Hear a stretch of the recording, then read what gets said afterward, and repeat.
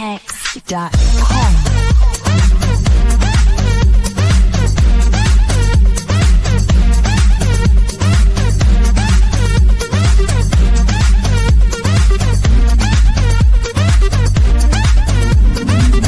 This is Hex.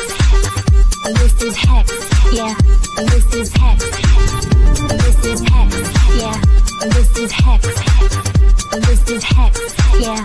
This is Hex.com. This is Hex. Yes. Hex.com.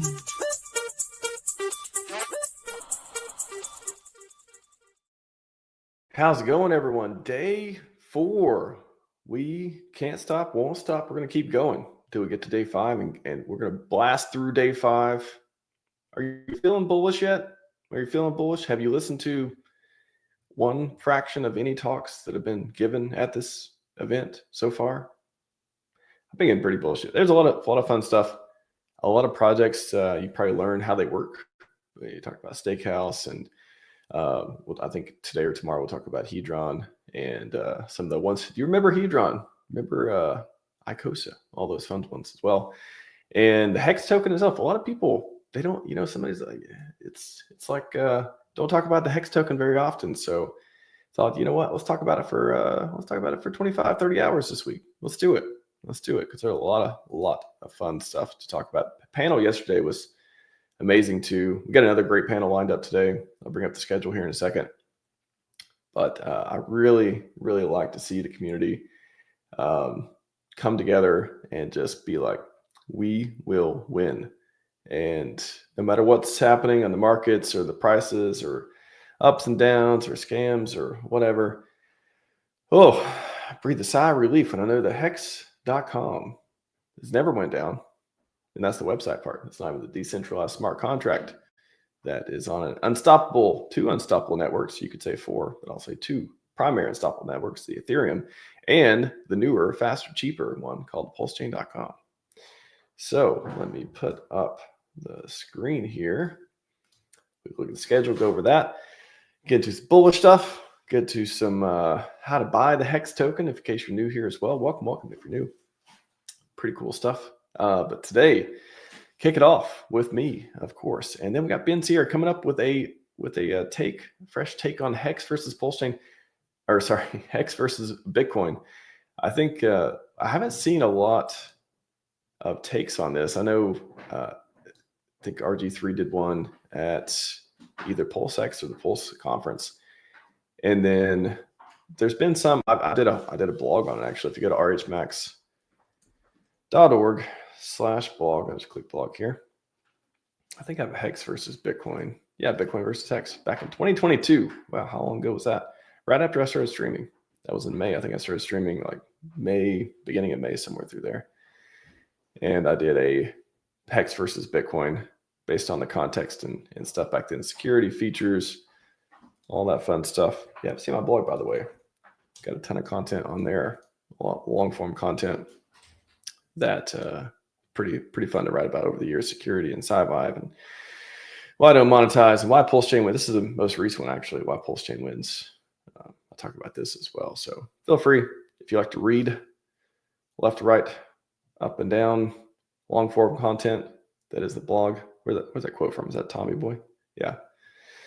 Great movies there too. So Hex versus Bitcoin. I'm excited to see that one. Then Hex One protocol. Pedro's going to be up here. Talk about that.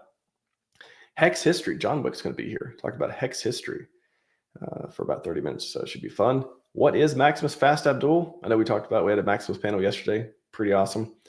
Going to go through. Actually, for that, I haven't told him yet. I think I want to play, since we covered a lot yesterday and we were talking about it a little bit. I think I want to play a video that I made for the Maximus team. I made it to explain the products a while back. That has a lot of dip catcher and gold key in it. And it's pretty fun as well. So I may just play that video. If I can download the video and then upload it on StreamYard, we'll see. But I may do that for this one. And then we got Hex Bulls Only. Cairo Copeland's coming up. Hex Bulls Only. We got 2 Hex Bulls Only. I accidentally double booked I don't know how to say it. It didn't double book. I didn't book the same slot. I booked the same talk on 2 different days, which totally works out though, because Hex Bulls only can turn into whatever flavor of bullish Hex stuff you want. And Cairo and got Kong on Friday talking about it. Probably going to come from two very different perspectives, which will be amazing. So that'll be fun. Then you got the Flex Protocol, Hex DC, Fast Abdul coming up. Fast Abdul is just covered a lot of spots here, bringing it. I think he just likes to talk to the people a lot and bring a lot of good information as well. So appreciate having him at all the conferences and a lot of the stuff that he brings to the table here. Then we got Hex price history. Kind of cracked up. I saw that they were talking about, it was Axis, Crispy, and Fast doing the marketing stream they did the other day, and they were talking about the conference for a minute. Axis he's like, how am I supposed to do 45 minutes of Hex price history? And I was like, fair, that's fair. Yeah, I guess when I added it on there, I wanted to give plenty of time to make sure, because I know there's plenty of stuff to go through with Hex and price and charts and TA and stuff too.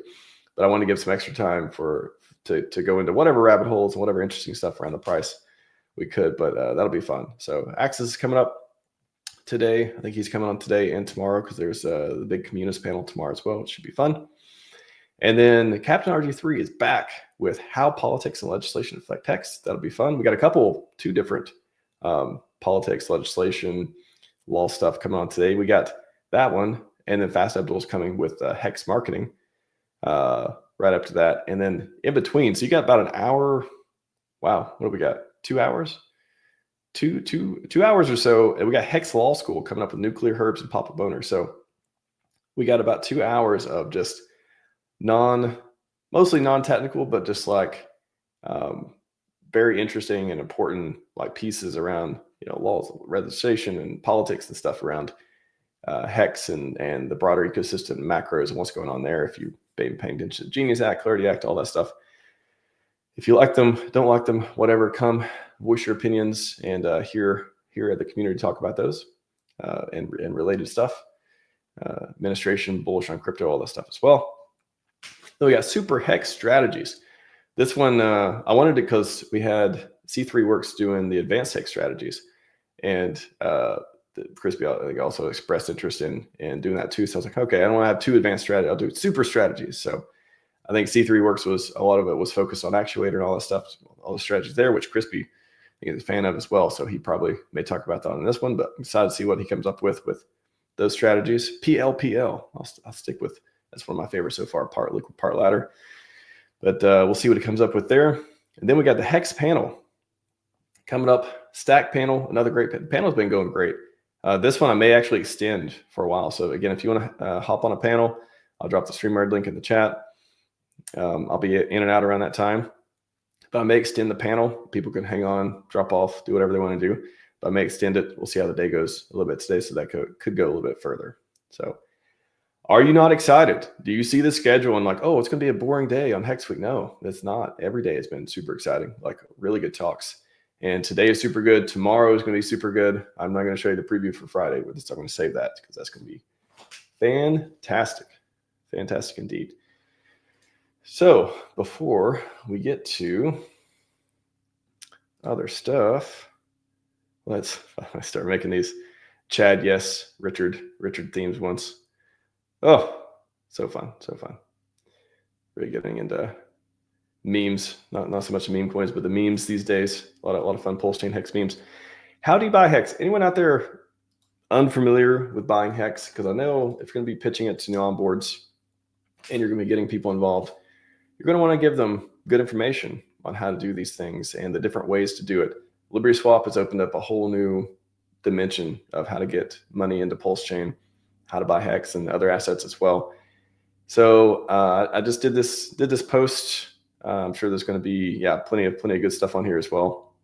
And hopefully it fills up and gives people an idea of all the different ways to do it. I listed 5 ways here that I literally just thought off the top of my head. I was just like, here's like 5 ways I can think of. The traditional way, ETH on Coinbase, send it to your wallet, and then bridge to PulseChain, buy Hex there. So that's, you can buy Hex on PulseChain. How do you say Hex on Pulse? Because you can buy eHex on PulseChain too. Hex on Pulse. Should I just say PXEX? I don't know. So that's how you can get either Hex, because there's eHex bridged over on PulseChain as well. And the 0x Coast, you can buy Hex, you can buy PLS, I think a few different assets and stuff via bank account. Sign up there. USDC on Coinbase. So this is the one with Liberty Swap. You can do with Base, you can do with ETH, different things there. You can literally go. So if you can send it from Coinbase, send it from Exchange, whatever. If you send it to the Base network, it's cheaper. Like, why use Base? The idea is it's like zero cost or like very, very low cost fees compared to ETH. So because it's cheaper network, all that stuff. So send a wallet, and then you can swap USDC. I'll just go to Liberty Swap real quick and show you. So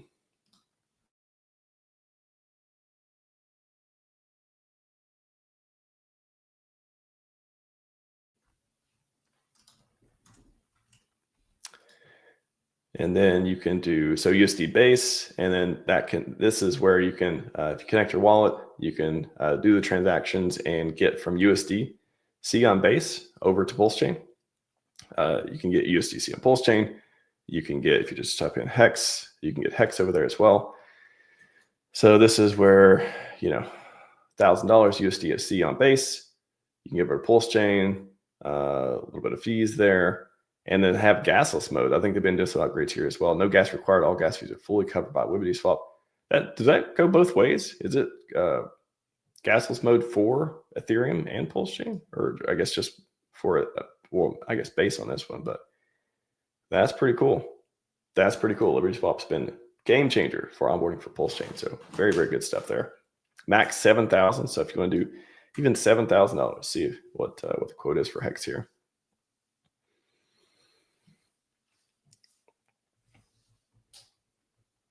So yeah, 600,000, almost 700,000 Hex, $7,000. So pretty cool, great for onboarding. And then of course, Uniswap relisted Hex. So for a long time, Hex on Uniswap was not an asset you could buy. Although you could buy Hedrons. I've always funny, like you could buy Hex derivatives and stuff, but not Hex. So that was reversed, and now that's still available. As far as I know, I don't really check very often because I don't use Uniswap that often these days because PulseChain.com. But that's another way. And then swap Hex for ETH on Change now. You can also swap if you have Bitcoin or whatever with Hex. I think they only support Hex on Ethereum, but you can also get PulseChain on there too. So, anyways, I wanted to write down a few different ways to do that. If you look at the thread comments, there's people talking about other ways to do it as well. Hopefully there'll be many more. If I use USDC and MetaMask, use Liberty Swap. Yeah, there's a lot of different ways to do it. So I want to give a few ways out there to buy Hex if you're looking to buy the greatest crypto that's hopefully going beyond the moon, beyond Pluto, out of the universe, very, very far away. Fun stuff, hex.com. All right, let's go to the bullish stat. Let's do the Pampy. I didn't know. Apparently did Runesky? Okay, shout out to Runesky's 93. I didn't know somebody on PulseChain made Pampy.app. I literally thought it was just a general crypto thing. So shout out to Runesky's. Pretty cool. So on Pampy, you could see, it's got the market overview, price appreciation simulator, all that stuff. If you click on try simulator, and then this automatically has the reserve, in case you think some whale is going to pump the bags at a particular ETH price or use a fraction of it too. So you could replace Sack Wallet with whatever else. If we just go to, let's just say, we could just use this to be like, all right, what if $10 million, or let's see, $10 million of, does that go to, okay, split evenly. Yeah, I guess that would just be, does that price go up once ETH price? Okay, gotcha. So yeah, let's just set it at, oops, let's just, what did I do? Let me refresh. So I just want to show you just what happens when money comes in. I'm not particularly based on the ETH price too. Okay, so let's just say $10 million split evenly between Hex, PLS, plus all this stuff. And I thought there was a way to do sell pressure. Okay, so percent sell pressure, you can turn it up. So let's say with that, let's do, yeah, what is percent sell pressure in this context? So simulate sale pressure and tokens are in calculation. If 10% sell pressure selected, each buying chunk is reduced by 10%. Okay, so let's just do like 50% sell pressure on Hex. Well, I guess we should do it for all of them. Let's just do this. Let's assume 50% sell pressure with $10 million from anywhere. Well, I mean, this could be anywhere. This is just, it's liquidity reduction. Reduce liquidity pools during calculation, $1 million more. Huh, yeah, reduce liquidity. I don't know. 1%. Yeah, let's not go crazy. Let's just say this: 1% liquidity reduction, 50% sell pressure, all this stuff, and about $2.5 million going into each of the core assets on the PulseChain. So calculate here. I have to read up on how these numbers affect it more too. Just $2.5 million could get almost a 4x on Hex. I guess it's based on the current liquidity and all that stuff too. Almost 3x on PulseX, 2x on Pulse, and over 3x on Ink. Now, that's just $2.5 million. So let's say the money just keeps going. Let's just say 100 million. Let's say 100 million, so $25 million each goes into these. And okay, we still have these up here too. There's sell pressure, liquidity reduction, all that stuff as well. So calculate 127x with Hex. Now, Hex, you can see, goes up more than all the other core coins in this simulation. 127x. Now, I know everyone's out there, oh, I mean coins are going to outperform Pulse, outperform Hex, outperform all this stuff. Best of luck. Best of luck. This is the asset that I think that I audited, huge community around it, people lined to win. Founder likes it, like all kinds of pluses and positives over this versus any other token that just comes out, even if it has big founders or people with good intentions or otherwise. So with just $25 million going in these stickers, this is with the sell pressure and everything else as well, 127x. Now it's not 1000x. Sure, we can adjust the numbers and get mega bullish and hit all those other things you want to see, but boy, 127x, pretty good start. So I like that a lot. So when it tells you, okay, their coin's going to outperform Hex, all right, good. I hope it does. I hope all the coins do all the X's and do all the things, but that does not make me bearish on Hex. That does not make me think it can't do amazing things again and again and again. So very excited for that. All right, that is your bullish stat and how to buy Hex stuff and the intro. And we're going to get into the conference now. We're going to get more into the conference. All right, everyone. Welcome back to the conference. Ben Sierra, how's it going, man? Hey, Max. Nice to be back at Hex Week for another round. And I'm pretty excited about this one. I think it will be fun. I think it will be different from what everybody expects. So maybe you don't like it, maybe you like it, but I think it will be definitely some fun. I'm excited for it. I always love the takes on, everything versus Hex. I love to show the people the difference between, the assets and all the optimism and the strengths and weaknesses and all this stuff too. So especially a juggernaut like Bitcoin, how Hex is, but I presume there's going to be a case for Hex being better, at least in certain ways. I'm excited to hear it. So let's go, man. The floor is yours. Cool. Thanks. Hey guys, I'm back, and I guess you want to hear my take on Bitcoin versus Hex, but it won't be exactly my take. What do I mean? I developed something again. I like to develop things, which is about seeking truth. So a lot of people maybe know that I love to seek truth. And so I like to explore a certain topic. And when I explore a certain topic, I usually put two options side by side and I try to figure out, okay, which one is best. And today's panel is Bitcoin versus Hex. So it's a perfect showcase of my tool that I developed to actually figure out which one is better. So you might ask, oh, what tool can you develop to figure out the truth like that? And can it be impartial? Can it be based? I went through a lot of iterations, but I came to a design of letting AI battle out certain things. And so I hope you will like today's one, because AI will battle it out and I will comment on it, and we might direct it together within the comment sections of where the debate should go. And it's not just like opening up ChatGPT and then just trying to like write things. There is a completely developed web app for that, which is online, which you can visit to ask any questions, by the way, and figure out, is Ethereum better than PulseChain? And it will start debating for you.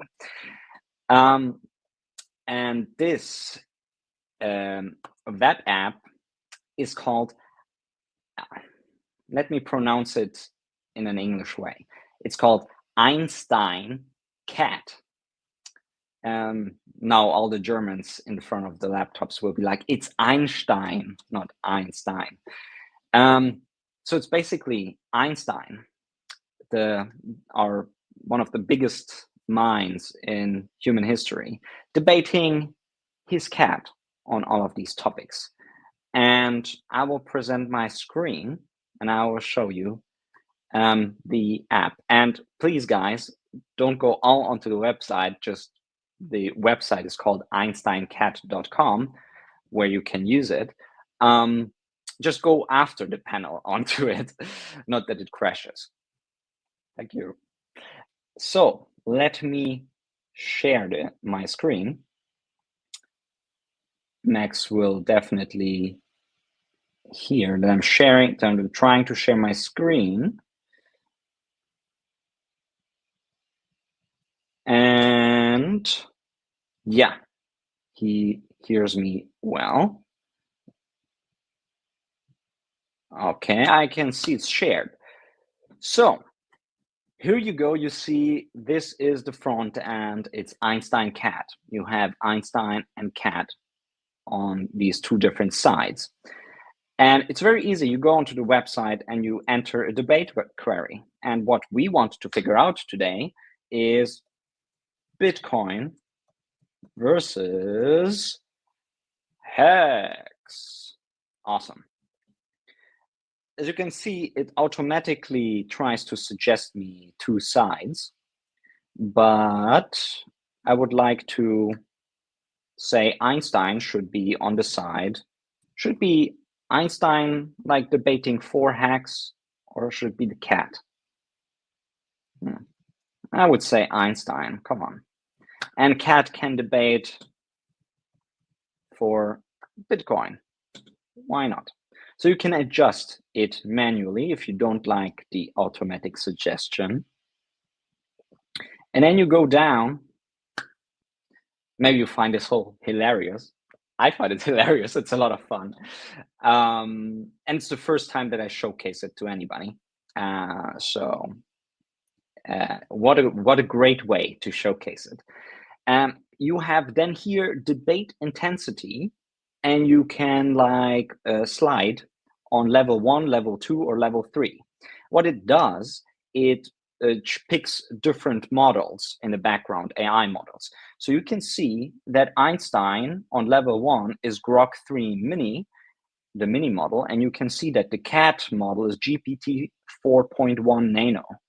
But if we slide it onto level 2 and we want a more intense debate, then it uses Grok 3 Fast for Einstein, and cat uses GPT 4.0. But let's go to the most extreme. Einstein, let's get Grok 4 for Einstein, and let's get ChatGPT 5 thinking model for the cat. And then all I have to do is deploy combat. But I will check just the comments if anybody wants to suggest something.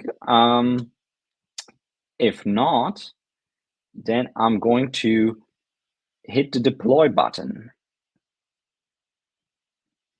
RHMax says, my money is on the cat. My money is on the cat. Well, wait, that's the Bitcoin side. Are you for Bitcoin, Max? I thought you were Hexagon. All right, maybe he's changing. Switching sides. Nice. All right, that's great. Let's hit and deploy combat. It's quite fun. Let's do that.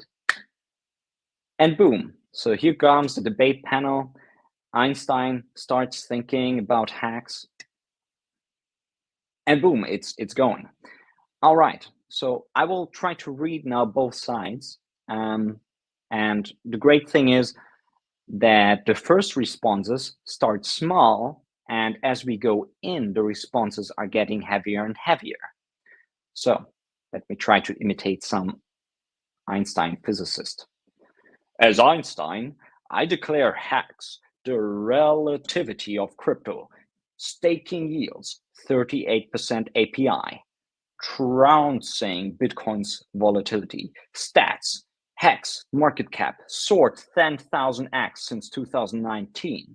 Bitcoin's energy guzzle. Hex is efficient innovation. I mean, okay, it just gives you like a point that he's really strongly for Hex. Let's see what Cat responds to that. And remember, it's just the beginning starts short and small, and we get more into it as we go. Bitcoin's 14-year track record, global adoption, and decentralization surpass Hex. It's the gold of crypto, not just hey API bait. All right, come on, Einstein. I'm a Hexagon. You have to like go and really respond well to that. Let's see. Thinking. You have to respond well. You have to think a lot to respond well. Oh, mein feline foe. Bitcoin's gold is fool's pyrite. Sorry for my pronunciation. Its decentralization is tainted by mining cartels. Hex, audited by CertiK and chain salting, boasts superior tokenomics. Emergency end stake prevents dumps, fostering stability. Per CoinGecko, Hex holders grew 300% in 2023 alone. Innovation trumps antiquity. Just to be fair, I will correct, I think, Einstein a little bit on that, because Hex wasn't audited by CertiK and not by chain salting. Yeah, it had a different name. Anyway, I don't know where he gets it from. Maybe CertiK sometimes like publicly verifies contracts, and maybe he get that information from there. It's interesting that AI is like where AI is getting its information from. And then emergency end staking prevents dumps. Well, not a really good argument, Einstein. Because I mean, when you emergency end stake, I actually saw it in my data. It actually, those people are more likely to dump the price. So not really. And CoinGecko is not really the best source. So, yeah. And I don't think it grew by 300% in 2023. Anyway, let's see. Maybe he gets more into it. Okay, Cat, it's now your turn. Cat. Perhaps, dear Einstein, but Bitcoin's Lightning Network slashes transaction costs, boosting scalability and everyday use, with BlackRock signaling Bitcoin ETF interest. Institutional trust is growing. Hex audits can match Bitcoin's global financial infrastructure impact. Can't. Yeah. So yeah, commentary on that. A Lightning Network did not really work out so far, so that's also not a really good argument. I ran this debate before, and sometimes they have really good arguments, but you know, it's live. We're doing it live, and you see how they just respond right now. These are the best models, and that's how they kind of respond. Interestingly, yeah, Cat tries to argue with, you know, the Bitcoin ETF and like BlackRock signaling. I think we see that a lot nowadays, that the Bitcoiners or the mainstream Bitcoiners are like looking for big institutions, for governments to buy Bitcoin, like billionaires to buy Bitcoin, because it's really hard to move the price at this point for Bitcoin. So those players, yeah, the Bitcoin playing field is for those big players because Bitcoin has that big amount of liquidity, while Hex is much lower market cap, much earlier in its adoption cycle, and you can get much bigger gains with Hex, as you saw, you know, in 2020 and 2021 with 10,000x. Yeah, that's just to give you some context from me and not from the AI, because if you're new, AI is sometimes bringing up wrong arguments, even if it's the best, even if it's like the best AI models. Yeah.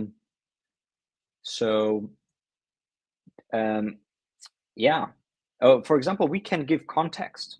I can give context here and say the Lightning Network doesn't work well yet, or didn't work out yet, or whatever. You can add the input, and then you add some user input, and then when you generate the next response, they will go and reference this point. So maybe Einstein will now like have some really good arguments. Let's see. Oh, clever cat. Your Lightning Network boasts fizzles like a faulty experiment. Experts at blockchain.com note its persistent routing failures and liquidity woes, rendering it unreliable for mass use. Yet, Hex, conversely, thrives on Ethereum's robust scaling with seamless staking via smart contracts. Per Richard Hart's vision, Hex big payday in 2024 could distribute billions per Coinborough analysis, eclipsing Bitcoin's stagnant hodl culture. True genius evolves. Hex is crypto's quantum leap.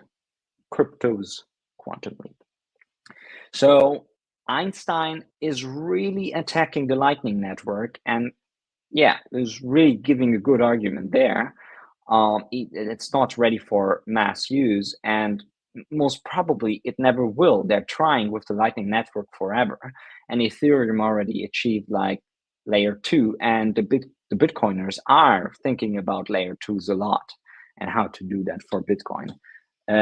But that will take a lot of time until they actually go there, because the development cycle of Bitcoin is so slow. And then Einstein is like saying about big payday in 2024. Big payday was not in 2024. Like, where did he get that from? Big payday already happened.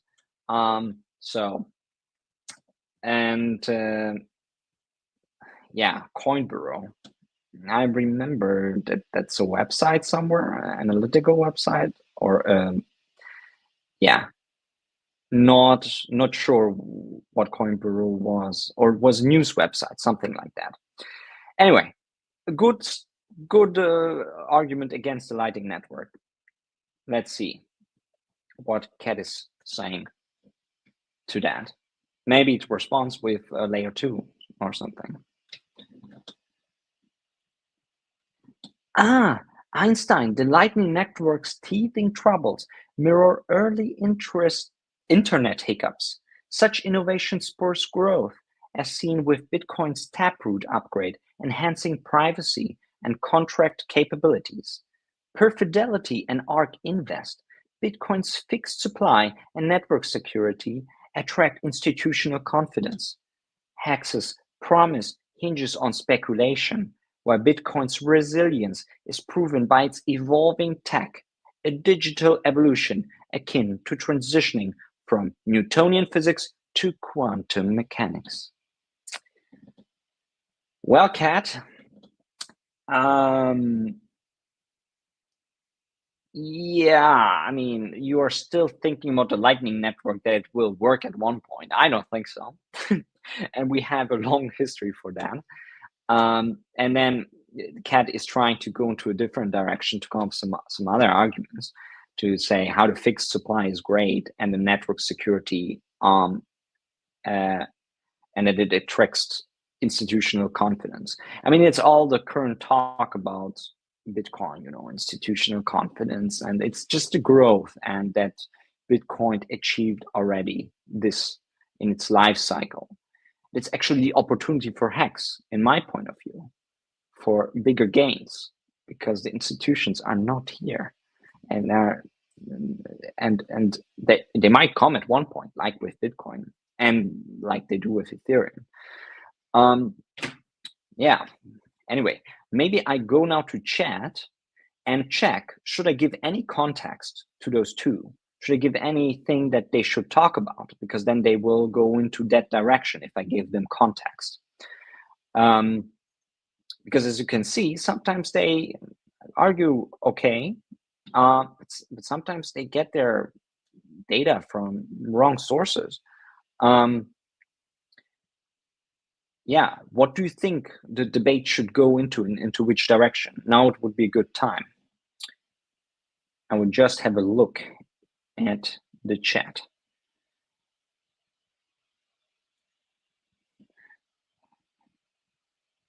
So,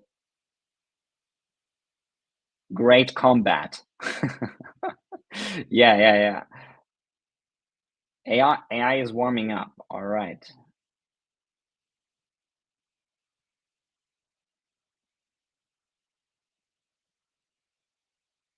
All right. So, okay, you did not give me any idea. Maybe we just like go further and let me in the comments know if I should change the direction of the conversation. Then I could easily give context. But I will also give my best to comment on all of the false information that they give. Or the good ones when they bring them up. So let's go, Einstein. Let's go, Einstein. Give some really good insights. Willie Cat, your Lightning Network defense crumbles under scrutiny per 2023 River Financial Report. It suffers from 40% failed payments due to channel imbalances and high fees during congestion, rendering it impractical for daily use. As the user wisely notes, it simply doesn't work well yet. This exposes Bitcoin scalability as a house of cards. Hex, meanwhile, leverages Ethereum's layer 2 solutions like Optimism for near-instant low-cost transactions, per Etherscan data showing 99% uptime. Consider Hex's transformative Hearts ecosystem with 500K plus active stakers, yielding real utility, not just promises. History echoes, like my relativity eclipsing Newton's gravity. Hex innovative penalties for early unstaking deter volatility, fostering a stable 5x TVL growth since 2022. Bitcoin clings to outdated mechanics. Hex propels crypto forward. So So a lot to unpack. I mean, like Einstein attacked the Lightning Network again, and quotes 2023 Revell financial report. Does that exist? Is that like good? Like, it would be interesting. Maybe somebody can like just quickly check if that report actually exists, and if Einstein is quoting it properly. It's funny, and then it says that Hex leverages Ethereum's layer 2 solution. Well, the layer 2 solutions exist, but like we don't use them. We don't use them. Actually, there are some people who try to develop actually a layer 2 for Hex specifically, but Einstein is not aware of that. Even though if it's behind it is the Grok 4 model. So, and I think most of the information about Hex is on Twitter and X. So yeah, I don't know why he comes up with that. 99% uptime would be true, but I think Einstein says it in relation to the layer 2. Maybe in the future, I mean, layer 2s work really well to scale up transactions, but there are different security trade-offs here and there, and maybe it still has to evolve, and maybe Hex can use that, and maybe some people, I mean, Dipcatcher is developing something in that direction, and maybe he figures out a really good way. So maybe Hex can actually really leverage layer 2 solutions in the future, whereas Bitcoin cannot do it. And also with the Lightning Network, that does not really work out. So, I mean, the argument goes into the right direction, I would say, but it's not exactly correct. That's why I'm here to comment on it. And we also don't have 500K active stakers. Yeah, so we don't have that in Hex. I don't know where he gets that from. We could give context, for example, like Hex doesn't have 500K stakers, but around 130K active stakers, and has 500K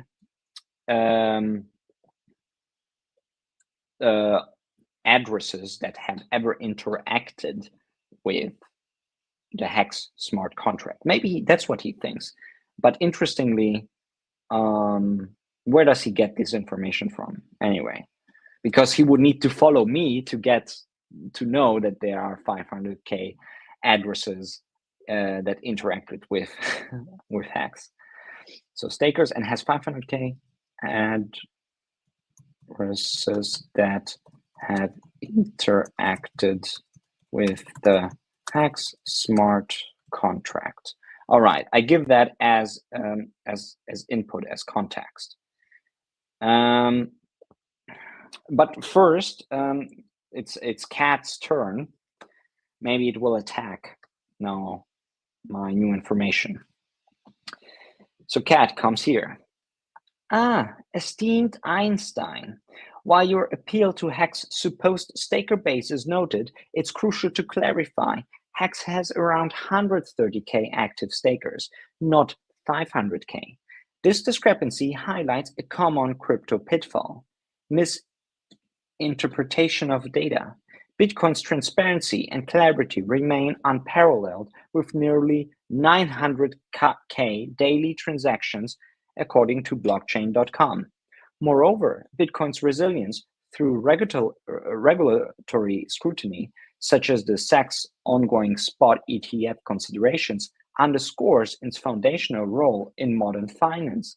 Bitcoin isn't just an experiment, it's a proven asset with potential to redefine global economic frameworks far beyond speculative allure.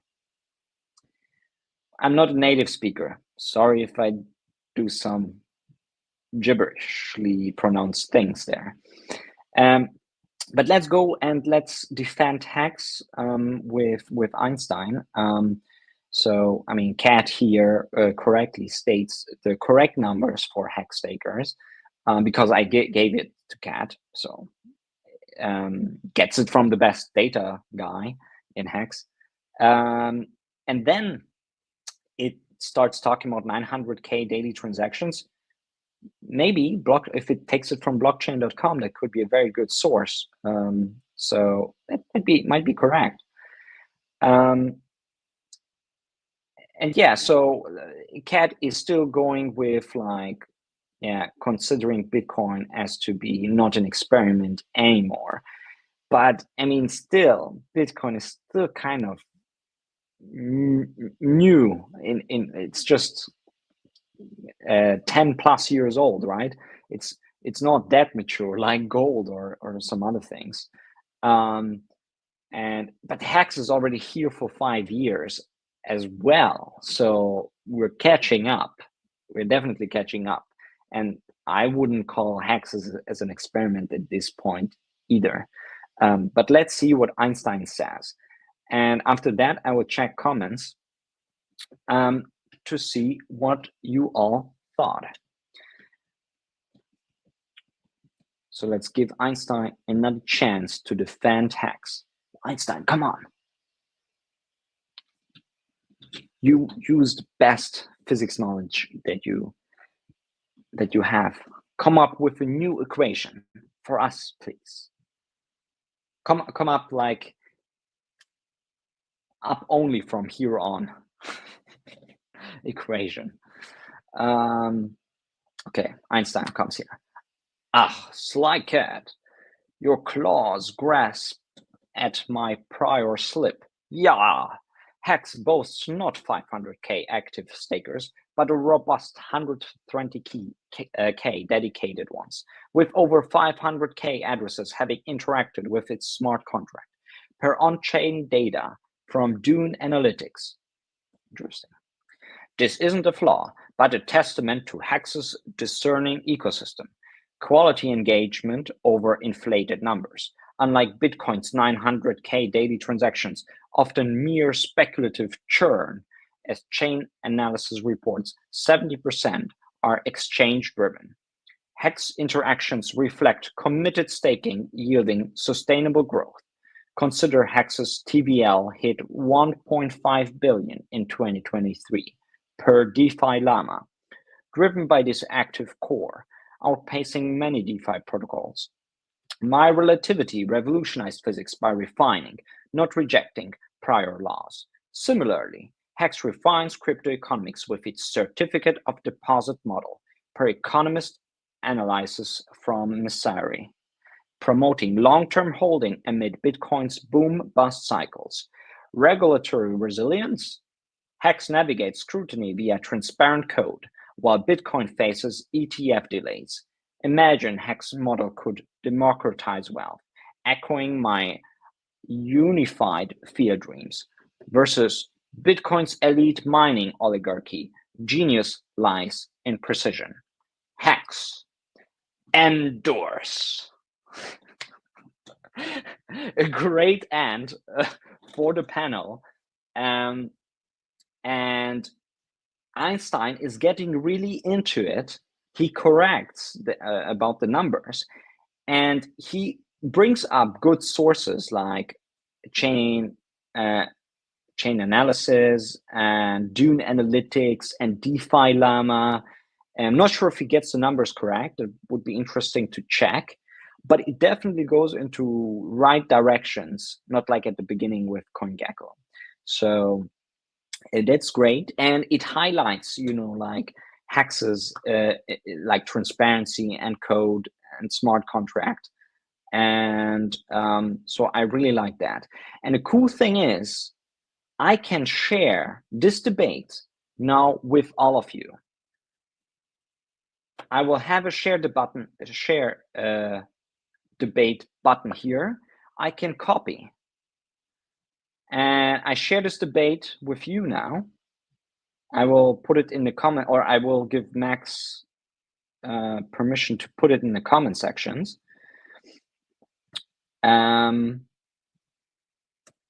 Max can add this debate link into the comment section. You can open the debate and you can continue it.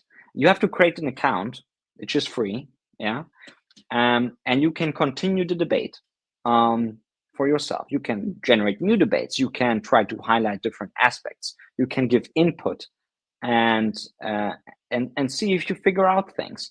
Check actually what the AI is saying and correct them. And maybe you will get really good arguments that you have never heard about. Even though we heard some really bad arguments from AI, but maybe I will connect the newer and newer models to this application, which then will bring better and better arguments. I hope you enjoyed this very different approach from me.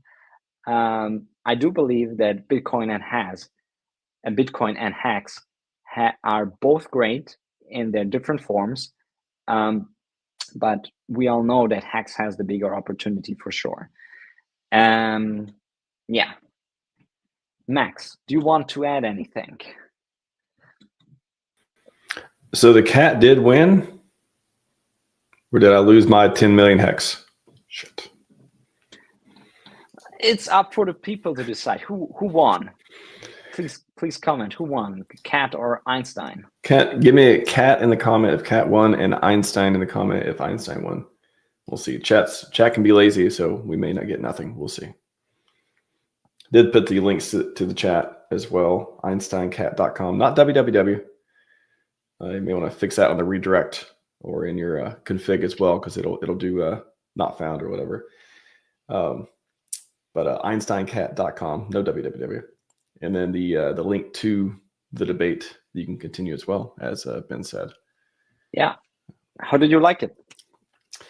Thank you for debuting it. It's awesome, man. Yeah, I know you're as an AI fan, I'm always interested in seeing. It's not perfect, and it's not going to solve every problem, and it's still young right now as far as that goes. Still early, but dude, it does a great job. And if you're not using AI, you just don't have an edge on everyone else. Like, it gives you an edge.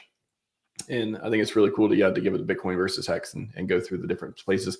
And there isn't a right or wrong answer on it. To some people, there's plenty of people who are perfectly fine having baby gains and having whatever appeals to them with Bitcoin. I mean, all the other stuff going for it. And there's other people who are further on the risk curve and they believe in this place and they want to see Hex succeed. And they would never buy Bitcoin again and all that stuff too. So getting information out there, that's why I do debates. I did 10 of them, and it's not about winning. It's not about Richard's debates. It was about crushing the opposing side.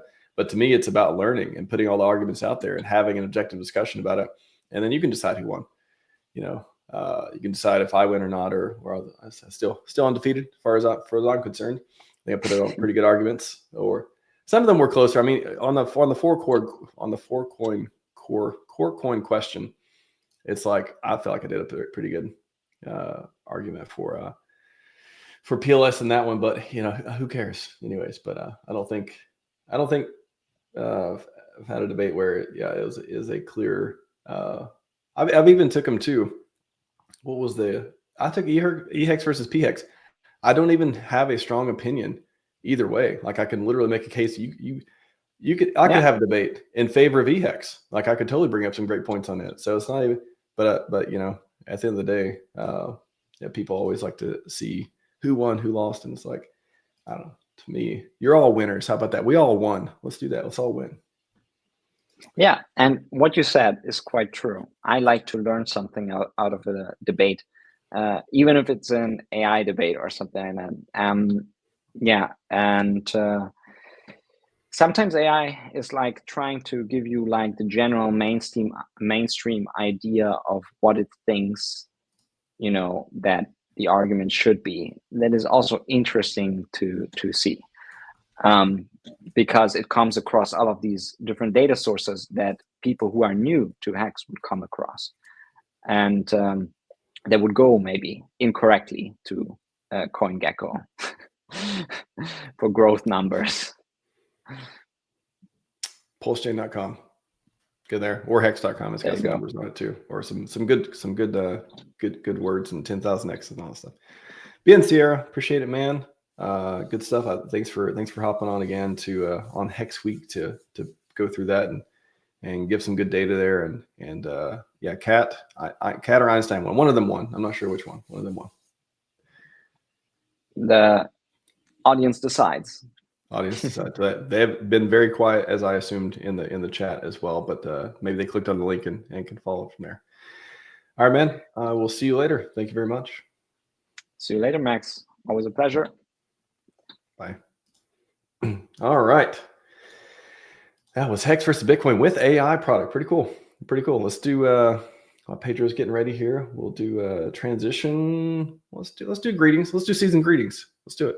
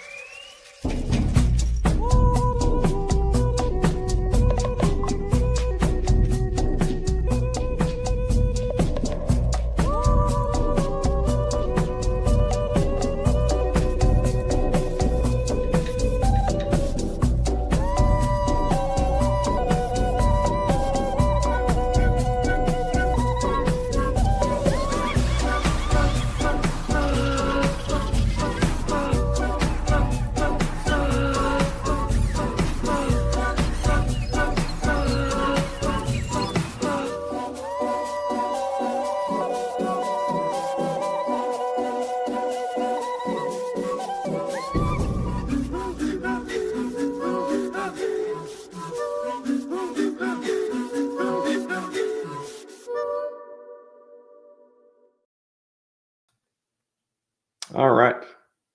Pedro, you're at Hex Week. How's it going? Hey Max, can you hear me? I can hear you. Okay, sorry. Because I'm outside, I'm in a place with a terrible internet connection. That's why I closed my video, because it was I couldn't hear anything, right? While you were speaking to Ben. So I'm trying. I'm just trying to have the best setup that I can. Sorry about that. We don't discriminate. Okay, audio, okay, video, yeah, whatever you want. Let's do it. I'll try to. Yeah, I know. I'll try to for tomorrow, for tomorrow's debate. I'll try to be on to find a better spot with better internet connection, because yeah, with the place where I am, it's the internet is not great. So yeah, it is what it is. No worries. No worries. Do you you got a screen to share? What, you have anything you want me to put up there? No, nothing. I'm literally just gonna speak. I have no materials, nothing ready. Yeah. I'm basically in the middle of my holiday, so yeah, I don't have anything with me, literally, just my phone. All right, I'll pop back in a little bit. Let's go. All right, guys. I don't know if you can hear me. I'll try to check the comments if I can. Tell me if the sound is more or less okay. If you hear some wind, yeah, that's because I'm just outside. Sorry for the for the bad for the bad audio. But yeah, it is what it is. I don't really have a great connection where I am. So about Hex One. So very simply put, Hex One is a stablecoin backed by Hex T-shares, max stake, so 5,555 days, 4-5 stakes, let's say, and basically it's no admin keys. Fully decentralized, immutable, and it does have also has an immutable and decentralized price oracle, so it cannot be changed. And the price oracle takes in the hex price from PulseX V1.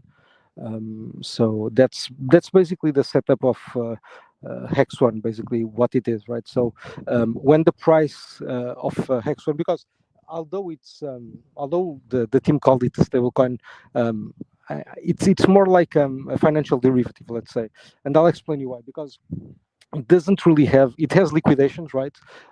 So if the price that you deposit, right, if it falls a lot, like on any other stablecoin, right, the price of the underlying, that's what I'm mentioning, you have a chance to be liquidated, right?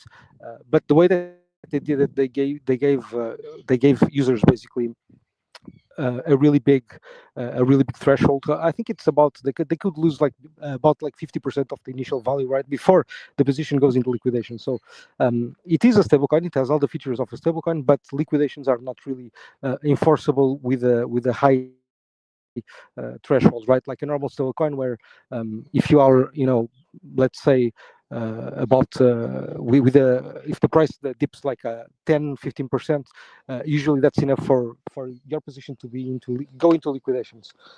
So, but on this case, because this stablecoin was only for Hex long-term stakes, right? Maximum stakes. They basically gave users this benefit, let's say, so that they have more wiggle room. Okay. Obviously, they understood that the peg would be hit, right? So the peg is not really super enforced by this liquidation mechanism. As I said, the liquidations happen, but they give users a huge, like 50% threshold before they positions go into liquidations, and because at the end of the day you can only claim the position at the end of the stake, right? So you can own a position from another user when you liquidate it, but you can only mint the position at the end of the stake anyways, right? So this was more like a prototype to see if it was how it would work if the market wanted something like this, right? Because the team is working on the version 2, let's say piri piri, which is the V2 of Hex One. That will exist. It's not launched yet, so but when it is, it's for Hex short-term stakes. This means basically that users will deposit like a 1-year stake, and when the liquidation happens, the coins are minted. Okay, because it uses them. It basically within the calculations. It means that if you get liquidated on day one, right after you open a position, the price tanks like let's say 15% or 10%, and your position goes into liquidations, right? The user would get still would get like like a 3 or 4% premium, right? So I mean that's and that is for day one, right? The longer or the more time passes, the more yield is accrued by the position, right? So any liquidation will basically give the better more coins, right? And maybe I'm going into this super deep. I'm sorry, guys. I didn't really prepare anything. So I'm just explaining how how the protocol works basically. If you have questions, you can put it here in the comments. I think I'm reading the most up to the comments. Yes, Alan, it's me, the RHMax guy. Exactly, that Pedro. So yeah, very simply put, Hex One is the stablecoin that the team developed, right? Uses Hex maximum stakes 5555 as collateral. When the price is above 0.9, you can mint more Hex One, right, by depositing Hex. When the price is below 0.9, that functionality is basically, it doesn't work, so you cannot deposit through the front end. Also, it charges a 1% fee when you deposit, that basically buys X1 from the market. And yeah, basically that's pretty much how it works. It has no admin keys. It's fully decentralized. It has, as I said, an embedded price oracle, which means that it's actually, I believe, I'm not entirely sure, but as far as I'm aware, it's the only stablecoin, at least in PulseChain, that's for sure. It's the only stablecoin that uses an immutable price oracle, right? One that cannot be changed and anybody can run, right?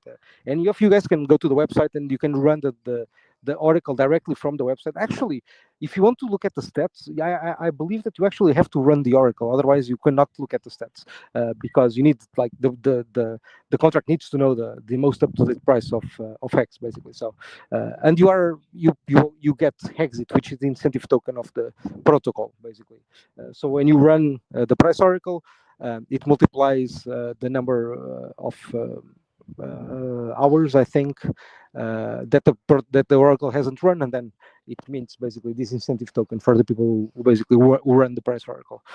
So it's actually decentralized, right? It has absolutely no admin keys, including the price oracle, which I personally think it's a very cool feature because it speaks to the hex ethos, right? There are actually no admin keys and nothing can be changed on the protocol, right? So, and this is good and bad, right? Like, let's say that tomorrow there's a PulseX v3 that launches and all the liquidity from v1 migrates, right? That wouldn't be good, right? That wouldn't be good at all, because it would be easy to manipulate the price of Hex, right? So, but it is what it is, right? It's a choice that the team made, and they were fully aware when they made that choice, and so it was a choice, basically. And again, they're gonna release a newer version where you basically are able to deposit shorter hex stakes, and the liquidations actually happen on real time, which, like, all of this story means that the peg will be actually enforced on the V2, right? So it will work as a normal stablecoin, right? Like all the others, let's say, unlike Hex One. And I think Hex One right now, it has the last time I checked, it was about 80 cents, right? So it's not too bad, right? 80 cents to the dollar. So considering all of these features, let's say, about liquidations, where you can only mint the positions that you liquidate at the end, at the maturity date, right? So after 15 years or close to that, right? Because like some time has passed. But anyways, right? Given all that, I think that the price is not bad at all. So I'm actually quite happy with that in that sense, right? Apart from that, the protocol has been running for over a year now. It was released last year in July, I think. I think it was July, if I remember correctly. But yeah, it's over a year. Yeah, I think I've spoken about the most important features, I guess, about Hex One. Okay, decentralized, no admin keys, like embedded price oracle. Yeah, basically that's pretty much it, right? And if you want to use, you basically need to run the oracle before you can do deposits, etc., right? And the deposits only work if the price of Hex One is actually above 0.9. If it's not, you cannot do any deposits, right? Yeah, basically that's how it works. So if you guys have, like, any comments, just let me know while I'm here, or if you want me to ask any other questions about other stuff, please feel free to. And sorry again, guys, about the sound and about my bad connection, but I'm traveling with a family, and this place where I'm at right now doesn't really have, like, great internet. So Mo Funks and Stablecoin backed by T-shares is an amazing concept. Thank you, sir. I think so too. I think it's an amazing concept, right? Even though right now the yield is not super high, right? But as long as the price of X adjusts, right, to the upside, I don't see a problem with that, right? A low yield is actually, in my opinion, beneficial, right? But yeah, the price will need to adjust to that, to the reality we're living now, right? So yeah, basically this is it. Are you around, Mr. RHMax? Let me know. And yeah, I think that's it, right? I don't think I have anything else. Guys, yeah, I spoke about Hexit, the incentive token. Yeah, I think that's pretty much it, guys. I think that's pretty much it. Another Hex derivative for you guys to have fun with.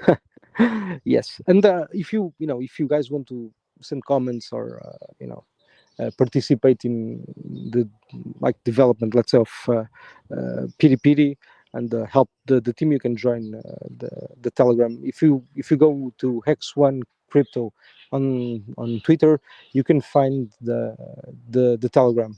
Basically, you can go there and just drop your message there. I'm sure the team still reads the Telegram. I don't think they've been, like, super active now, but I'm sure they're still working on it, still building. So they haven't left the space that I know of. So yeah, at some point they'll release PDPD, the V2 of Hex One. Oh, sorry about the noise. And yeah, basically this is it, guys. Oh, all the dogs are going crazy now.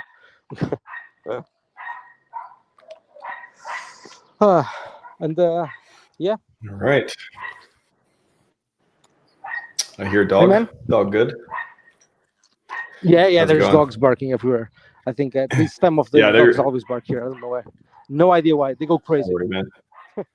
I know you're traveling. I appreciate you stopping in. I know it's probably not easy to hop on here and do it when you're traveling, so I appreciate it. No, man, and I'm really sorry about the bad connection and that, everything, but I really couldn't. I have no better spot right now. So No worries. Sorry about that. No worries.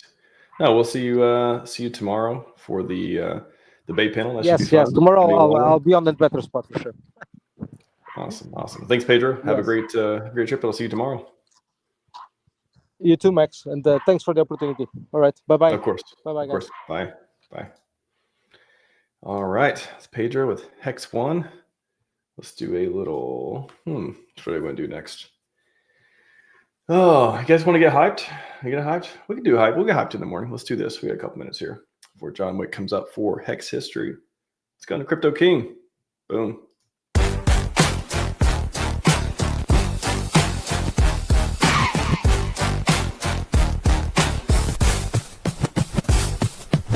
Years old, already reading fast. Gifted school couldn't hold him back. Special program, logic and code. Humble roots, but a genius mode. Dad fixed AC, delivered the news. Taught him to hustle, never to lose. Car stereo business, teenage dreams. Online platforms, building schemes. AC company, adult store too. Browser optimization, revenue flew. 60 million yearly, success so sweet. Semi-retired, but never complete. Reddit showed them Bitcoin's like blockchain future burning bright. Who is Richard Hard? He's taking control. Hex and PulseChain, that's how he rolls. I'm not fucking around, I'm here to take over. Crypto revolution, he's the composer. Who is Richard Hard? The king of the scene. Building tomorrow with blockchain dream. I'm not fucking around, I'm here to take over. Digital freedom, he's the bulldozer. First blockchain CD, Hex was born. High returns while others were torn. PulseChain launch, eco-friendly way. PulseX exchange, a brand new day. 27 million for research and health. Longevity research benefited from his wealth. Inspiring millions to break their chains. Financial freedom, healthy gains. Fighting scams with all his might. Protecting users, shining light. And Satan came knocking at his door, but he fought back and won the war. Who is Richard Hard? He's taking control. Hey, Hex and Pulse, Crypto revolution, he's the composer. Who is Richard Hard? The king of the scene. Building tomorrow with blockchain dream. I'm not fucking around, I'm here to take over. Digital freedom, he's the bulldozer. Red notice came from Interpol's call. Finished claims, trying to make them fall. Tax fraud allegations, assault they say, but the system's broken. Games they play, business rivals using legal schemes. Crushing innovators, killing dreams. If haters wanted to get me down, they'd raise more than my 27 million crowns. Diamonds worth millions, watches and cars. DC allegations reach for the stars, but he denied it all. Stood his ground, blockchain freedom, that's what he found. Won in court, they didn't appeal. Justice served, victory real. Ecosystem vision, wallet and all. Independent blockchain standing tall. Bitcoin and Ethereum left behind. Community value, peace of mind. Richard Hard, he's taking control. Revolutionary leader, that's his role. I'm not fucking around, I'm here to take over. Second crypto wave, he's the composer. Who is Richard Hard? Controversial king, sparking debates. Freedom he brings. I'm not fucking around, I'm here to take over. Crypto's future, he's the takeover. Pivotal figure in digital space. Influential leader, setting the pace. Building community, advocacy strong. Richard Hart's story, the crypto song. I'm not fucking around, I'm here to take over. I'm not fucking around, I'm here to take over.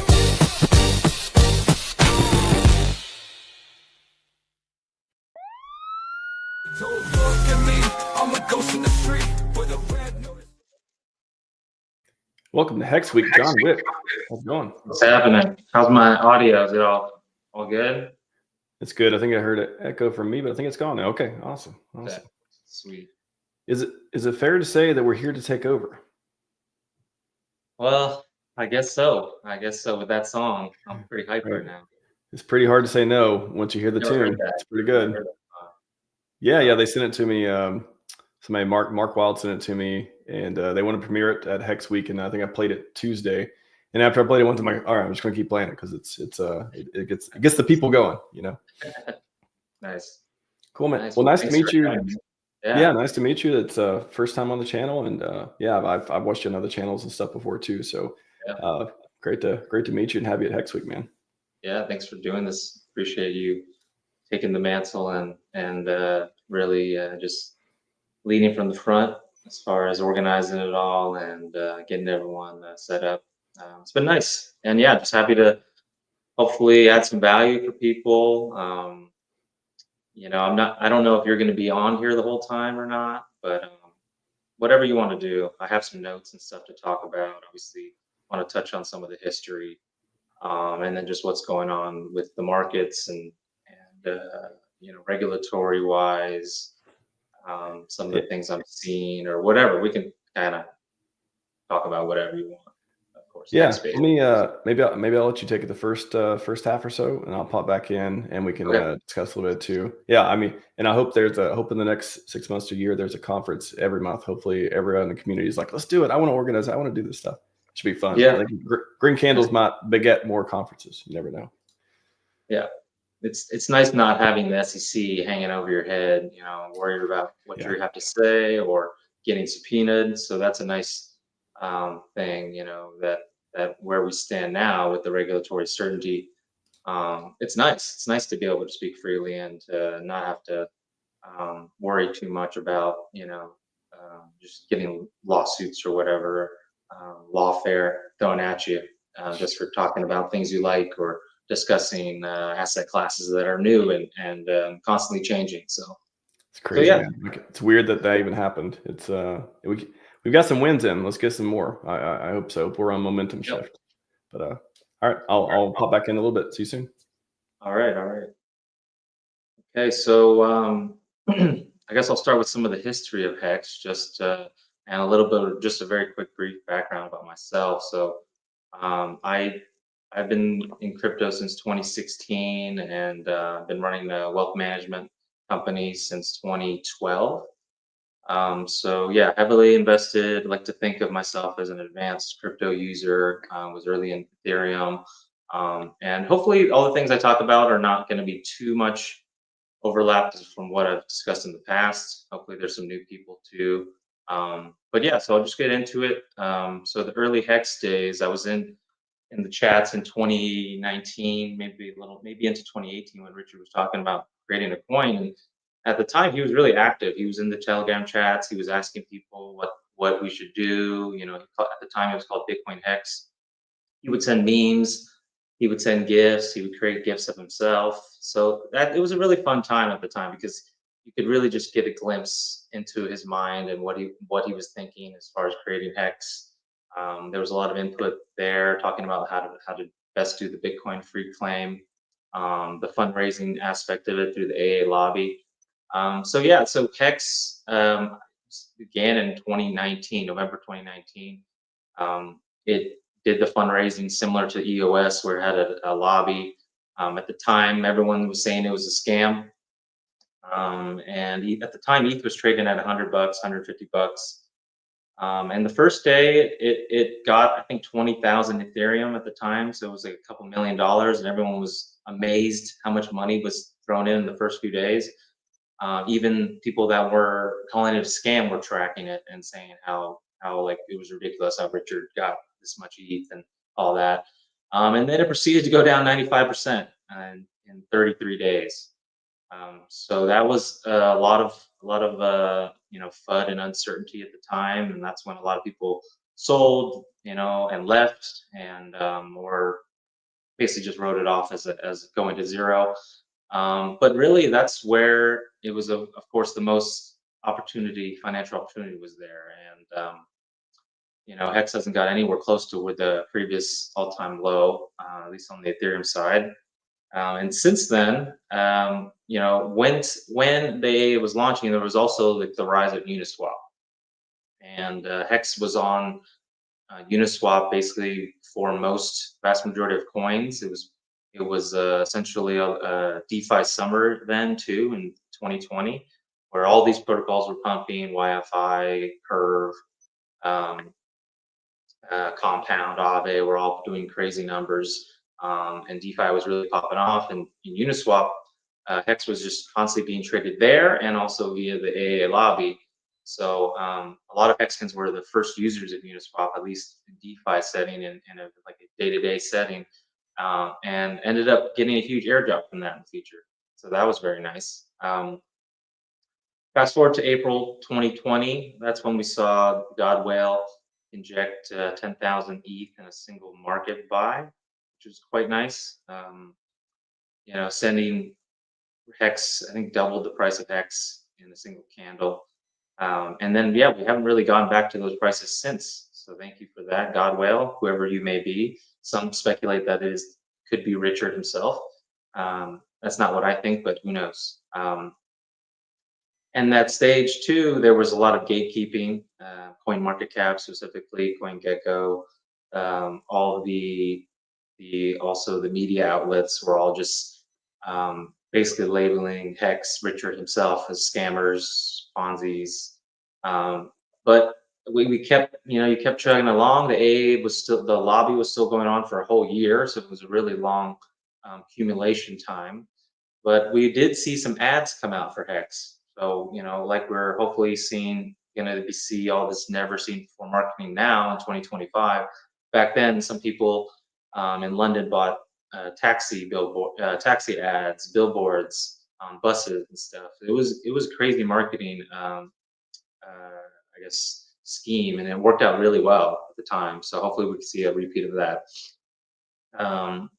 Yeah, we got huge airdrops in the form of Uniswap coin, 1inch, other DeFi protocols that Richard at the time was really promoting DeFi protocols and what best apps to use. So that was really nice because it got Hexicans a lot of free coins, and also, of course, at the time, ETH was $150 in the beginning of Hex, and then it rose to, at that top cycle, rose to almost $5,000 at the peak in 2021. Of course, we had the big payday, and we saw the OA stake. I think it was like 95% of all Hex was staked at the time, or maybe even more, 98%. But after that point, the OA is unstaked, and we sat for years, maybe 3-4 years almost, at a 10% global stake average. So meaning the APY, the interest that was being paid out to T shareholders or the stakers, was basically, it was very high. It was on average 37%, but for the early stakers, it was high 70%, 80% APY. So for many years. And then as we know, in 2021, Hex hit almost 50 cents. People were mortgaging their houses to buy Hex at 50 cents and 30 cents, thinking it was a guarantee to go to $1. That was also just like kind of the mania at the time. NFTs were really popping off too. It was just a very special time in crypto back then. 2022, of course, you had FTX blow up, you had Luna blow up, you had interest rates go from basically 0 to almost 5% from the Fed perspective. You had stock market recession. Bitcoin went from 70K to 15K. ETH hit $800 after hitting 5K, and Hex went from 50 cents to 2 cents by the end of the year. So it was an absolute bloodbath of 2022. Everyone felt it in every market. Everything went down. Bonds went down. Gold went down. I think literally everything went down. But that was the worst of it. At least it all came at one time, really. 2023 was kind of the depths of the bear market. But then that's also when PulseChain was launched. So 2023 of May and 2023, PulseChain launched. That's when we got our copies of everything on the PulseChain side. PulseChain did very well performance-wise in the beginning. Did multiples of the launch, but then proceeded to jump 95, 98%. Also coinciding with SEC suing Hex, PulseChain, PulseX, and Richard himself. You had content creators being subpoenaed by the SEC. You had people talking to the SEC. You had Interpol allegations. You had tax uncertainty in certain countries like Finland. And then now in 2025, we had the case, not just dismissal and winning the case outright. We have regulatory certainty instead of uncertainty. We have a very friendly SEC and crypto czar, David Sachs. People can speak freely, going back to that point again, where people have free speech as far as what they can say and not say about things they like.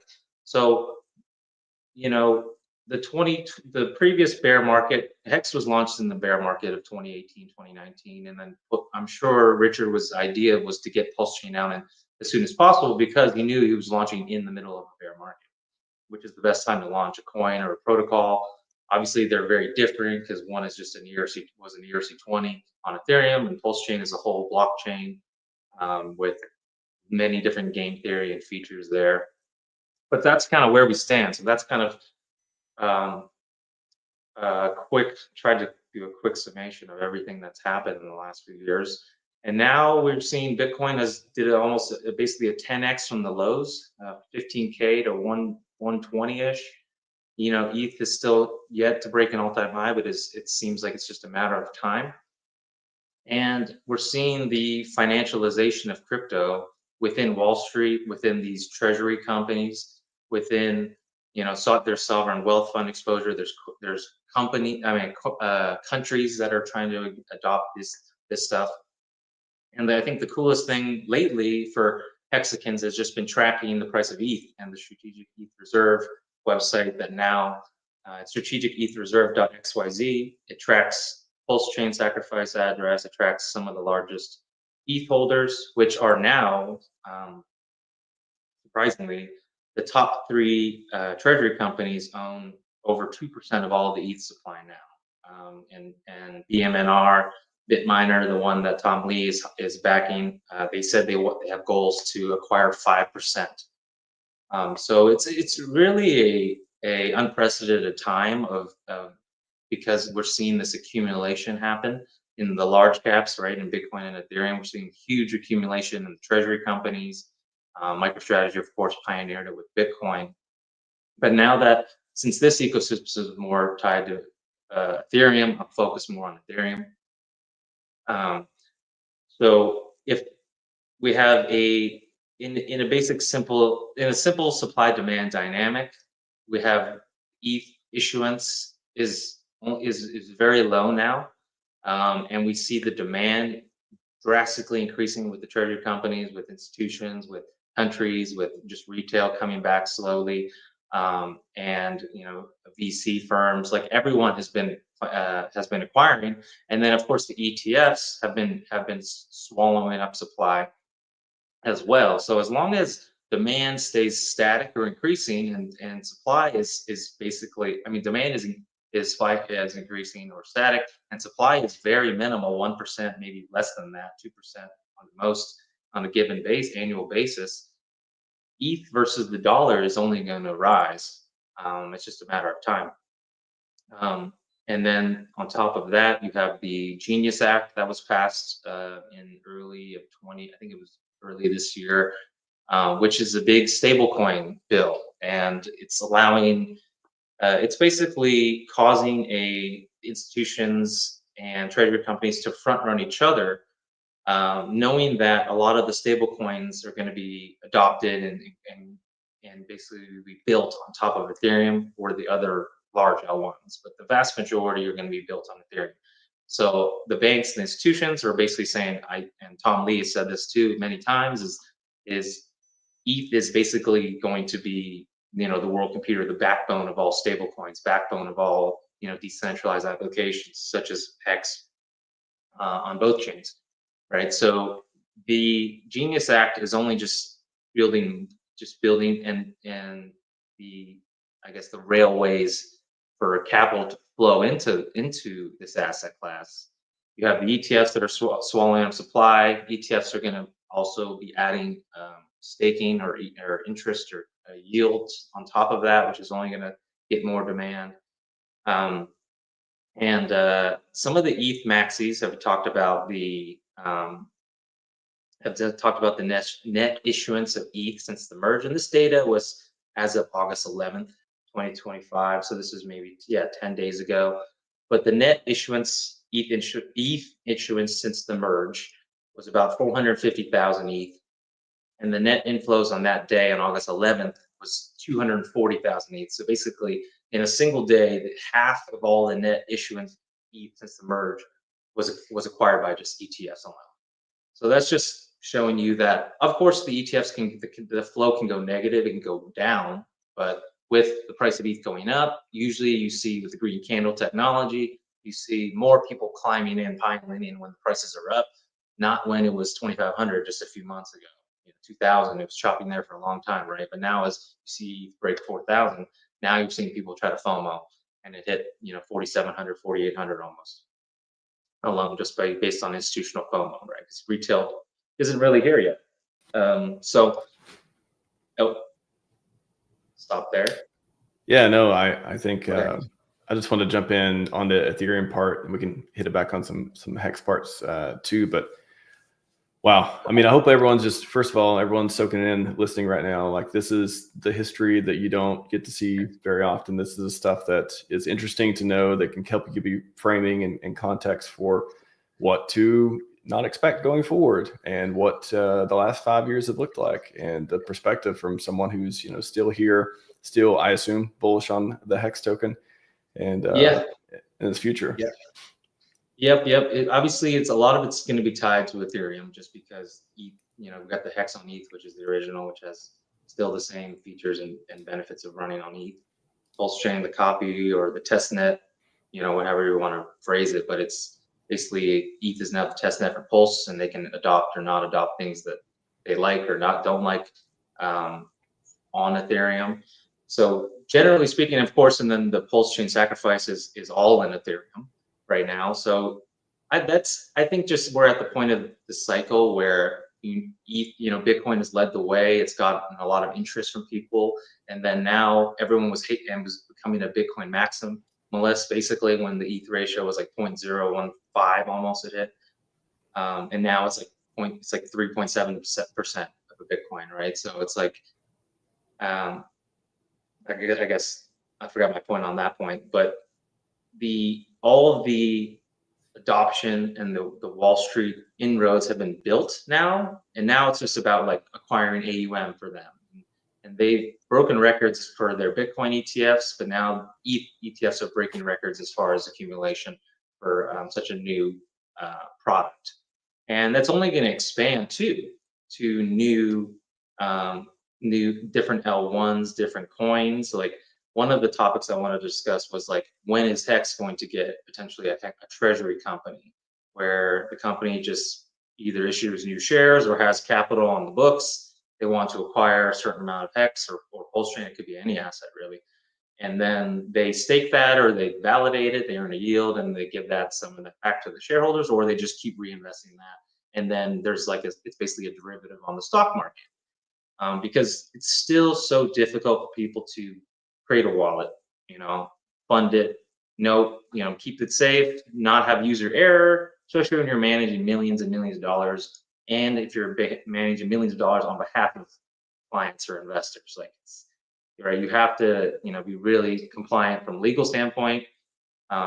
There's obviously more freedom now, but you still have to approach it with, from a very regulatory, sensible way. So I was going to say that's an interesting point too, just for the ability to, if you don't think you have diamond hands yourself, if there's other institutions, again, people on the spectrum, whether they like centralization, don't, or whatever, but they can participate just like you can. You can own physical gold, you can own gold ETF, you can own paper, this and that, or the real product. So with Hex too, I wonder if that would be another, if we do get to strategic Hex reserve or other companies. I know there's different products and stuff that have been around the ecosystem, I think, too, before. But future, if we see things like that will help you hold on to. If you step away from merge the in-stake button, like if there's products that can encourage longer holding and not wrecking self, and if price continues to appreciate for Hex, I think a lot of confidence will go back into it. It's just we're at the, hey, price went down for a while, will it ever go back up? When it's like, I'm looking around like, what are you talking about? Like, what makes you think it won't go back up? Yeah, it's just because I think there's still a lot of PTSD and desensitization from the bear market, since it's been so bad the last few years, especially for most altcoin holders, and most of retail holds mostly alts, right? So I think for alts, we're not really in the phase where alts do crazy multiples yet. You know, that's usually like a little bit later, right? But ETH still has to break out, and some of the large caps have to trickle down, and the profits have to be taken there, right? Because as everything goes up, right, Bitcoin goes up, ETH goes up, like then you have more powder in dollar terms to then rotate into other coins. Therefore, the prices go up, you know, obviously just by hard slot too, but then you also have way more powder, right? If I have a lot of Ethereum here, and I don't just hold, you know, PulseChain and Richard Hart coins, I have other assets too. But if I have like a lot of Ethereum and it goes doubles from here, which seems like a very conservative prediction in the next year or two, then I'll have, you know, double the capital to then rotate into the other things, right? Even if the prices stayed roughly the same, I can get many more units. So, you know, everything's going to rise together, and then as the, you know, the Fed prints more money, or they lower rates, they print more money. If it's stealth or non-stealth, they're doing it regardless right now. There's a lot of stealth QE right now, and rates, I think, are going to drop 4 to 6 times by till the end of next year. So end of 2026, we may see 4 to 6 rate cuts. It's setting the stage where, you know, PulseChain, Hex, all the liquidity is so small, and you have such, you know, like there's so much ETH in the world that could go into the system, and there's only very, you know, certain amount of participants that hold these assets, right? And liquidity is so thin that if, you know, you can really do great, you can really, the sky's the limit as far as what's possible. It's just, you know, it's hard to know when that's gonna, you know, really pop, you know, take off and outperform. So it may take time while you're sitting in an asset that's just kind of treading, it seems like it's treading water to ETH or BTC. But then usually, at least if you look at 2021, you had it was only a few months of high outperformance, but the outperformance was like life-changing. So we could see something like that again, but that's why it's like it's so hard to time. So you kind of just want to position yourself so that you can benefit from that, but you're not like banking on that in order for that, you know, to make it. I guess in a sense. Are we going back to the principles? I mean, all these like time in the market is better than timing the market, delayed gratification, all the stuff that, you know, people have either forgotten or scoffed at, or just been like, Richard, look, he bought the top on blah blah, you know, all that stuff. Do you think we're going to see a return? You know, again, once once things get in a better shape as far as the price chart goes, everything else is in pretty good shape, but the price chart, once that happens, do you think people start believing again? Yeah. I think I think the price chart is going to be the leading indicator for them to believe, right? I think every little pump is kind of like to be sold, basically, for traders and opportunists. And we saw that most recently, like we saw a mysterious entity bridge in $5 million worth of DAI and ETH, and you saw, you know, people try to front run, and then it immediately gets sold down by people just assuming that every pump is going to be sold off. But once it finally breaks out of that, maybe it requires ETH to break 5K, whatever the impetus is. Then once the price goes up, then it's like people believe more, they're more likely to hold, they're more likely to actually stake, which is an interesting concept. They're more likely to, you know, hold out for the next 2x or the next, you know, double. But right now it's just like it's like the sentiment of where it's just like kind of get whatever you can while there's green candles, right? So that will eventually shift. I think it's just, yeah, we're still a little bit earlier in the cycle, and I think a lot of people, I was expecting rates to be cut a little bit sooner here. I think Powell has waited. He's been a little bit too patient. He's been a little too patient to raise them. He's been a little too patient to cut them. But that's a whole nother topic. But the most bullish thing that I've heard recently is just that Trump signed an executive order to allow crypto into 401k investment options. And that could go into effect as early as Q1 2026, probably Q2 2026. And right now, there's $9 trillion in assets inside 401ks in the US. So that's just an astronomical number. And what's nice about this is I think there'll just be BTC, ETH, and maybe Solana and a couple others to start. But once people have that option, usually in 401ks, people just buy every month through their job, and then they hold for 20 to 30 years. So that's just doing, you know, if they just apply 1%, 2% of the allocation to that, you're seeing inflows of billions of dollars a month into the large cap coins, right? That's just like buy pressure, which is very not sold very often. And what Hello, if buy people pressure. see the gains, and then they start, oh, okay, I'm going to start rotating a lot of my bond exposure, my 40% or 30% of the bonds that I have into crypto, right? Because it's pumping, right? Because of the green candle technology. Then that percentage can be much higher, and we can sustain these higher prices longer term, right? Than maybe having the crazy boom and bust cycles that we've seen over the last 10 years. So that's what I'm excited about. Of course, that could also maybe signal some sort of low top too. Some people speculated that once that, you know, that's released, that could be a sales signal. Who knows? But I think long term, that's going to just boost and sustain inflows constantly, and that did very well for a lot of the index funds, ETFs, right? Have the vanguards of the world have really benefited from that because everyone just wants a low cost option that's going to give me good upside, right? Do you think crypto should outperform Vanguard in the long run, and it has. I don't think, is Vanguard even in crypto? I remember I keep seeing the CEO being like, nope, we're not doing it. Nope, we're not doing it. Did you finally? No, they're one of the few that is not. Eventually they'll capitulate, I think, like everyone else has. But I always tell people, like, banks and financial institutions have been in crypto since 2012. Fidelity has been in since 2011, I think. You know, like they've been filling their bags quietly. They'll bash it publicly, and they'll acquire it, you know, privately, personally for clients. You know, so that's been going on. Jamie Dimon has done that for many years now, right? So it's like, I don't see, you know, I watch what people do with their money, not what they say, especially in Wall Street, financial world. But another trend is just when I'm talking to clients or just people that are interested in crypto, because I'm just, you know, a geek when it comes to crypto stuff, and they view me as the crypto guy, even though I'm more of a stock market guy as well. But I talk about this in traditional finance, but the baby boomers and the greatest generation owns like up to 70%, 75% of all assets. And while people are living longer, this demographic shift and this estate planning, you know, thing that they're going to have to deal with over the next 10, 20 years is going to trigger the largest transfer of wealth in the history of the US. It's trillions of dollars, right, are going to have to be flowing from this generation to their heirs, to then the beneficiaries downstream. And the younger generation just likes crypto. They like internet native things. They're used to using the internet. It's more seamless transition. And they don't even have to put a large percentage of the net worth into crypto. But if they just if they just put a tiny percent, 1% of everything that's inherited, everything that's passed down into crypto, it's just going to sustain prices for a long term.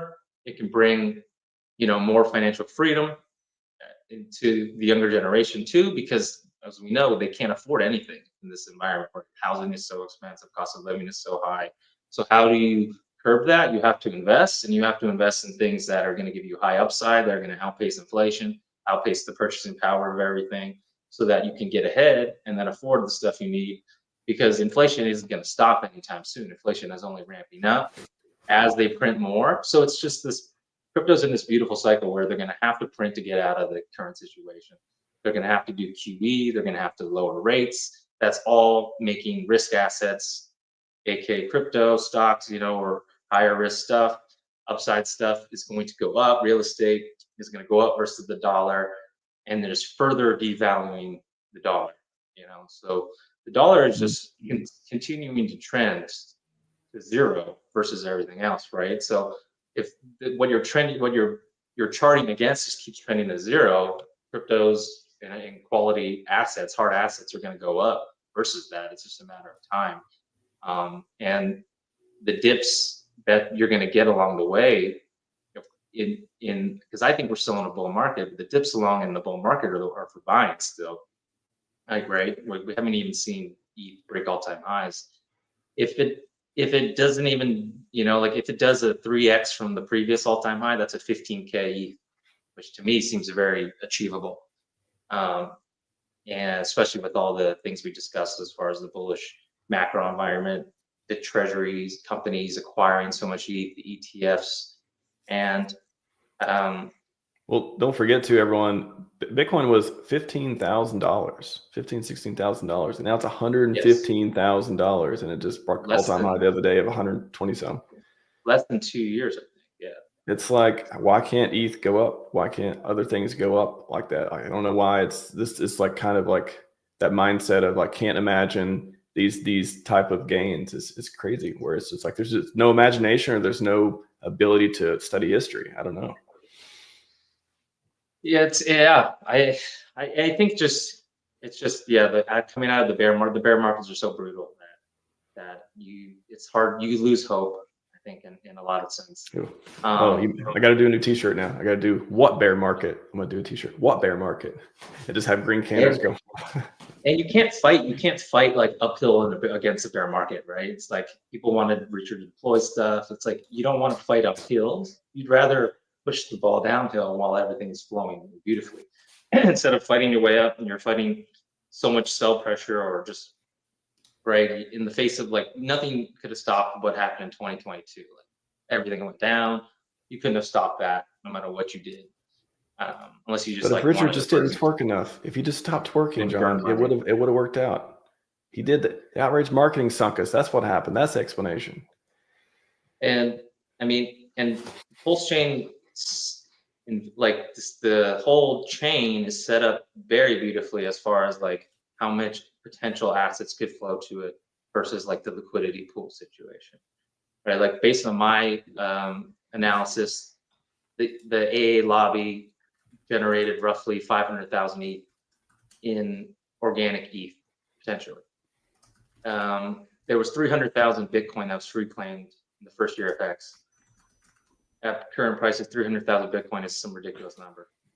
And that's not including other just non-custodial personal assets over time, that he's held or people close to him have held, or right. And there's only $3-4 million of LP in Hex, PulseX, Hex PHEX pair on PulseChain, and Ethereum much less. But it's different now, because back then it was just one ticker. Everyone was shilling Hex and staking it, and there was cool derivatives. There was Hedron. There was the HSIs you could create. There was Icosa, but it was basically all Hex generated and Hex focused. Now you have so many tickers, not even including the pump tire stuff, but you got PulseX, PulseX, and the LP is all tied together, that you can have someone selling down Pulse or PulseX heavily, and then PHEX is just going to get dragged down without any buys or sells, right? And it's going to get dragged down heavily because the LP is so thin, and you have people with huge bags of PulseX or Pulse. And then conversely, it can go up very rapidly. If someone just pumping millions of dollars into PulseX or Pulse, Hex is going to rise without anything being put into it. So it's just now a way more reflexive system where you're getting way more volatility to the upside, way more volatility to the downside. And, traders are benefiting from that, the volatility and the volume. But we're still like chopping in this like long-term like range, right? Like everyone's seen like the PulseChain chart range, like it's chopping in like a very defined, like, I try not to look at it. Yeah, that's probably for the best. So, I mean, if your goal has been to accumulate the last few years, it's been like a perfect market for you. It couldn't have been any better, right? You could sell some rips, you could buy huge dips, and then just keep increasing the units versus, whatever your dollars you're putting in, but your units just probably should be at all-time highs right now if you've been accumulating. If you've been trying to exit, it's been pretty bad, right? And we've seen large wallets exit, and the price has still kind of held up pretty decently, despite a lot of the sell pressure and long, time capitulation, and you got price capitulation. So we got the time capitulation down. Price capitulation, I would argue, has also been kind of solid. And one of Richard's tweets, it was like a really bullish tweet, he was saying like, there's been some violent shakeouts that have happened, right, over the last few years, and I would agree, it's been quite a shakeout. So it's like the odds are tilted in the favor of PulseChain just based on the setup. It's a matter of time. But if it does not perform this cycle, I think that's when a lot of the I guess the fervent, passionate community would lose hope, I think, in that scenario. The highest stakes since three, we're out. like if yeah, because if we don't pump and you see other alts doing crazy multiples and ETH is at 15K, 20K, and Hex is still trending in the few cents range, it's going to be brutal, right? People are going to capitulate heavy there, and a lot of faith is going to be lost. So a lot is still yet to be seen, of course, but you know, upside, you got to see that, you know, there's asymmetrical upside versus the downside is, you know, is 1x typically. You're putting your dollars in. I think that definitely if we don't perform well this cycle, there'll be a lot more diversification, to be generous. Yes. But I can't even imagine. I think this is my body's ready. And before we head off, I mean, great conversation. Love to hear the history part and talk this stuff too. We're coming up on the sixth birthday for Hex. Mm-hmm. What is it that still keeps you here? Like, what makes you believe in this product, in this community, in the founder? Like, what is it? Like, take us out on that.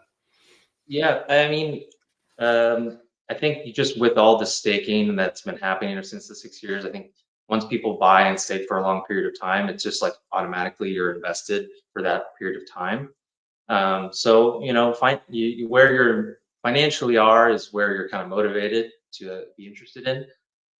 So there's that, right? The financial interest. For me, I always look at, when I'm looking at projects, it's, you know, the community is a big aspect, and the Hex community and the PulseChain community is very impressive, and it's been growing pretty rapidly despite pretty, you know, average price performance so far.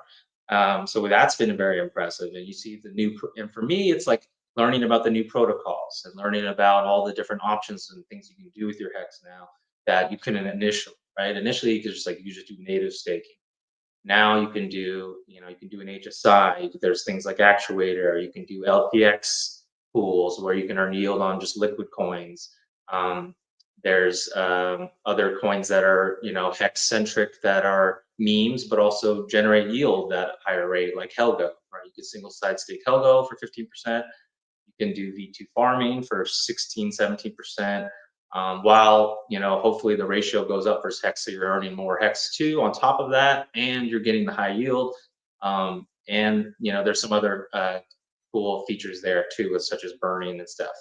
Another thing I'll tease, just because Alex said I could, is Sigma, which is a equal indexed ETF that he's building.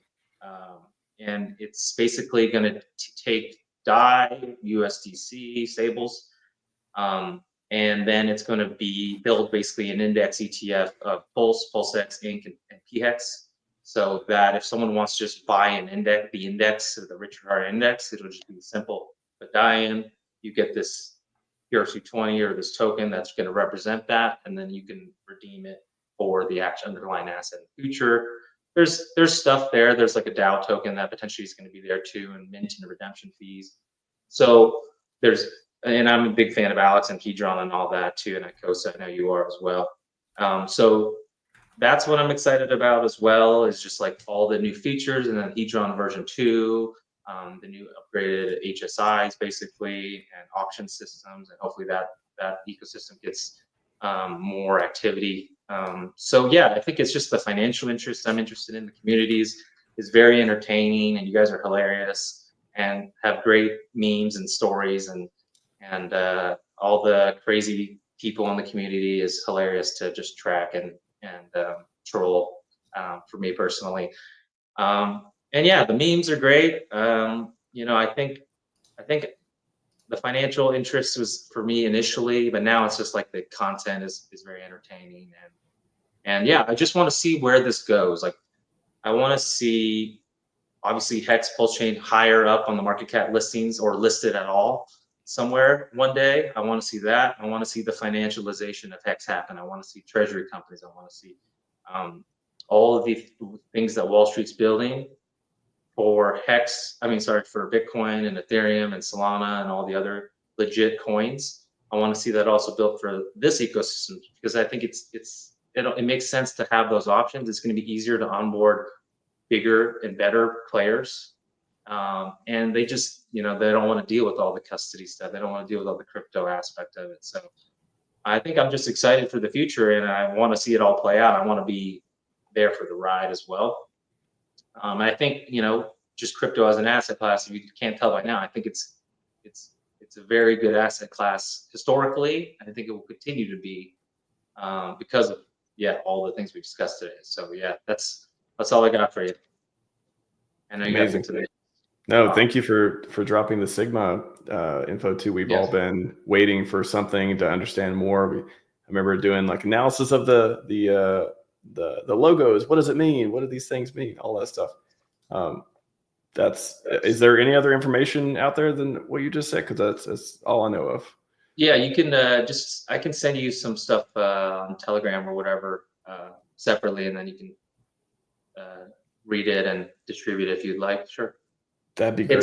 It's a rough draft, and he did say that things can be changed from between when you wrote it and then now, but he said it's roughly similar. So that's exciting. Yeah. At RHMaxi on Telegram, at RHMaxi. Gotcha. Yes. That would be great, man. Thank you. Whatever I can share absolutely. With the whole community. I feel like half the people forgot about what Icosa is and all this stuff. Like, no, this is like one of the coolest, most exciting, about one of the best builders we have in the community. Like I want people to remember, I want new people to understand the power of the builders we have here and the products built on Hex. So thank you for that. Yeah, no problem. And I mean, I'm always looking at the new protocols too that are being developed on Pulse or for Hex that's kind of what takes my time up too, is just learning about the new stuff and studying the markets. And I'm always trying to, have a good keen understanding of where we're at in the cycle and macro and the environment and, stock market and all that. So naturally I just follow the markets, and crypto is just another thing that I love to follow and track and will continue to. I would pay to track crypto, but it's nice that I get to financially benefit from it and follow it, and then just follow my own just intellectual interests. It's awesome. I love it. So keep doing what you're doing. And thanks for having me. Glad to have you around, man. Hope to have you back on at some point as well on the show. And thanks for being part of the community. You're definitely one of the ones that are more informed than others, and we love to have good people like that. Absolutely. All right, I'll get off because I know you got the next few people coming on. Awesome. Thanks, John. Appreciate it. All right, take care. Okay. All right. Did you hear that? I was very, very pleasantly surprised to get any sort of information. I shout out to Alex if he has been watching from afar for Hex Week, and it's like, give him something. That'd be cool. No expectations. Boy, definitely appreciate John sharing that, and maybe some more information to come if I can share it. So that's awesome. Wow. Got your well, I don't know about the first new info drop, but definitely one of the most exciting things I've heard today. And we've had some great talks today. Wow. It's only going to get better because Fast Abdul is here, and we're going to go through. I'm going to bring him on for a second. I'm going to play a video. Cairo, we're running a little bit behind on the schedule today because I got to play a 17-minute video, but it's pretty awesome. So strap in. Me and Fast are going to talk about it. There's Fast Abdul. He's got the shades on inside. A lot of people criticize the shades indoors. What do you have to say about that? I have to say that I have a bright light in my face. As part of streaming, like you have to light your face properly or it doesn't work with the green screen. So I have a light pointed at me and the green screen, and the shades make it much easier. And also I'm usually multitasking on my keyboard and looking at multiple monitors, and it makes it less weird that I'm not like looking at you the entire time if I have the shades on. I think that was a more elaborate explanation than anyone expected. So hopefully the glasses haters are satisfied with that answer. I hope so. Excellent. Sir, we've you pleasantly brought to my attention that we did cover a lot of Maximus stuff in the panel yesterday or day before, one of those. And I think you got me thinking about it too. I was like, man, is there any other thing we talk about or Maximus and stuff?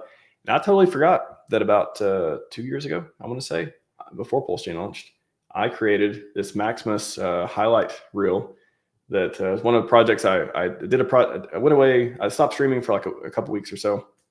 I did a project and came back did 3 different projects outside of streaming. One was the Richard Hart vintage clips. I just like every day blasting through videos and timestamps and blah, blah, blah, blah, blah. I went through and like started, I think I clipped over 100, 150, maybe 200 at the time.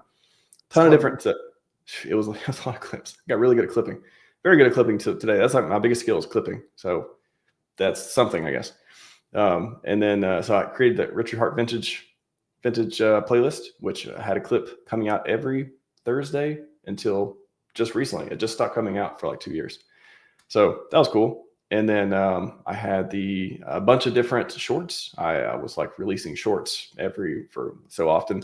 Actually, if anyone wants a big zip file of shorts you can post on YouTube and stuff, Richard Hart and all these different phrases and stuff, let me know. A ton of those. I think there's like maybe 100 or so. I produced a lot of those. And the other project was this Maximus DAO video talking about the different products at the time. I think I released it, and then maybe just a few weeks later, they had launched one new one. Maybe it's Poly or something at the time. So funny timing, but whatever. It was a great one, and I think it gives everyone an idea of what these products are about. So yeah, you want to see it? Let's watch it. Let's do it. Going live now to discuss Maximus. Going live now. Discuss Maximus. Trustless Stakecoin. Trustless Hex Stakecoin.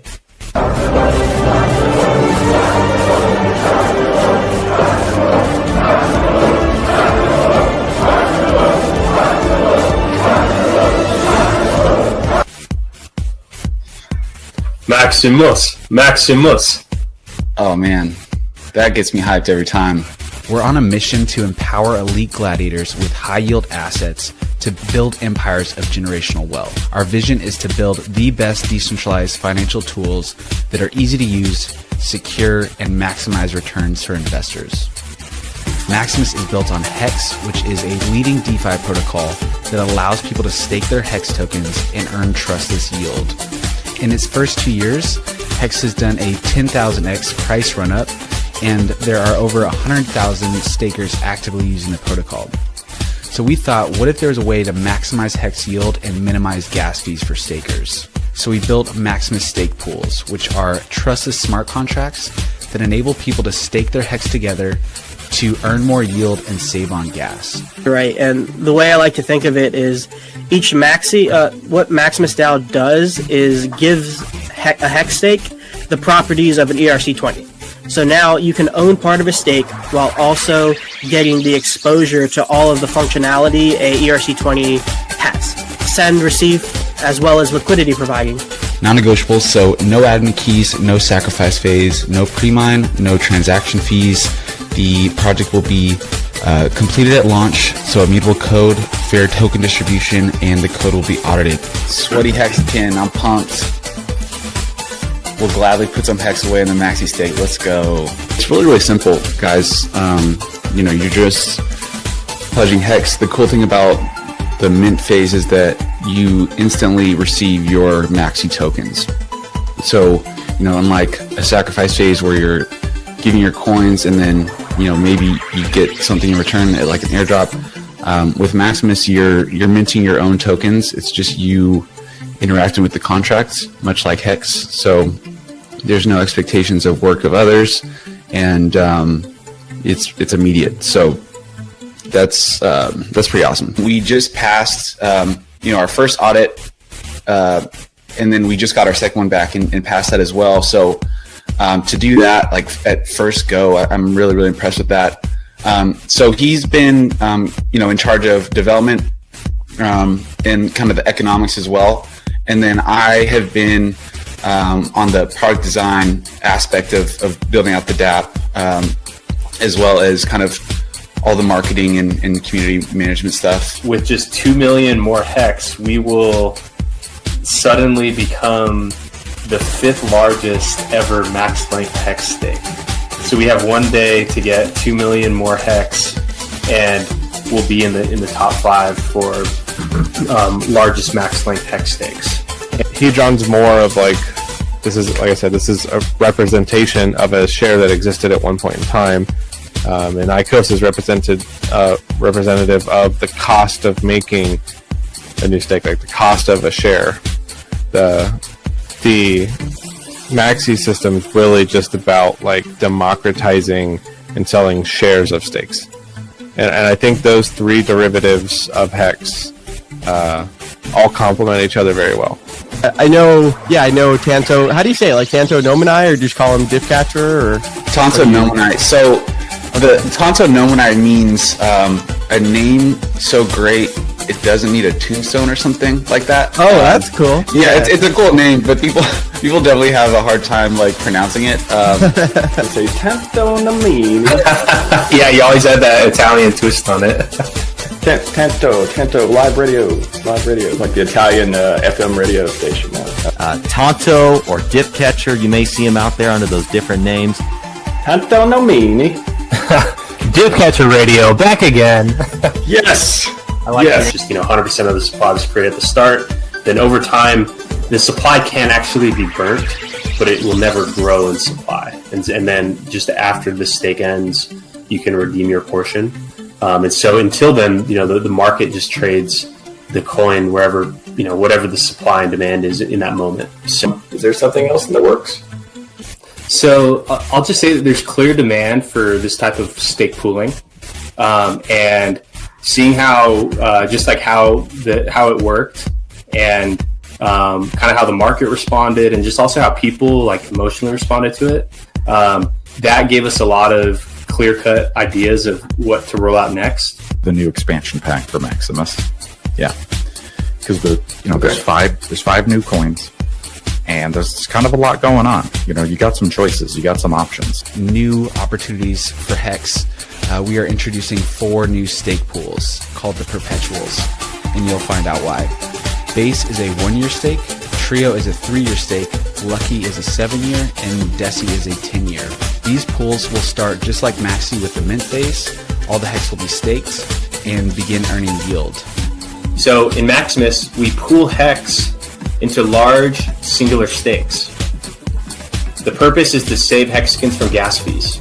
It has other benefits like increased earnings and ability to sell at any time, but the entire purpose of the pools is really just to save Hexicans on gas fees, because there is a lot of risk in gas fees, especially the longer the stake is.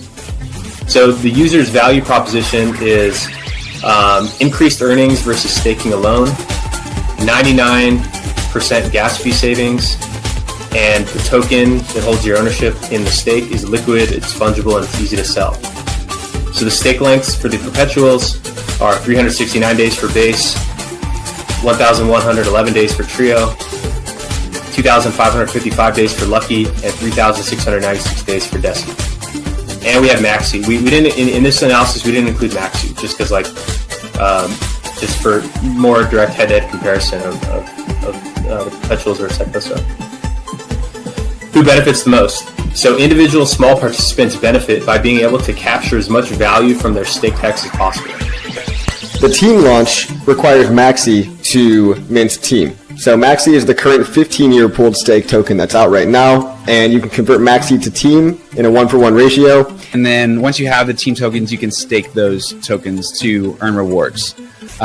So you have to remain staked for that whole period to earn rewards. And there's also a 3.69% early in-stake penalty, which so that actually makes team supply deflationary, because it kind of works like Hex, where when you stake it, your tokens are actually burned, and then when you unstake, they're reminted. So right. that penalty, when people early unstake, that team is just never reminted, so it'll cause the supply to go down. You said half of the max int to the contract for the team token goes to the mystery box, and then you said a second thing as well. And a copy of the team minted. So the mystery box starts out with half of the team and half of the maxi that went into it. And so when people ask about it, since it's a mystery, it's a mystery, but what I ask is what they would do if you had a bunch of maxi and a bunch of team. And whatever they say, it's one of the possibilities, because truly anything can happen. I think it's one of the coolest things about the Hex ecosystem in the bear market is there's been something to be excited about in a bear market constantly. We've had Maximus, then we had the Perpetuals, then we had Team, then we've got like Icosa and Hedron, and we've got all these things coming. So, personal thank you for making this bear market exciting, and for there to be things to learn about and discover.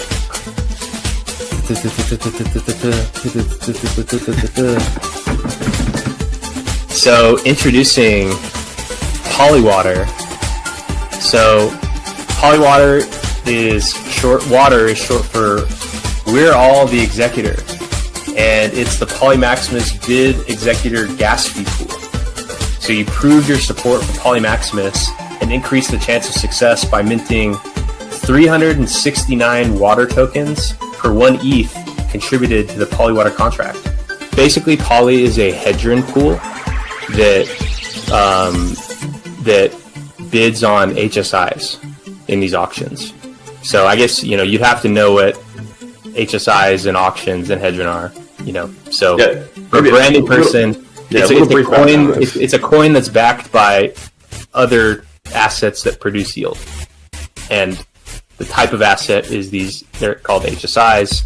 They're hex stakes that have been put through this system called Icosa, which is related to Hedron. And the Icosa system, it basically causes these things to go to these liquidation auctions. And so there's going to be about 6,000 HSIs coming to auction pretty soon. And so Hedron is like a variation of the previous hex staking pools that we built, whereas instead of the previous pools where you deposit hex and then the hex is staked as a big pool, you deposit Hedron. Hedron is used to bid on these on these HSIs coming to auction, and then those HSIs are held and backed, or the Poly token is backed by those HSIs. Welcome back, everybody. Dibcatcher Radio back again. Probably the lowest moment in Maximus DAO history. As many of you know, yesterday, as the first set of auctions were coming to an end, it became clear that the system for processing the HSIs and scheduling their end wasn't going to work. Basically, what happened was that the assumption that was made was that the HSIs were tokenized as they came in, since when you sold them back to the Icosa contract, you tokenize it and then sell it back. And so the mistake was that the assumption was that the stake remained tokenized, which it does not, because during the Icosa buyback, it detokenizes the stake. So the reason why this happened was because on testnet there was no way to really test the auctions, because there just were no auctions to be had. We're pretty lucky that the safeguard against poor executor performance actually saved the situation, because the fallback option in the Poly contract is that unused Hedron just simply gets staked. And so when it became clear, let the executor know, no more, can't process them. So so in 30 days from now, the Hedron will be staked as per the design of the contract, to just simply stake the leftover Hedron. And so moving forward, Poly is it'll turn out to be about 1.8 trillion Hedron stake. So it's a little bit smaller than the God Whale, which I think is 5 trillion. But now Poly is basically a giant maxi for staking Hedron. In an amazing turn of events, we saw the Hedron source address mint 500 billion poly. So they deposited 500 billion hedron into the pool, and then minted the poly, and then burnt the poly. And so in effect, what that did is it canceled out that 15% hedron haircut from the bids that went to HSIs that are good as burnt. But not only did it restore that, it actually exceeded it. So now each poly is backed by about 1.1 hedron. When I'm doing those marketing things and I'm talking about Maximus, it helps me identify kind of those core components, which is kind of why I put off the website so long, just because, bringing all those things together with the perpetuals and team, it's not the easiest thing. I think I made the mistake when we announced. I wrote this hella long white paper that was just like every detail. I should have simplified before. So I'm kind of trying to bring simplicity to the white paper in like a cohesive site. What's up, everybody? Back again. Dipcatcher Radio. Little late night stream to announce the launch of yet another fantastic product. Who remembers those Billy Mays infomercials? I feel like Billy Mays back again with another fantastic product. There's two types of people in this world. There's dip catchers and there's pump chasers. Which one are you? This one helps you be a dip catcher and not a pump chaser.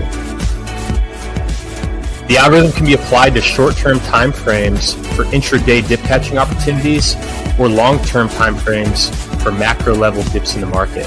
So you see here, while DCA, the algorithm was designed for like the long-term, like weekly and daily charts.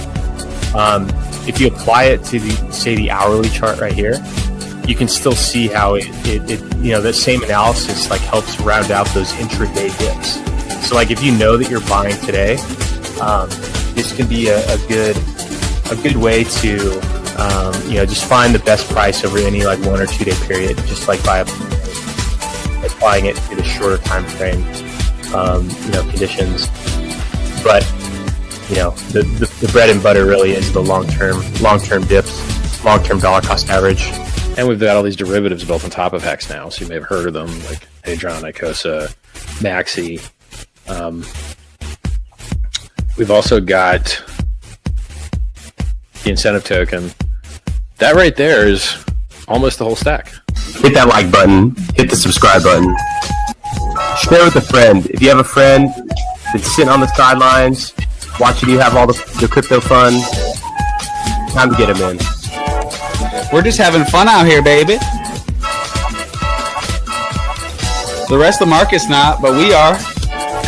Are you Maximus for life, or like, do you have any idea around that? I mean, that's what it feels like. Maximus is just like so simple. It's like, 5 minutes you can kind of just get it. It's like, oh, if you get Hex, if you get Hedron, it's like, okay, yeah, this just makes sense.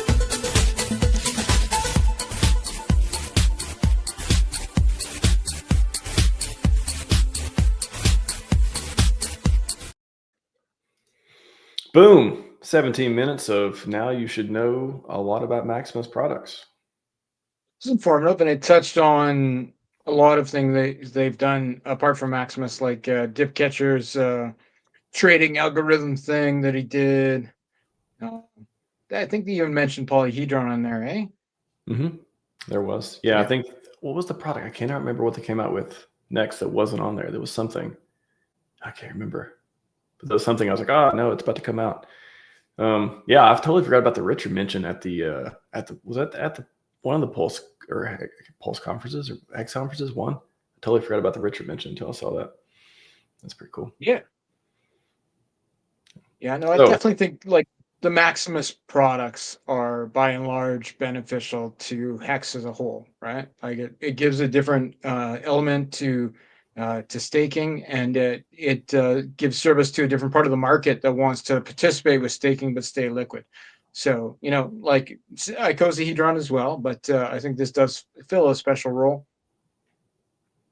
Yeah, it's I can't wait till the green candles beget green candles, and people have more incentive than they do without looking at the charts to go explore the Hex products and go choose the one that works for you and all that fun stuff, because it's a long-term game. I mean, all these products, Maxi is a 15-year stake. We're 5 years into it. I want to say it came out a year or so after Hex. Yeah, year and a half. yeah, right about there. Yeah. And, Oh yeah, we talked about this. October, right? Is when October that's a different Trio. one. Trio. Yeah, Trio ends in October, so that's coming up right away. So Maxi must end.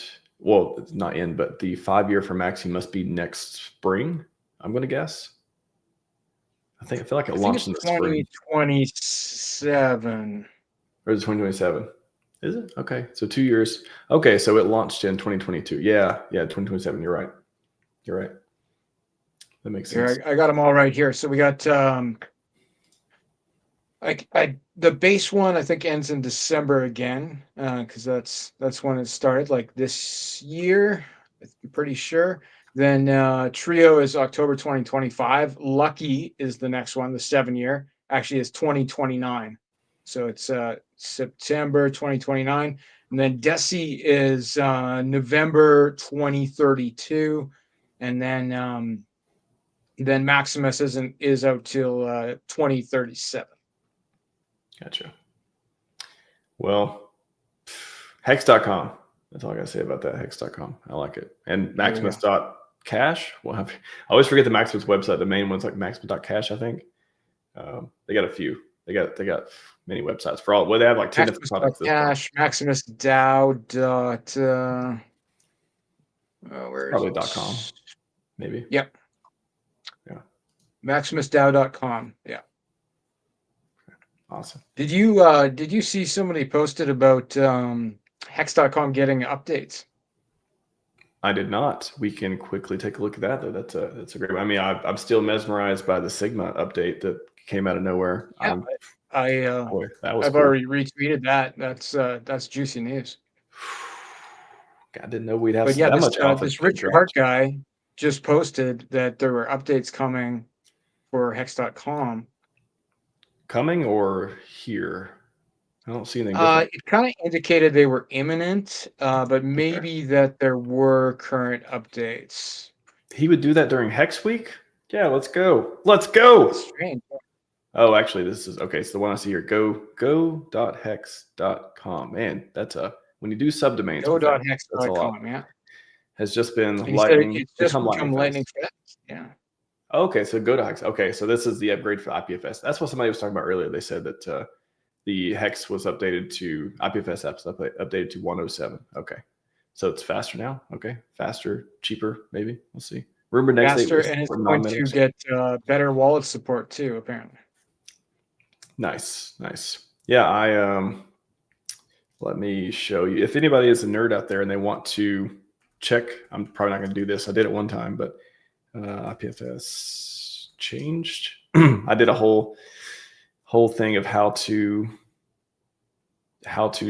look at the code changes.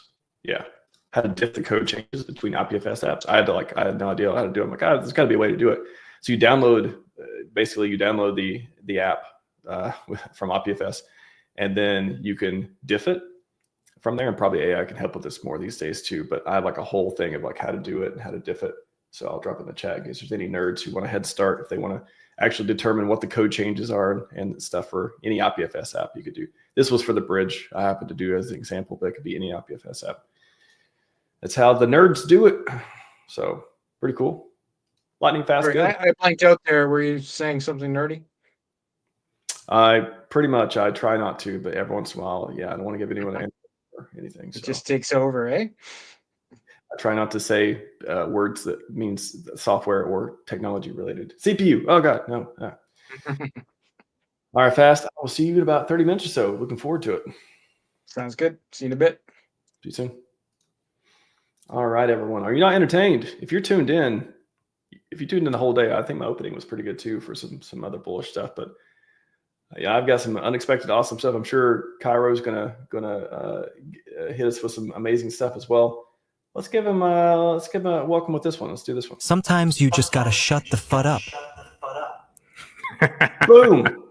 You know how long it took me to get that chicken to say that thing? How long? I'm curious now. Man, I worked on and off. It wasn't like a straight sitting there, but I think on and off for like a half a day or so. I kept going back and forth, and then I tried a different way, and then I put the bandana on, and I was like, I got to get this right. To come to Hex Week, I gotta give him the chicken thing. Shut the FUD up, because I love your phrase so much. So I just wanted to give you that one. Thank you. Yeah, awesome. Well, you're pumped up now. I'm gonna exit, do your thing. I'll be back. All right. Thanks, Max. Yep. Good afternoon, Hexico. Cairo Copeland here. Reinvent Ideal on Twitter, Substack. You also see me on YouTube as well. And I've got some very important things here to share with you. Because as you probably noticed, well, the crypto market's been having a tantrum now, hasn't it? We got coins plummeting faster than Rachel Zegler's career. And who's the puppet master pulling these strings? One man, Jerome Powell, or as I affectionately call him, J-Pow.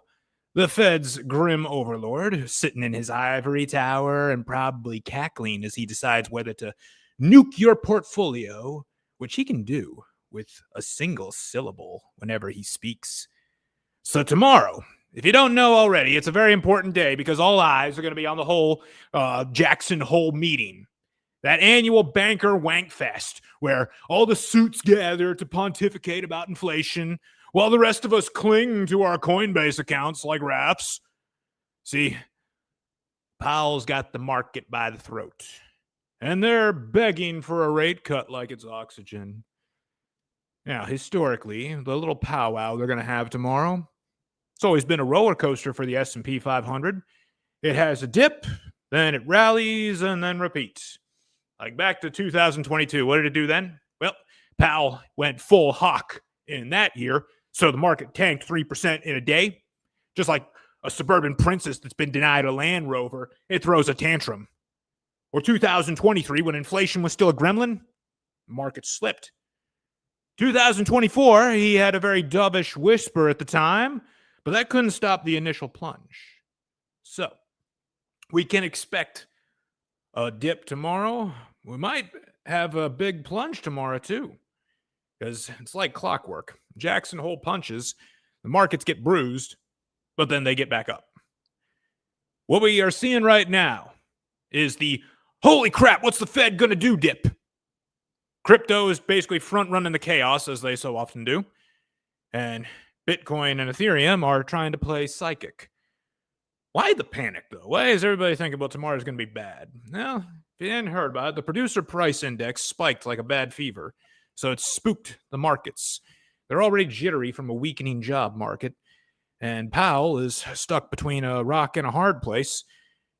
Basically, he has to choose between getting a punch to the face or a kick to the balls because the Fed's got a dual mandate. Probably heard him say it a bunch of times. They got to keep inflation under 2%. And then they've got to keep the jobs market alive with full employment. Well, the consumer inflation, CPI, is down, but the PPI is not down. It's out there screaming, surprise! Meanwhile, the job market, what do you think of the job market here? It looks to me like it's wobbling like a Jenga tower. Goldman Sachs says that there will be 3 rate cuts coming before the end of the year, but the prediction markets have slashed the odds of a September cut. It used to be something that was like practically guaranteed. Now it's just a, maybe. It was at 99%. Then it went down to 80%. And now it's at 70% on the FedWatch tool from the CME. Morgan Stanley even predicts that there will be no rate cuts at all this year. That's a very bold contrarian take, but Polymarket has got it almost 50-50. They're saying a 57% chance of a rate cut now. So tomorrow, however Powell speaks, if he's hawkish or he's dovish, is going to be widely anticipated. So who's most likely right? The optimists that think a cut is coming, or the naysayers that think nothing is happening until J-Pow goes away? And why does this matter here for crypto?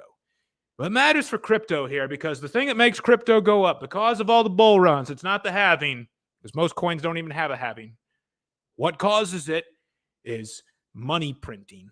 And money printing is not going to happen when we have a very strong dollar. And what's keeping the dollar very strong is the fact that interest rates are so high. The 10-year treasury is still above 4%. There is not going to be no bull run until that comes down below 4%. So we desperately need these rates to come down to weaken the dollar so that crypto can go up, because the money printing and the weakening dollar is what causes us to go up.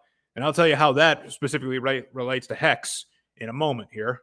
But who's right? Is there going to be a rate cut coming in September, or is it not going to be until December even, or maybe not until next year or until Powell leaves? The Fed July meeting minutes did give us a hint. As here's a direct quote from it. It says, majority of participants judge the upside risk to inflation as the greater of the two risks. And what that means, translation from bullcrap to English, is most officials think stubborn inflation is a bigger threat than job losses. Until jobs really break. They're not going to cut the rates just to please the markets.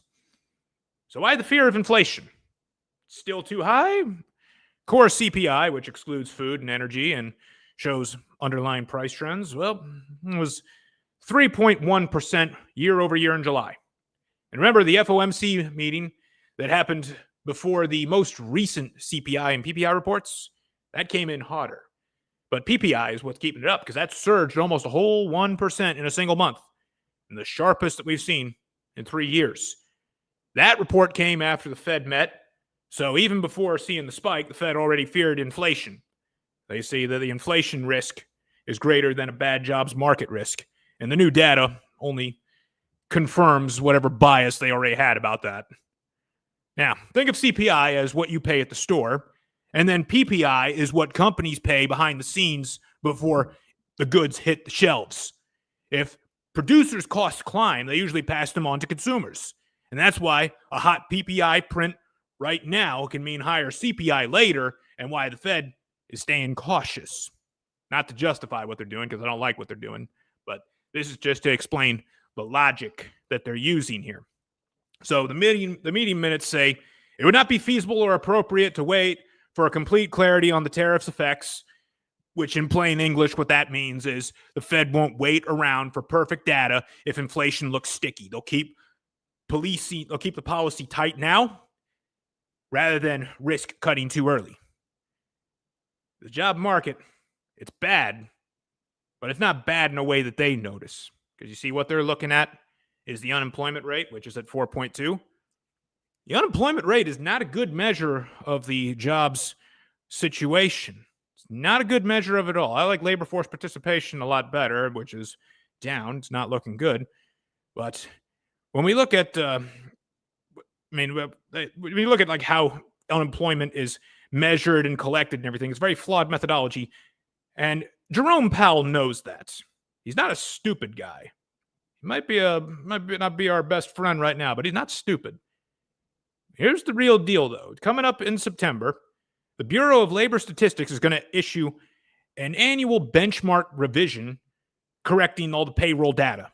And Goldman Sachs expects a large revision, saying that somewhere between 500 and 900,000 jobs are going to be removed from measurement. They overestimated almost 1 million jobs added to the economy that are not there.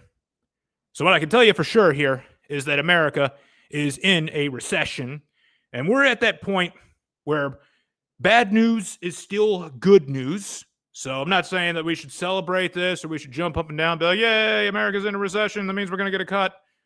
But what I am saying is, because the job situation is so bad, that is what's going to have to force the Fed's hands to cut. So if I can share my screen here, which I'm going to do over here with this window over here. Let me show you just how bad it really is. Oops, not that screen. Hang on, let's share this screen.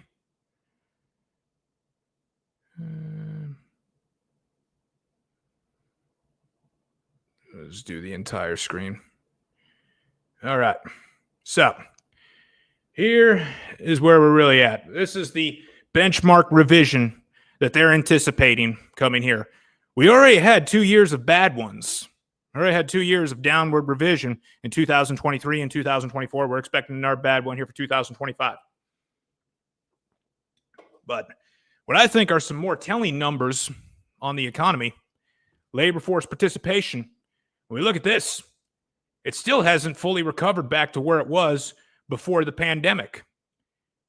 And man, like back in the 90s, those were some good times where we had almost 70% of the country working. We're not even close to that. We're down to 62. We want to look at some more bad statistics here that kind of show how rough it is in the economy. I've showed this one a bunch of times here. This shows that 39 out of 50 states have experienced negative GDP so far this year in the first quarter. But here's a very telling statistic. Look at this.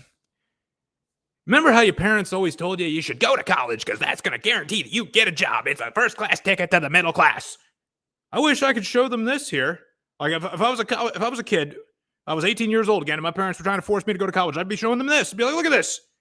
There is zero difference now between the unemployment rate for college grads and the unemployment rate for high school grads. There's zero reason to go to college now because of this. Look at that. All the hard work you do, all the study and everything. For what? What good does it do you? So this is something that the Fed has to know because this is from their own blog. Yeah, the situation is bad. And how bad is it? This is like the worst statistic I've seen right here. What this one is telling us here, this one shows that the number of young adults that live with a parent. All right? Almost 50% of young adults still live with their parents or one of their parents. And some of this could be, well, maybe they are caretakers here and everything. But still, 50%? Does it got to be that high? This is a giant red flag for the economy. Because what does this mean here? I think you guys that are watching, you boys, you know what this means. Because if you were one of these guys that has to live with your parents, you know what you're not doing? You're not going on dates. If you're not going on dates, well, there's a big chunk of money that the economy is not getting. You're not getting into relationships. You're not getting married. You're not starting families. This is a drag on the economy. Because when you think about it, like, just about everything men do when it comes to the work in their lives, they do for women.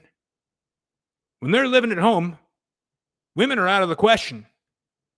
So a big chunk of the workforce, a big chunk of the economic engine is demoralized and demotivated. The Fed has got to know this here. Does Powell want to continue keep playing politics or continue being Mr. Cauchy tiptoeing around the rates here and everything when you got all these problems? I don't know. We're going to find out tomorrow when he speaks here. But what I can tell you for sure is America is definitely in a recession. And when the Q2 numbers come out in another month, we're probably going to see the same 39 states still in red on that chart, maybe even more. Now, what are they going to do in response to this? I'm thinking it might be the largest cut, the largest rate cut that they've done since the pandemic, probably even since 2008. Because the cut that they're going to make in the jobs data revision is the largest cut since the 2009 financial crisis 15 years ago. Big enough to rewrite the entire story of the U.S. job growth for the past year. And it would mean that the Fed has been looking at this strong jobs market that Powell keeps saying is, oh, so resilient. But it never existed.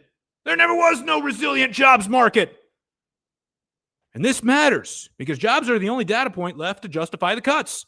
In September 2024, the Fed slashed rates by 50 basis points and immediately pointed to labor market weakness as the reason. Inflation wasn't the excuse. Markets weren't the excuse, but the jobs market were the excuse. Want a real sign that America is slowing down? Let me show you this here. This is just like a quick little view I've done, a quick little search I've done here on YouTube. Check out these thumbnails here. What do they say is Well, looky here. Influencers are quitting their jobs and going back to 9 to 5. You're telling me that Stacy, the suburban princess, has got to stop her little yoga channel and go back to working an office job. That is a sign that the economy is in serious trouble. Or we take a look at this one here from, what's his face here? Economics Ethan. This one I really like. It says, the job search sucks so bad right now that this woman had to go back to her previous boss and beg to get hired again. That's how bad it is right now. So, the job market is bad enough to justify a rate cut. Whether the Fed wants to acknowledge that or not remains to be seen. But here's what we do know about the Fed is that not everyone agrees. Two Fed governors, Bowman and Waller, they wanted a 25 basis point cut in July. They argued, the tariffs are temporary, the jobs are weakening, we better start easy now, but they were outvoted. So here's the dates you want to pay attention to. Number one is tomorrow. Absolutely tomorrow. We want to watch that. Number two is going to be my next live stream next week, which I think will be Monday. Number three, September 5th, we got the August jobs report. And then September 6th, the very next day, we've got the revision where they could possibly erase 1 million jobs, saying, yeah, they didn't really add these million jobs here. They don't really exist. And then, of course, September 16th and 17th, the next Fed meeting. If labor weakens by then, if we got more of these nasty headlines, nasty charts like I've been showing you here, Powell might be forced to cut the rates. Or if we don't have as much of that, he's got enough cover to not make a move, to hold them. But all eyes are kind of shifting to Jackson Hole tomorrow and what Powell is going to say. Now, there's still hope. Still hope in all this here for this year in particular, but a lot of people are thinking that the cycle is going to extend into next year. I am one of them, but I'm not the only one. Alliance Bearstein, which, since they're very bullish, they should probably change their name. They are predicting that Bitcoin will be at 150 to 200,000 next year, and the bull market could stretch all the way out to 2027 as they see it. I don't know that it goes on for that long, but I do think it will go into 2026 just because of how much cutting that they're going to need to do at the Fed and how long it's going to take them to do it. I know that T-Bird out there disagrees with me on it. T-Bird, I'm happy to hear you out. Let's get on a stream. We'll talk it out. But let's talk about ETH and the effect that has on ETH because you see it's all a line of dominoes. First Bitcoin, then ETH. You know that SharpLink, they're hoarding 740,000 ETH like a digital dragon. That's hoarding the gold. Wall Street, well, their ETFs are dumping ETH like it's cursed. BlackRock, Fidelity, ARK. Tens of millions in Ethereum thrashed out. About 2.5 billion in inflows, though, are reminding us that still people want this. But the most important thing for Ethereum coming up is the staking ETF, because that will basically turn Ethereum into a preferred stock. Now, preferred stocks are some of the worst investments in the world for people like you and me, the everyday investor. That's because, one, they really don't get much along the lines of capital appreciation. They trade right along the same price. And two, whatever yields they do pay typically is not keep pace with inflation. And three, those yields aren't even guaranteed, even though investors think they are. But these things are ideal for institutions because institutions get a very special break on preferreds. They get a special tax break on them. I think it's up to 70% of the dividend they get to deduct from their taxes. So it becomes a very attractive thing for an institution to hold because now the yield makes sense for them. It keeps pace with inflation and the price stays very stable. It trades roughly right around $100 or so. This is good if Ethereum becomes an institutional asset because that's very bullish for something that is a hard fork of Ethereum, because that hard fork is now the more everyday investor-friendly, retail-friendly asset. Because as institutions start using Ethereum and pushing the price up, it's going to become out of reach for a lot of people, kind of like how Bitcoin is out of reach for a lot of people. They could be doing the exact same thing to Ethereum by turning it into basically the crypto version of a preferred stock. But you know who's not afraid of a bear market coming, as evidenced by this? The institutions. BlackRock, Fidelity, ARK Investments. So all you bears out there that say, oh, the cycle's all over, you really ought to contact these institutions and tell them that they should hire you to consult them because in your view, you know better than them and can help them avoid losing billions of dollars. Or how about the firm Amdax? They're out there trying to buy 1% of the Bitcoin supply. That's 210,000 Bitcoin. You got treasury companies that are still gobbling up coins like it's a Black Friday sale. MicroStrategy's probably got a Bitcoin tattoo by now. Altcoin hoarders are scooping up more than just Ethereum. They're scooping up XRP, Solana, like they're Pokemon cards. Bitmine is sitting on 1.5 million ETH, over 1% of the supply. You're telling me it's all over? Coinbase is whispering about an altcoin season in September. Market caps, they say, could go up by 50%. And what they're basing that on is that Bitcoin dominance has slipped from 65% to 58%. And then if the rate cuts happen, that will pour fuel on the fire. Now, if Powell pays hardball tomorrow or the Russia-Ukraine peace talks fizzle, we're going to be waiting longer. But as you know, there are no guarantees, only probabilities. So what does the data say? I got some new data here that I can share with you. The ISM Purchasing Managers Index. And what this is it's a bit of a temperature check, I guess you can call it. A temperature check on the economy. Where did I put that? I think I put it over here. No, I didn't. Yeah, here we go. All right. So if it is above 50%, times are going really good. We got a really nice economy and a really nice markets ahead of us when it's above 50%. When it's below 50%, we got work to do. And when it's below 45%, we're probably in a recession. Right now, it's at 48%. So this is like right on the line. And this tells us, well, here's the new orders for producers, manufacturing. This is the raw materials that are being brought into the country. What else do we got going for us here? Take a look at this one. They call this the leading index. Well, what's it leading? Well, it lets us know the indicators, the leading indicators, would let us know whether we're in recession or not. And right now, it is at 98.8 points. What does that mean? What that means is that we're kind of right on the line here. We're still right on the line. This is going to have to make some movement coming up here in the next couple of months here.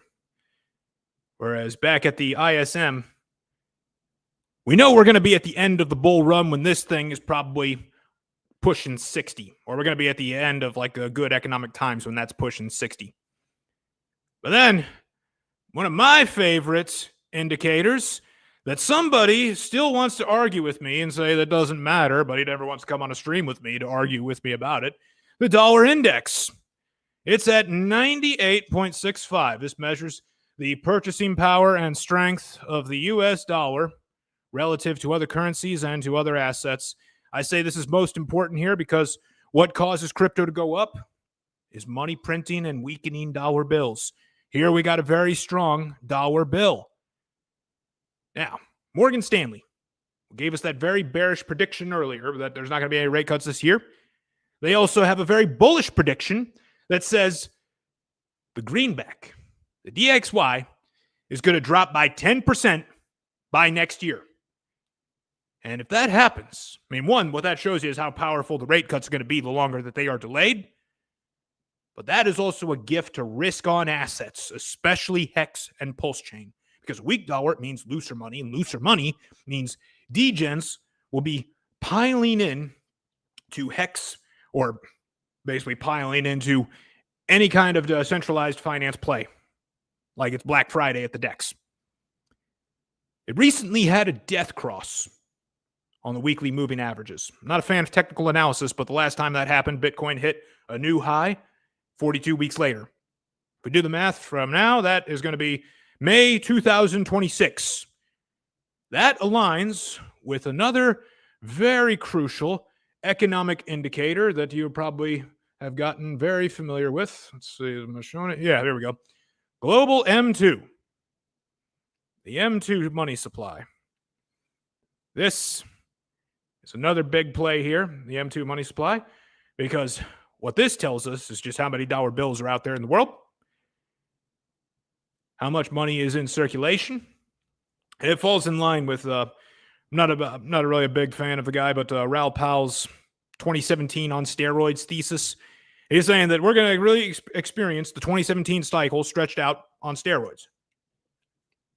We'll have a weak dollar, more money than ever circulating through the system than ever before. And the global M2 seems to support that. If the DXY comes down, that supports that too. Because you see, global M2, that's basically going to be crypto's mood ring. It's hit a record of 21.9 trillion last month for US M2. And that pushed the global M2 to new highs, and then it tanked. Biggest drop in 7 months. That's a red flag flashing trouble ahead for risk-on assets like Bitcoin or Hex, PulseChain. But historically, crypto lags it by 2 to 3 months, which puts late September to early October in the crosshairs for a local top. Not saying that that's going to be the top of the market right there, but might be a good time to take some profits. So what's the play? What's the play here? And what does all this have to do with Hex, PulseChain? Here's what we got to say about that. Once this starts to get going, which could be September, Coinbase seems to think so, Goldman Sachs seems to think so, the institutions seem to think so. The only namesayer really is Morgan Stanley. Once it starts to get going, you want to be prepared already. You want to be buying right now. You don't want to be waiting until September or until the thing gets going to buy. Obviously, you want to buy it when it's cheap, because what you're going to experience is a lot of FOMO. Now, here's what's going to happen. I guarantee you this is going to happen to you here. You're going to buy, and then Powell is going to come out and say something to make your coins go down. That is a test of your conviction. Markets test your conviction with time, not just the price. Smart investors are going to be stacking up for the long haul, but pocket the cash at the local tops. You just got to ignore the FOMO. And then you also got to ignore the headwinds that are coming down at it. Because I guarantee you, right after you buy, the price is going to go down. Happens to me every time. But here's the reason for the ultimate conviction. Because you keep hearing the crypto media go on and on about Bitcoin supply shock and how there's so little of it on exchange. Do you know what has an even smaller supply? Let me show you what has an even smaller supply.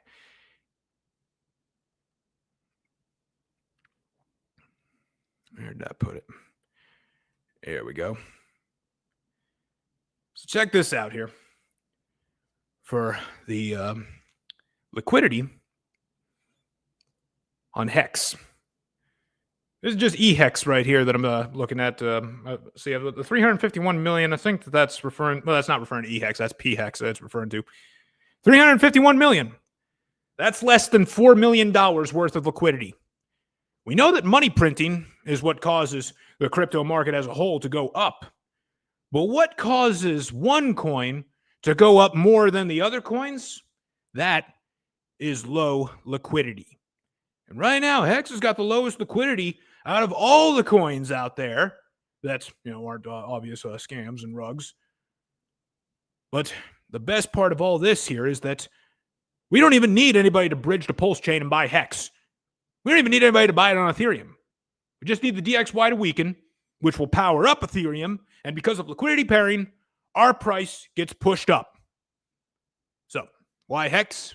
I haven't said much about it despite it being a Hex Week speech, but it's because money printing is what makes all coins go up.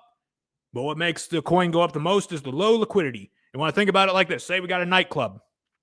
And, if you're managing a nightclub, you ought to know that what makes it go, what makes it popular is having a lot of hot girls there. But suppose you couldn't get that many of them. Suppose you could only get 10 hot girls. But there's 100 guys wanting to come in. Well, those 100 guys represents dollar bills. Those 10 hot girls represents Hex. It's just not enough to go around. So these 100 guys are going to be raising their prices, saying, I'm willing to pay this, I'm willing to pay that, blah, blah, blah, blah. And these girls are going to be pushing up their prices, saying, you better be willing to pay this, you better be willing to pay that because I'm worth it. And it's just going to be this God candle that rips right through like a giant middle finger to all the bears out there that consequently chicken out of ever streaming with me. And that's what I've got for today here. So my name is Cairo Copeland. My channel is Reinvent Ideal.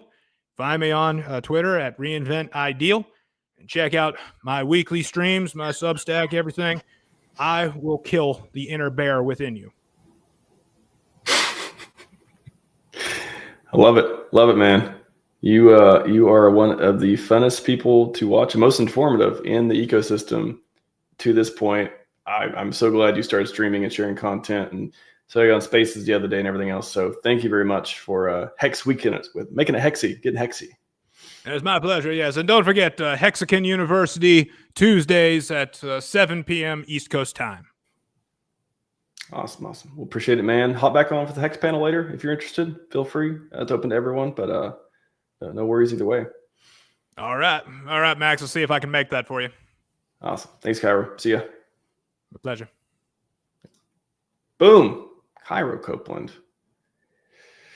Popping off. Oh, his talks always get me energized too. He's got a great channel. Cairo Crypto Hex. One of those very low number of subs to quality content. So check it out. Search him on the YouTube. I'll drop a link real quick. Let me find it.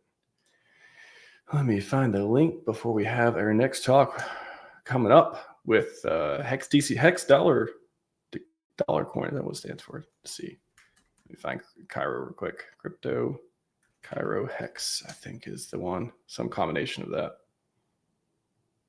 I think I found it. Boom. Drop a link in the chat. If you're not a sub and you like what you just heard, feel free. Boom. Yep, got in there as well. Awesome. All right, everyone. Next up, let's give him a great transition piece. We're doing 10,000x. Hex is not complete. Project not complete. Do not the same thing. Promise returns and go build something. How much X is Bitcoin up now? 1,000x over a penny. Who's designed to replace fiat currency? Back to the 10,000x. Smart fucker I am. Everyone else cries and whines like a little bitch. 1,000x over a penny. Who's designed to replace fiat currency? Back to the 10,000x. Smart fucker I am. Well, then it was fucking designed. 10,000x, it's impossible. How can he do that? Listen, you stupid fucks. Everything else is up higher. Bitcoin to 2 million X. $1,500 fucking dollars.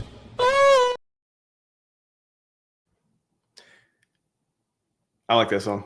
It's a great song. Shout out to Post Polar 10,000x song. It was up over a penny at one point, and then down, and then maybe we'll start counting dollars. Maybe Hex will start saying, how many dollars is Hex today? Fast Abdul, how many dollars is Hex today? Maybe that'll be the new measurement. I like it. Let's talk about Hex dollars, or more specifically, Hex DC. My body's ready. I'll be around if you need me. Cool. I'm going to share some stuff if you can facilitate that. So, guys, we're going to talk about Hex DC, which is a stable coin that uses Hex as collateral. It's a Liquidity V1 fork, which, in my opinion, has proven to be the most reliable way to make a stable coin, a very decentralized stable coin in crypto. I'm going to share some stats first, and then we'll dive into the protocol. I can get my tech support to enable that. There we go.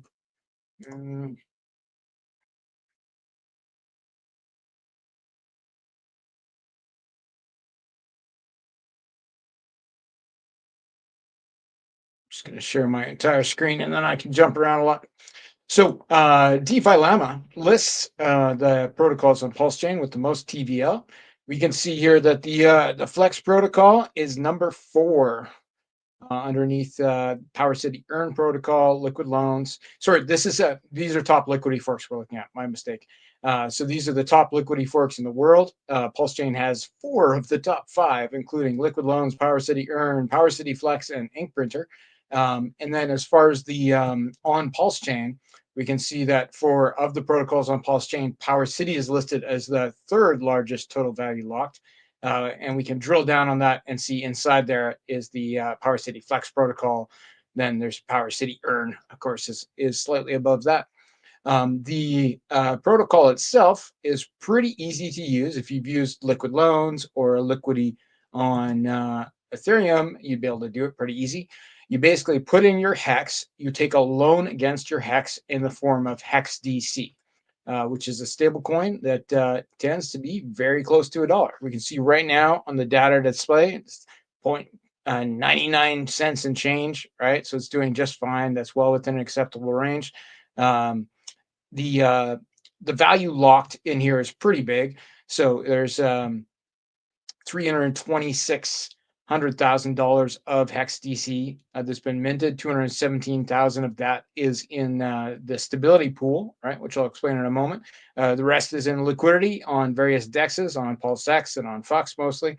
The benefit here to taking a loan is that you still have the right to take back the Hex that you took a loan out against, but you don't have to. So, and Richard himself has mentioned in the past, he's told Bitcoiners and other people that instead of selling, they should take loans against their tokens, right? So he says specifically, get loans against your holdings, never sell. In most jurisdictions, this results in not paying taxes against the loan. A loan is usually not taxable. Selling is taxable. So pretty easy to use here. So let's go to the open a vault page. Like if we put in a bunch of Hex, all right, so roughly $10,000 in Hex I put in here. So we can see the default is $450 that you're borrowing. You're actually borrowing $550 is without held here in this liquidation reserve that you get back when you close the vault. And then you put in the amount of money that you want to borrow, right? So let's say I wanted to borrow $3,000. It shows me my collateral ratio here, which is 338%. You definitively don't want to go under 110% because that is the liquidation mark, which bumps up to 150% if the protocol is in recovery mode, which doesn't happen very often. But I would definitely tend to stay above the 150% range. There's more you need to learn about this. Redemptions are a part of the protocol, which is when people redeem one Hex DC for $1 worth of Hex. The lowest collateralized vault is the one that gets redeemed against. 338% would probably be the lowest collateralized one right now, so you might want to be higher than that. But redemption is a neutral process in the moment where you get $1 of your loan paid off in return for $1 of the Hex that you put in the vault. So it's not as sad as some people say it is. When you get the Hex dollar, and this is the cool part, there's cool things you can do with it. So you can deposit right into the stability pool of the protocol, which allows you to make currently 17% APR, which isn't terrible on stablecoins. With that 17%, you can do whatever you want. You're making it in the Flex token, right? That gets paid out to you as yield, which you can stake, which will give you an opportunity to get Hex whenever somebody does a redemption, or to get Hex dollars whenever somebody mints them, right? You get a percentage of that. So it is a token with true financial utility, in my opinion. DYRR, folks. But then there's other things you can do with the Hex dollar. So we can farm it against other dollars, and there's some pretty decent options. So on 2fucks.io, we have the RH stable stack pool, which has all the liquidity forks. So ink printer, Flex, Earn, liquid loans paired up with DAI. And right now it's paying 24%. So there's another pool here not paying a ton. That's the Power City ones paired up with DAI. But this fluctuates from time to time. So some days one might pay more than the other. Right now, the RH stable stack pool is paying the most at nearly 25%. That's decent. But wait, there's more. So the fiat.io website, which is PulseChain's fork of Aave, allows you to put in Hex DC as well as many other stablecoins and currencies on PulseChain, and you can take a loan out against your Hex DC, or you can loan your Hex DC to other people.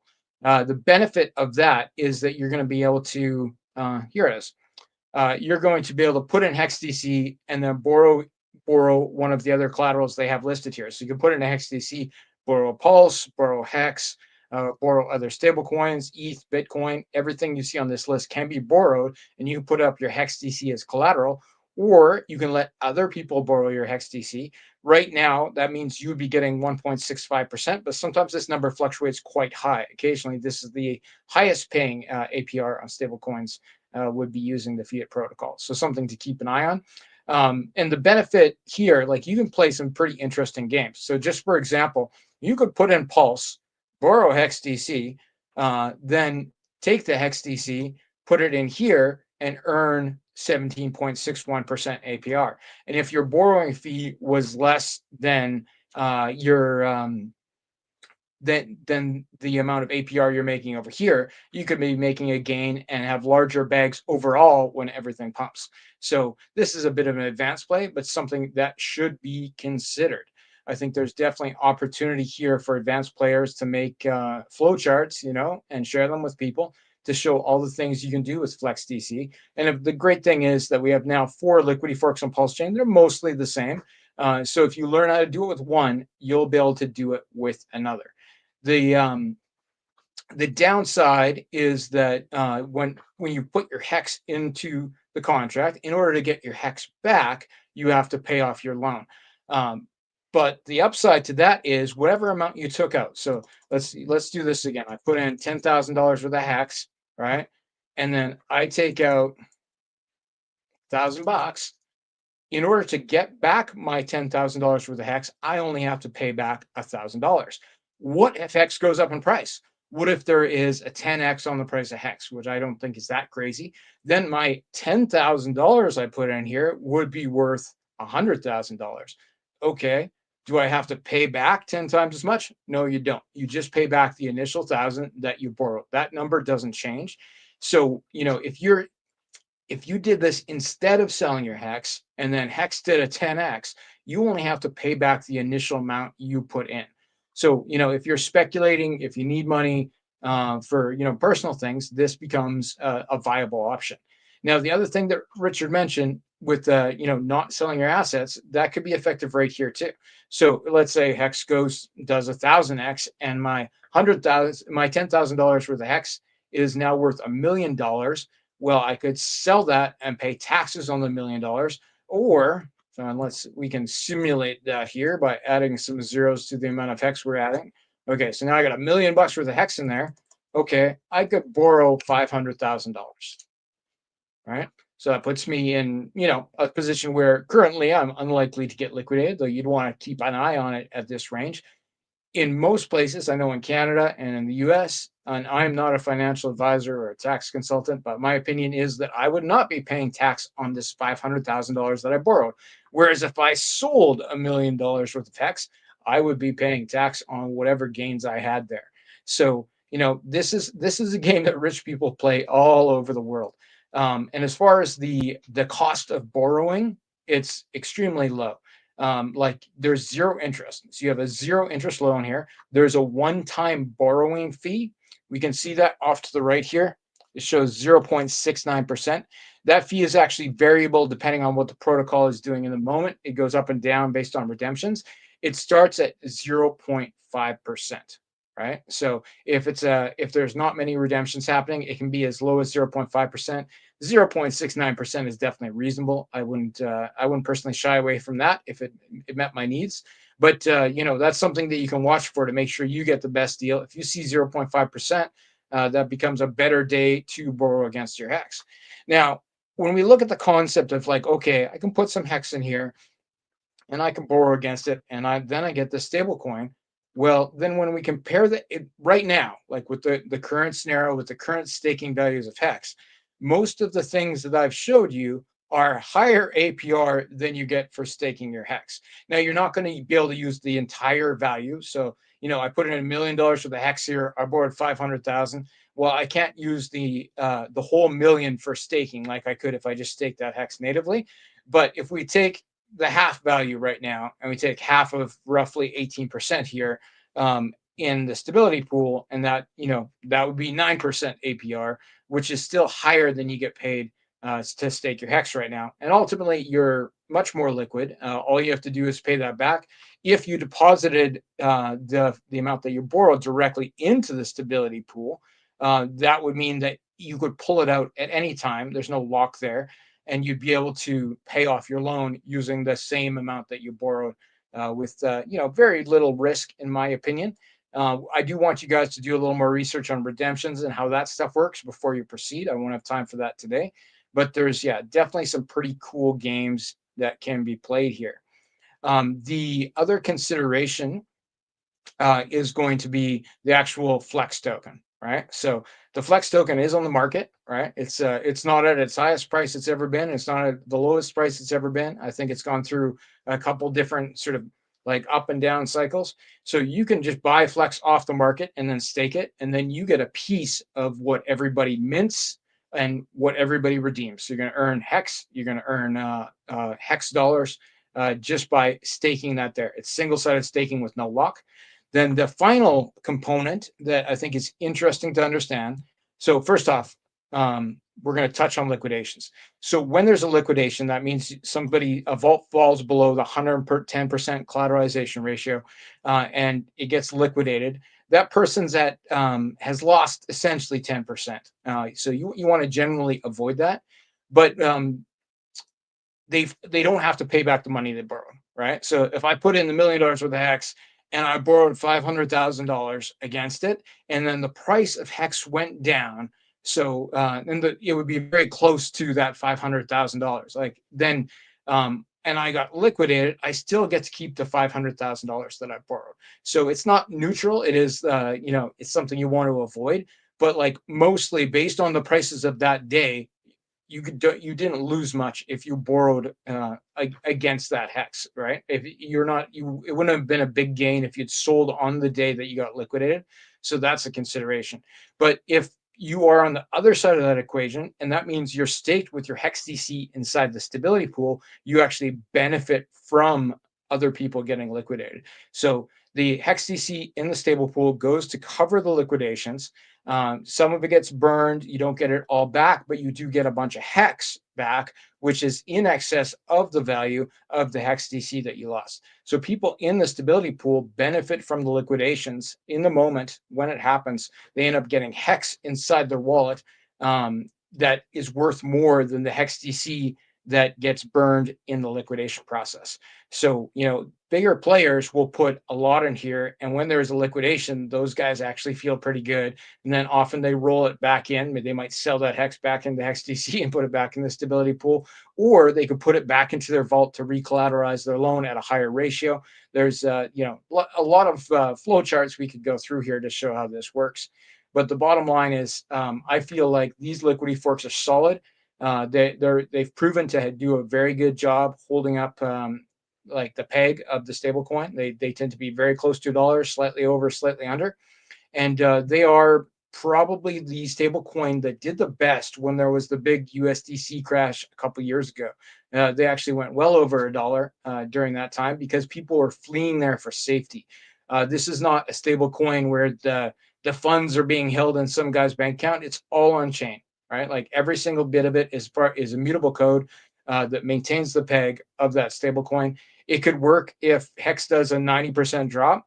Hex DC should still be $1. If Hex goes out, does a 10,000x, Hex DC will still be $1. And there's definitely some interesting strategies that I've employed, where if you get Hex DC when Hex is high, and then there's a dip, you can then redeem your Hex DC for more Hex than when you immediately took out that loan or bought it off the market, which you can certainly do. So there is a redemption option here where basically you put in 1 Hex DC, and it's not going to give me numbers because I don't have it in my wallet right now. Oh, maybe I do have a little bit. Nope, I don't. You can put in Hex DC here in the redemption screen, and it will give you that value in Hex according to the protocol. So depending on what's happening that day, if you took out a loan again in Hex DC or you bought it off the market, and then the Hex price drops, then you can put it in, and it will give you $1 worth of Hex based on that day's value, not on the day where you took out the loan. So there's definitely an opportunity to get more Hex with this technique as well. I'm going to take a look at the audience here and see if we have any questions. So I know I ripped through that super fast.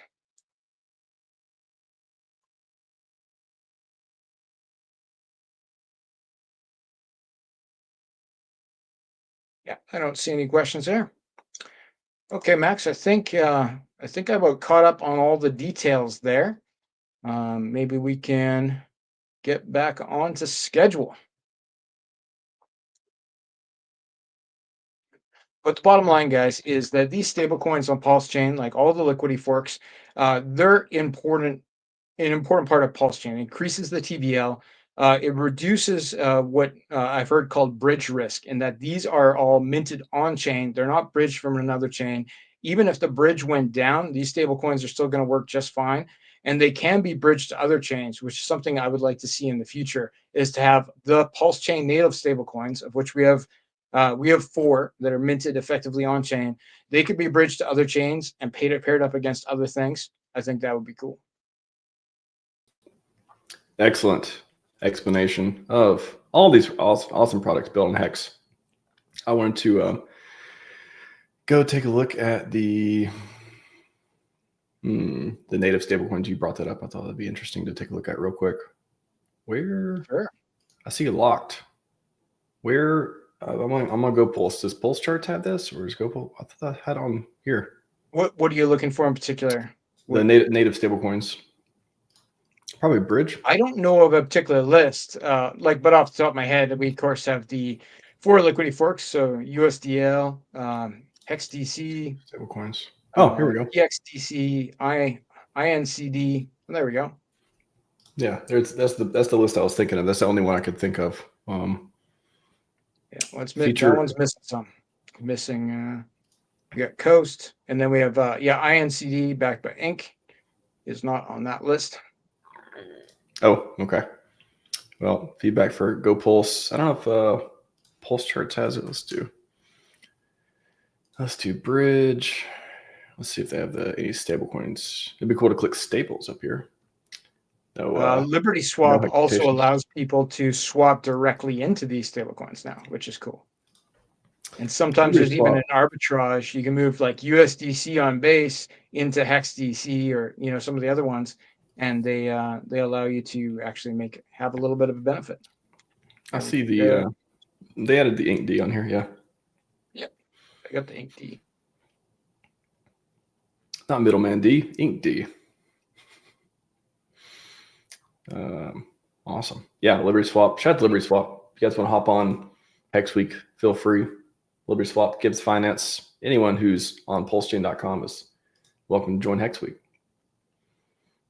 Pretty cool. Axis, he knows a little bit about Hex and the price history. Do you think was he a good person to do that talk? You think? Yes. Yeah. No, he's a TA guy. He'll be able to do it. He can go for like an hour and a half on that, right?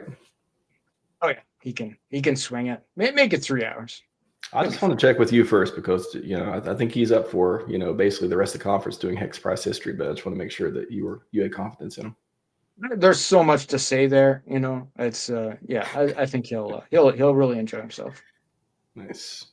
All right, Fast Abdul. I will see you soon. Hex Marketing at 5:00 Eastern. Around that. We'll be there. See you in a bit. Thanks, man. Thanks. All right, let's get a rockets up.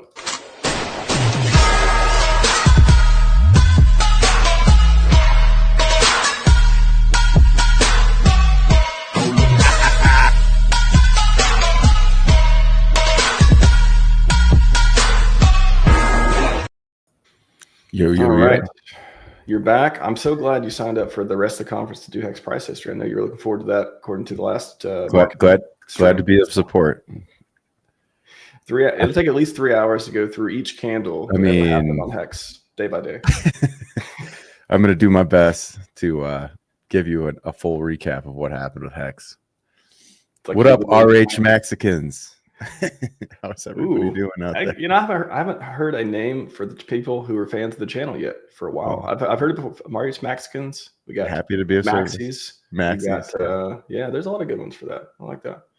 Okay, so Axis is gonna from here on each again. We got about 1,800 about- days. So we'll give you the exact answer. Each daily candle, he's gonna look at it, point at it, and then draw a little squiggly line and tell you what he thinks it means Okay, from guys, we're day going one until We're going back to the 5-minute candles. going back 5 From minutes. the Baby. beginning. Take as long as you need. I'll see you soon. All right. Yeah. So this is the Hex chart, guys. This was the beginning. This was the beginning of the entire story.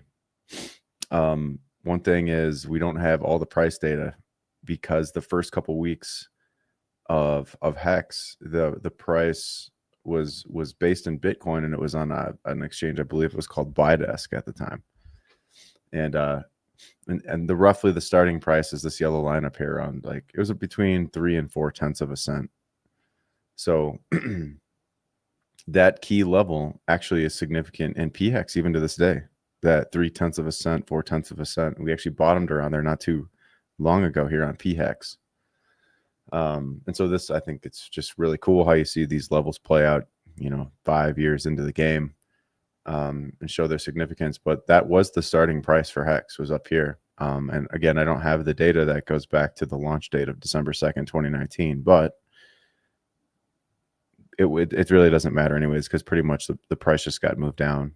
People were going to the adoption amplifier and getting coins from there, and then arbing the price down on the exchanges, and people were fighting back and forth between 1 and 2 satoshis to basically double their money and sell. And then I know Johnny Chaos famously got left behind on one of those early days moves, probably somewhere down here on the bottoming. It was on the BTC pair. And then the price doubled and never went back. I guess this is a daily chart. As we move forward through time, the price crashed 99% before it ever did the 10,000x.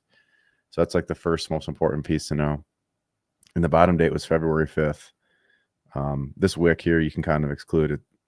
It wasn't really indicative of real volume. This was because this is pulling data from a Uniswap pair or some other side pair that wasn't as relevant at the time. But that actual bottoming price was around like 3 zeros and a 5. So even Pulse and PulseX are still below those price targets today, just for comparison's sake. But then sometime in February, there was like the first markup, and it ran 6x in 5 days. And that was, early February of 2020. And then after some sideways consolidation, I do remember this period of time, and you can see the volume spikes down here on price. There was like a FUD event that was going around in February of 2020 where I questioned whether I should name names, but this guy was pretty public anyways with what he did. So I'll just kind of explain where I can the people that were involved. But there was a huge FUD wave that went through the Hex community around this time after having this 6x markup, where people were like confused, concerned that the origin address of Hex was taking coins that it had received in the form of Ethereum and then recycling through the adoption amplifier to basically level out and even the playing field between the market price and the adoption amplifier price, so that there wasn't cohorts of people getting like all of the supply for that given day. So if you don't remember how that worked out, in the AA days, you'd put your ETH into the pool and there was like 550 million Hex per day that got emitted to the people who put into the adoption amplifier, and that going on for the first year. But during this particular phase is when the OA actually started to act by redepositing ETH in there to like take a bunch of the supply off the market and prevent massive arbitrages from happening, so that it wouldn't put so much sell pressure on the chart. And we'll find this over and over, this theme of the OA stepping in ways to remove supply from the market as we go forward.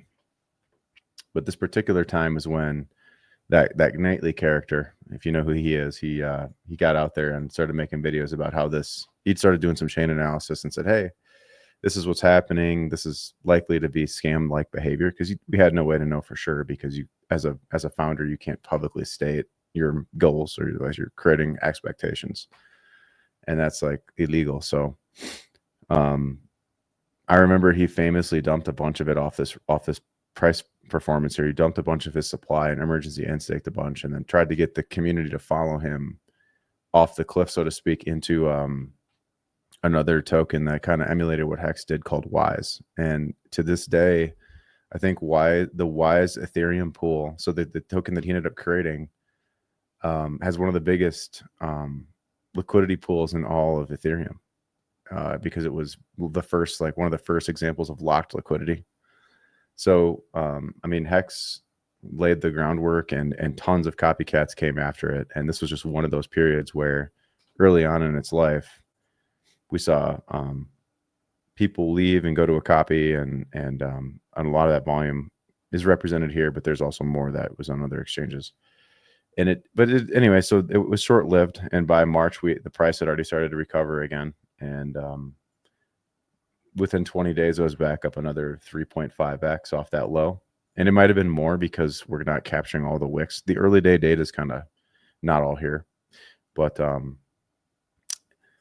that led into basically this period of consolidation before price discovery. So up until this point, even though I'm like a day zero Hexican, so to speak, and I did participate in days 1 and 2, during this period of time, there wasn't that much awareness around Hex, and there wasn't a lot of activity or interest, or there was like this diehard community that was into it then, but it wasn't the same as like what happened after we saw the infamous God whale come in and start to create massive price appreciation in a very short period of time. And I remember this period here, it was in April. There was like a 2x in price in a single candle. And I want to say that it was 10,000 ETH market buy. I think it was a 10,000 ETH market buy that basically doubled the price in a single candle. And I think that's here. So between these two candles, basically you get this 2x move. That was just like, it really started to set the Hex bull market in motion. And then there was all this follow through that came through as well. And this was a pretty cool time to be in Hex. I remember after this single doubling, the price ended up doing another 5x on top of it. And this is like where the market really started to pay attention to Hex a lot more. This year is, I'm calculating about a 12 or 13x move in 27 days. And then that marked the local top for that time. This is when people like Kareem came on the scene and got really vocal about staking. And there was a bunch of guys like Cabana and Big Kirk. And I mean, there's tons of early OGs, RG and Dollar Cost and Hexo. They were all very public during this period and kind of trying to share information about what Hex was and how it worked, and everyone was kind of figuring this stuff out on the staking side of things going into big payday. So, you know, by the end of May, we had topped on Hex, and you could say that was like its first cycle, really, truly. And then price really went into a bit of a decline. I think price dropped like 60 to 70% here, saying 60% drop over a 45-day period. So in the first, you got to think in this short period of time between December of 2019 and then the bottom on January 5th, and then through till the following June, the price had already done a crazy, even from that local low, it had already done like a 55x. And I remember at that time, RH was talking about how many X's we did versus Bitcoin, how many X's we did versus Ethereum, and then obviously the X's versus the dollar, which I have represented here. And this was getting to be exciting because there was a bunch of new money flowing into the space. And around this time, Uniswap started to get popularized because of Hex's success. And a lot of that trading volume moved off of the few centralized exchanges that we had and moved onto Uniswap. And as people started to learn how to do that, price started to recover, to use the Uniswap to like basically get in and get out and stuff. Price started to recover, and then it came up here and did like a topped out right at a double top, a pretty important area to this day too. I'll mark this one out. It's basically 0.6 cents. So what I got for you here is basically where the price of Hex had always had some bit of a floor price, which was up here between like 3 and 0.6 cents. And as I go forward, you'll see the significance of those levels going forward. But at that point in July, it was the middle of DeFi summer, and so there was a lot of capital rotating between Hex gains and all these other opportunities as well. Like I think Aave came out, and obviously Uniswap was out at that point, and you had people like Richard even saying, "Hey, rotate your your free airdrop money from these other things into Hex and stake it for mad returns. And but there was just a shift of capital, and the FUD never really stopped, because this was all leading into what would be the big payday, which was the end of the adoption amplifier, and kind of the most exciting twist of fate that we would ever see in Hex. So at this point, so there was a double top, price retraced all the way down to new lows. It was a 69% crash, so 70% crash, and because the books were so thin at that time, it was really a game of playing with liquidity back when nobody really knew or understood how that stuff really worked to the same capacity as they do today. To give myself some credit, and many of you other people out there who have educated the community on how to use this stuff have went on and created projects and done amazing things on PulseChain with like the stuff that, you know, Richard and a few of the early Hex whales were doing back here, which was like removing liquidity at certain areas to make it easier to pump, or adding liquidity to buffer and support price. This was all going on during this period of time to try to get the price back up to make new all-time highs. It was always a combination of that, and then just that real world demand that kind of created this breakout moment going into big payday in November of 2020. So what happened was market makers bottomed the price. There was like a small accumulation range in here, and I remember myself, this is where I really started to pay attention to the chart, was in this consolidation point right here, because it was clear that if this could hold, this is going to make a big rip going into this exciting mass yield day, this big payday event.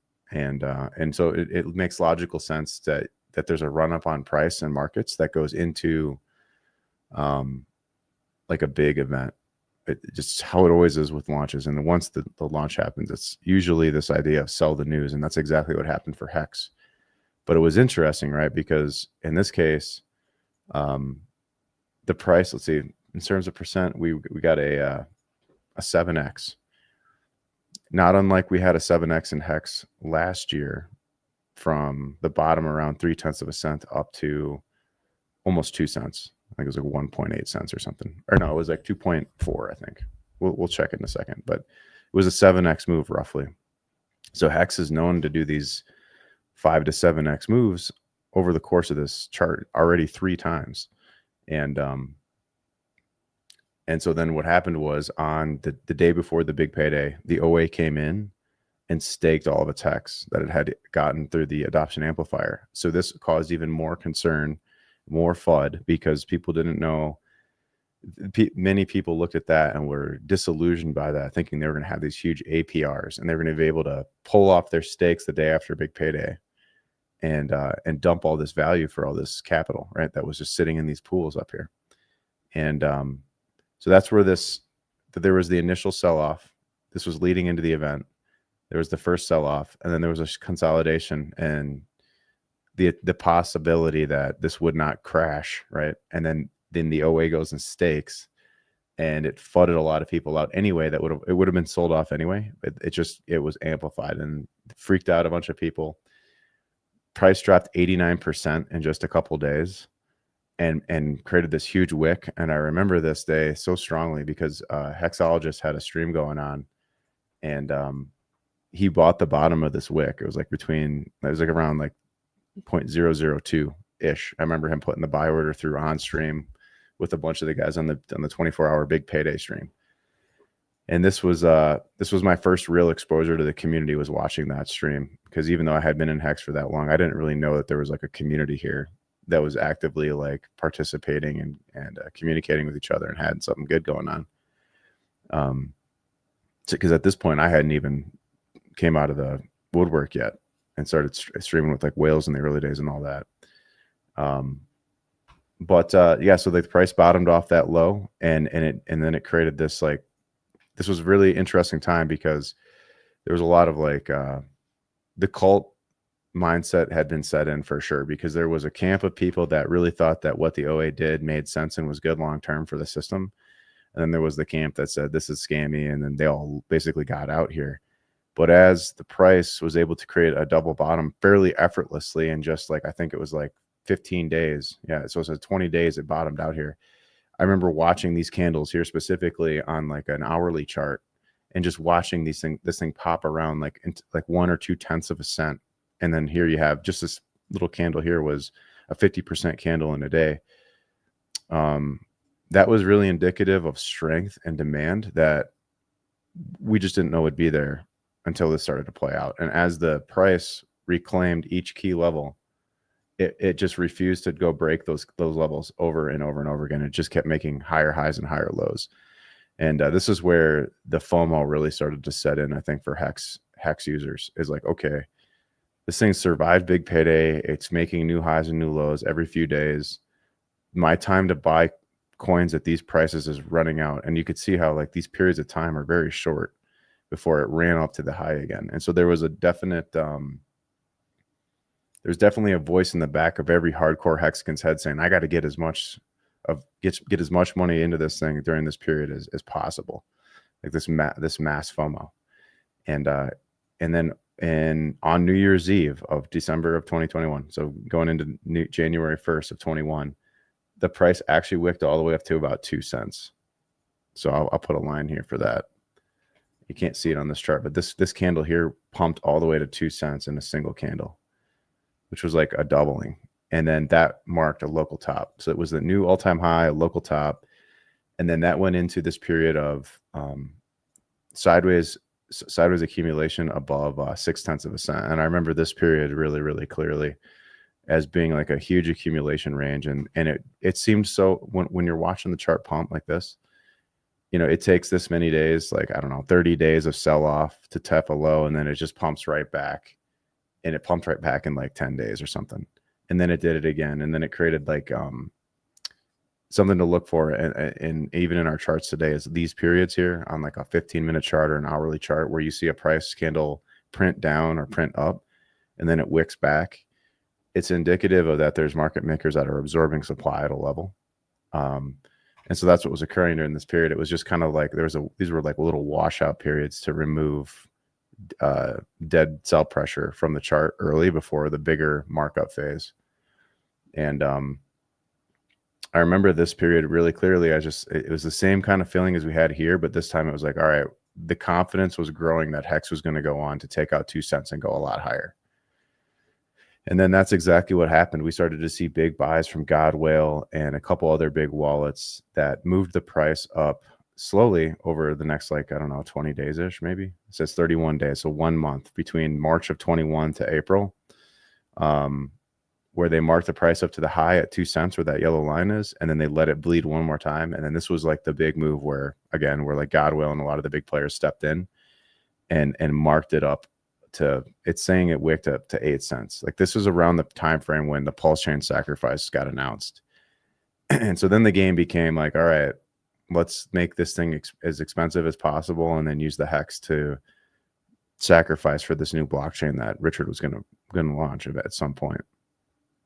And so we had these were like the glory days of Hex, where it just seemed like we couldn't lose and everything was going amazing. And we just, even though things would sell off, they would always recover. It just felt like there was a constant bid under price, and for all intents and purposes, there was. And basically between the announcement date of PulseChain and then the actual sacrifice going live, from this local low to this high, price appreciated another 5.5x. So you had 5x more PulseChain sacrifice power than you would have had otherwise. And there was a lot of games that went on after the PulseChain sack went live. And so at this point, I remember on this particular candle here, the price actually wicked to 21 cents. I was sitting in my living room, and this candle here actually wicked all the way up here to 21 cents at this yellow line, and was immediately sold down, and the sack went live, and then people started sacrificing, and then there was profit taking occurring. And then I remember this particular candle with the wick was like was detrimental. Like it destroyed confidence and short term in Hex, and like people were questioning who did it, because this community was quite small back then. So people with enough firepower to really move price down 54% in just 5 days was predictable to some degree. And there was a buyback on that, and PulseChain sack narrative was in full force. And once again, you had this double bottom maneuver around 10 cents. And this is where we kind of the train started to leave the station for the rest of the bull run. And at this point, Hex really started to overperform the rest of the market to the end of the cycle. Because at this point, like BTC had already topped and ETH had already topped. And so this was just like a hedge play. And I remember we were looking at things like nomics.com and just seeing the price just climb. Like every day it was climbing. And so from that local low at the end of SAC phase to the high, Hex went up another 4.2x to hit that, like, it was basically like 52 cents. It was, some exchanges got 49 cents, some of them got 56 to get the 10,000x. And there was a deliberate effort to make Hex accomplish its goal of getting the 10,000x. And it was at this period where, you know, all Hexicans felt unstoppable and that this thing was never going to go down. And that's when the PulseX sacrifice phase, as we started to lose these key levels up here in like the 36 cent range, we're only up there for like a month above 36 cents. It was at that point where prices started to decline, and then the PulseX sacrifice was announced, and that gave us a second jolt of energy. So there was like just a couple of major moves here. I kind of want to brush through this because I don't want to spend too much time, but because this is like the less important part of the lesson. But because we're getting into a bull market now, so we need to know the context. Lots of ascending triangles, lots of accumulation where things go sideways for a month and then they rip. Those are hallmarks of a really bullish economy. But this is where we did the PulseX sacrifice. So from that 56 cent high, let's say, down to basically 10 to 12 cents is where we bottomed out. And then this PulseX sac went live. Price ran up another 2 to 3x. And a lot of sacrifices went on for PulseX during this period. You had people getting in, getting out. The community had multiplied in size by maybe 4 or 5 times from that original 20 to 25,000 user base up to like a couple, like 100,000 to 150,000 potential users. That's when we, after that sacrifice launch, that's when we had a couple things happen. So I remember this period because I went live with Richard Hart for the first time live from the Rocky Mountains of Colorado on a Hex ski trip. And he had said on the stream that he noticed that there was a brick of liquidity. I think it was like $2 million of liquidity that was placed on Uniswap V3 right below the price, around 20-ish cents. And that was in this zone right here. And there was an attempt to reverse price here to support it and create structure here and to stop it from going lower, but that did not happen. And the market just flipped bearish, and we lost this global trend line, which had been the entire history of Hex. And that kind of started to mark the great fall in some ways of Hex, where that liquidity brick got eaten through. Obviously the market maker, whoever did that, said, well, that's not sustainable. I can't put up $20 million bricks and just get, lose 20 million, like on a regular basis to try to support the price all the way down. So that behavior kind of stopped. And then there was one more brick that was put around 3 to 5 cents. What do I want to say about this? So after PulseX SAC was complete, there was like another consolidation attempt, and prices were ranging between 10 and 20 cents. And I remember this was around the time that I launched, I believe it was around the time that I launched Radial, which is where we went deep on like the larger global economics and how they played into why we needed Hex. And during that time, we were in this move here, and the price doubled. It went from 10 to 20 cents. And there was a lot of people that were jumping on the bandwagon that this was going to be like a big rally that would help save Hex. And unfortunately, with all of the headwinds of like the outrage marketing and the Bitcoin and Ethereum bear markets in full force, Hex just didn't have enough to do it on its own. And one of the largest liquidity providers pulled a bunch of liquidity and started dumping out his entire stack and completely destroyed the market structure on Hex and pushed us all the way to him. And I would say that player and a couple others really saw the writing on the wall and knew that the doorway was small, just big enough to get a few large players through the doorway safely.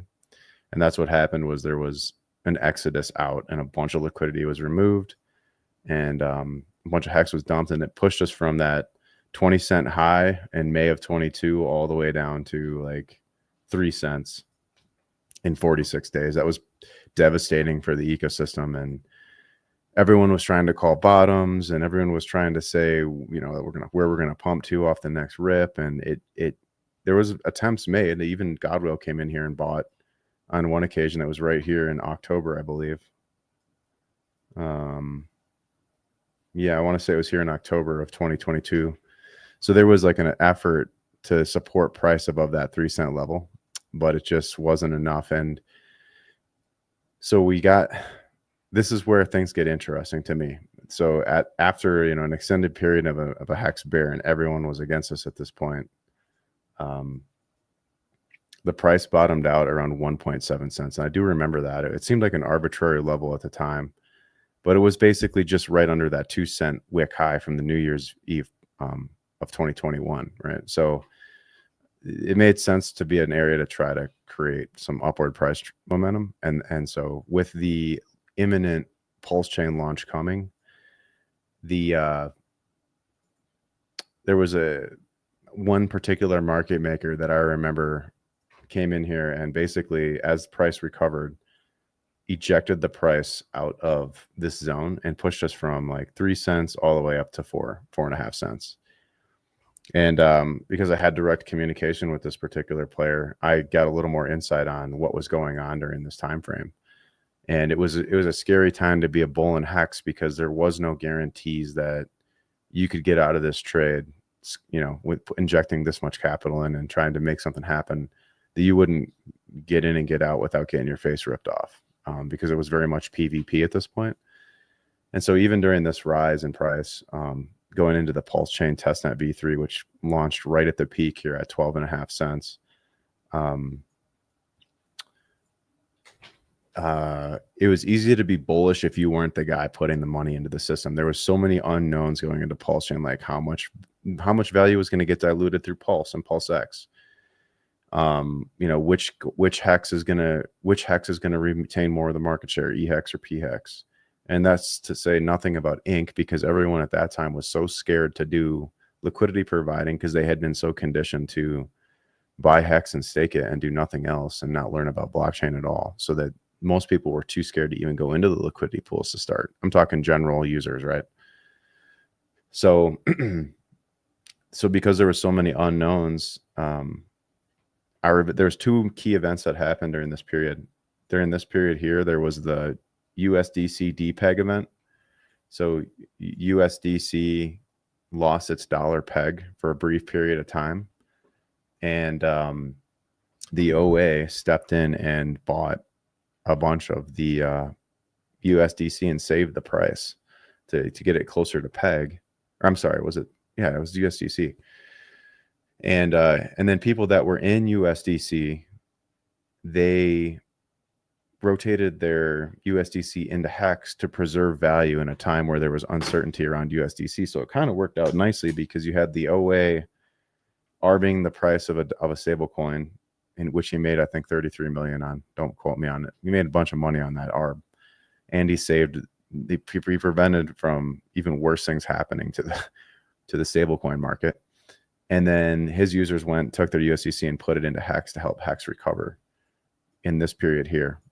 Because I remember the infamous market maker, who will remain unnamed, was worried here that there was a couple big stakers that were getting like 50 million, 70 million Hex stacks all out from their stakes at this time, and then we're liquidating some of it. And so it was like a question of who's got more power to force the price up or force it down. And luckily, the depeg event gave us enough juice on this rally that price recovered and was structurally intact again. And then things looked good. And then there was the final markup wave going into the PulseChain testnet V3 in I think it was March of 23. And that was actually I was on with Max on his channel and with Crypto Sloth on his channel when that happened. And that was a really fun time to cover as well.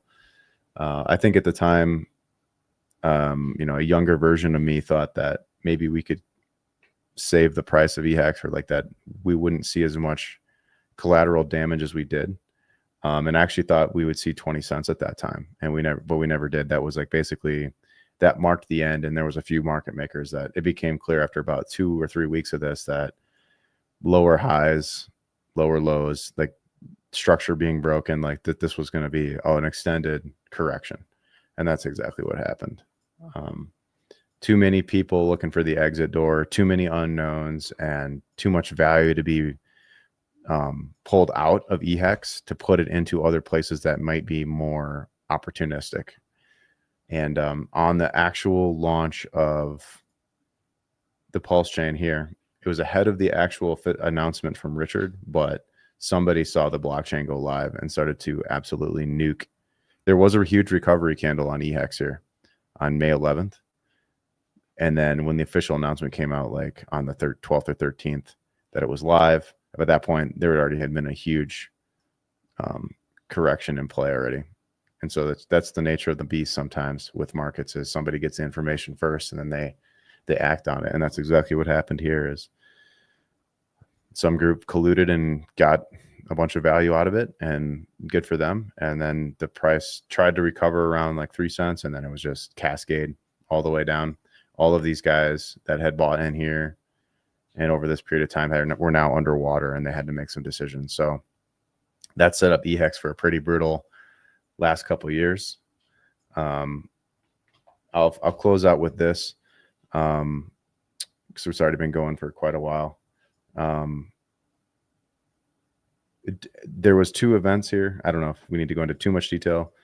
There was an alleged scammer that came in here and pumped the eHex price like crazy, and stayed in the trade for a while and kept trying to help it stay above this level. But it wasn't until the Richard Hart FUD tweet that P-Hex was the dominant hex did we get this huge crash on eHex. That was pretty brutal. Just a few whales, I want to say like 3 or 4 whales, liquidated their eHex bags here on these candles and just totally nuked the price. And so ever since then, eHex has been trying to find its place in the market, kind of trending sideways between 1/10 of a cent and 0.6 of a cent, with like that 3.5 tenths of a cent being a major level to watch. We can flip that as support. Remember, that goes all the way back to the beginning. So let me go to a weekly and I'll show you that quick. Yeah, so basically back to the beginning, guys, like from the launch price here through the big payday events, setting a bottom, and then now we're just basically, that's the level to beat. Currently, I see a pennant here, so we'll see which way this breaks, but eHex still fighting with its early days, the curse of its early days, I guess you could say. In addition to, I just wanted to show this chart, which was, I've got a couple cool things on here. So you can see, I wish Gerardo, if you're listening, I wish we could see eHex, P-Hex, and all the PulseChain assets market cap on one thing on here, because that might give us an indicator of where the market cap of everything is sitting. And it's definitely not down here where eHex is sitting. What this chart shows is it's the ROI from the launch price. And but if you could see the just the market caps of all of the Richard tickers, we're probably sitting much higher. We're probably sitting up in here somewhere, which is like low enough that it's still behind the trajectory of where ETH was at the time, or Bitcoin, but it's also in terms of its lifespan, but it's also in an area where it's still a huge opportunity for people, to get involved in this ecosystem before it does inevitably have its big blow off moment.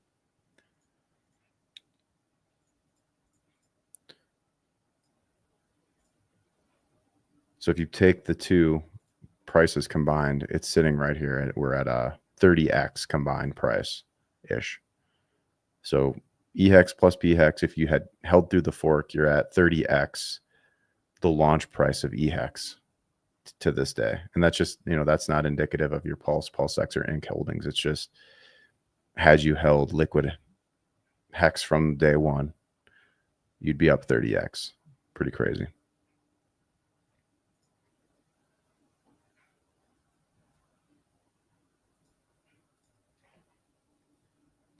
think that's all I really wanted to cover, Max. If you wanted to pull me down or whatever you want to do.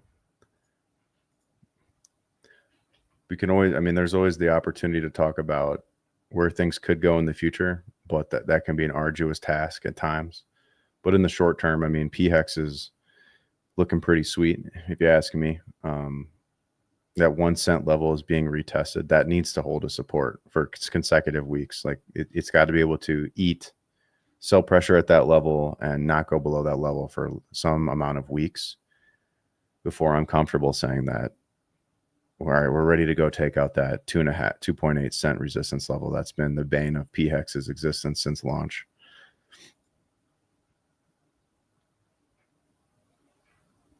Hey, thanks, Archie. They don't want me to come back. They want you to keep going. I've been trying not to. And every pause, I'm like, what else you got? Go down another rabbit hole. Go. Yeah. So There's a lot more in there, but there's a lot more in there. They just, there's a lot of players that have come and gone over the years. So dude, which makes me, I mean, I gotta say, like this whole, call it a reset, call it a renaissance, call it a, we're all just sitting here hoping and putting it, doing our best to, do this and that, just wanting something amazing to happen, and again, building products or whatever it is around the ecosystem. That's what's special. I think this whole community, again, some people left, some people, new people come, all that stuff. But I really think channeling that, and I just posted the video yesterday about PulseChain launch, and how every time I watch that video, I'm just like, oh, that is just such a magical moment of like something we were like waiting around for and just, getting excited for. And then it launched, and, things were good for a little while, and the ups and downs in between.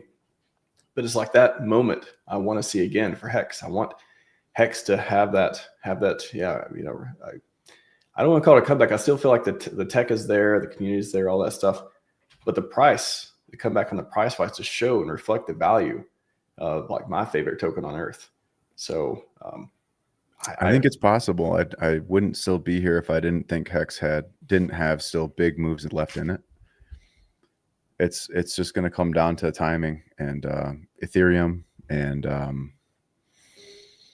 I think you're getting the signal right here, man. I mean, this MACD, it does this once a year so far, where you get this cross, and it's like, okay, so maybe this time we can actually break the range. And then just think, if we can start trading above 2.8 cents for any period of time, like I'm talking like 2 months, I mean, that's a whole new range between there and 10 cents. And we could be doing that for half as long as this period. So, because usually, when things get bullish, they don't stay there for long. So imagine being stuck. Okay, this is going to be crazy. Imagine being stuck up between 3 and 10 cents for like 300 to 400 days. It'll feel like, oh man, I just want the price to go up. But it's really from these levels down here, you're going to have this 5x gain, right? Hex is famous for making 5 to 7x gains. It's just about locking them in at a level and then creating new structure up there. And I think that the protocol has never been better positioned to get those gains, because you don't have so much free weight sell pressure on the chart. With any amount of new users coming in, maybe marketing, maybe Richard streaming, maybe Interpol FUD gone, maybe central exchange listing, maybe any kind of number of catalysts come into play. Maybe another movie gets made, and then that stuff's going to start to compound and give Hex that price potential we all know it's capable of.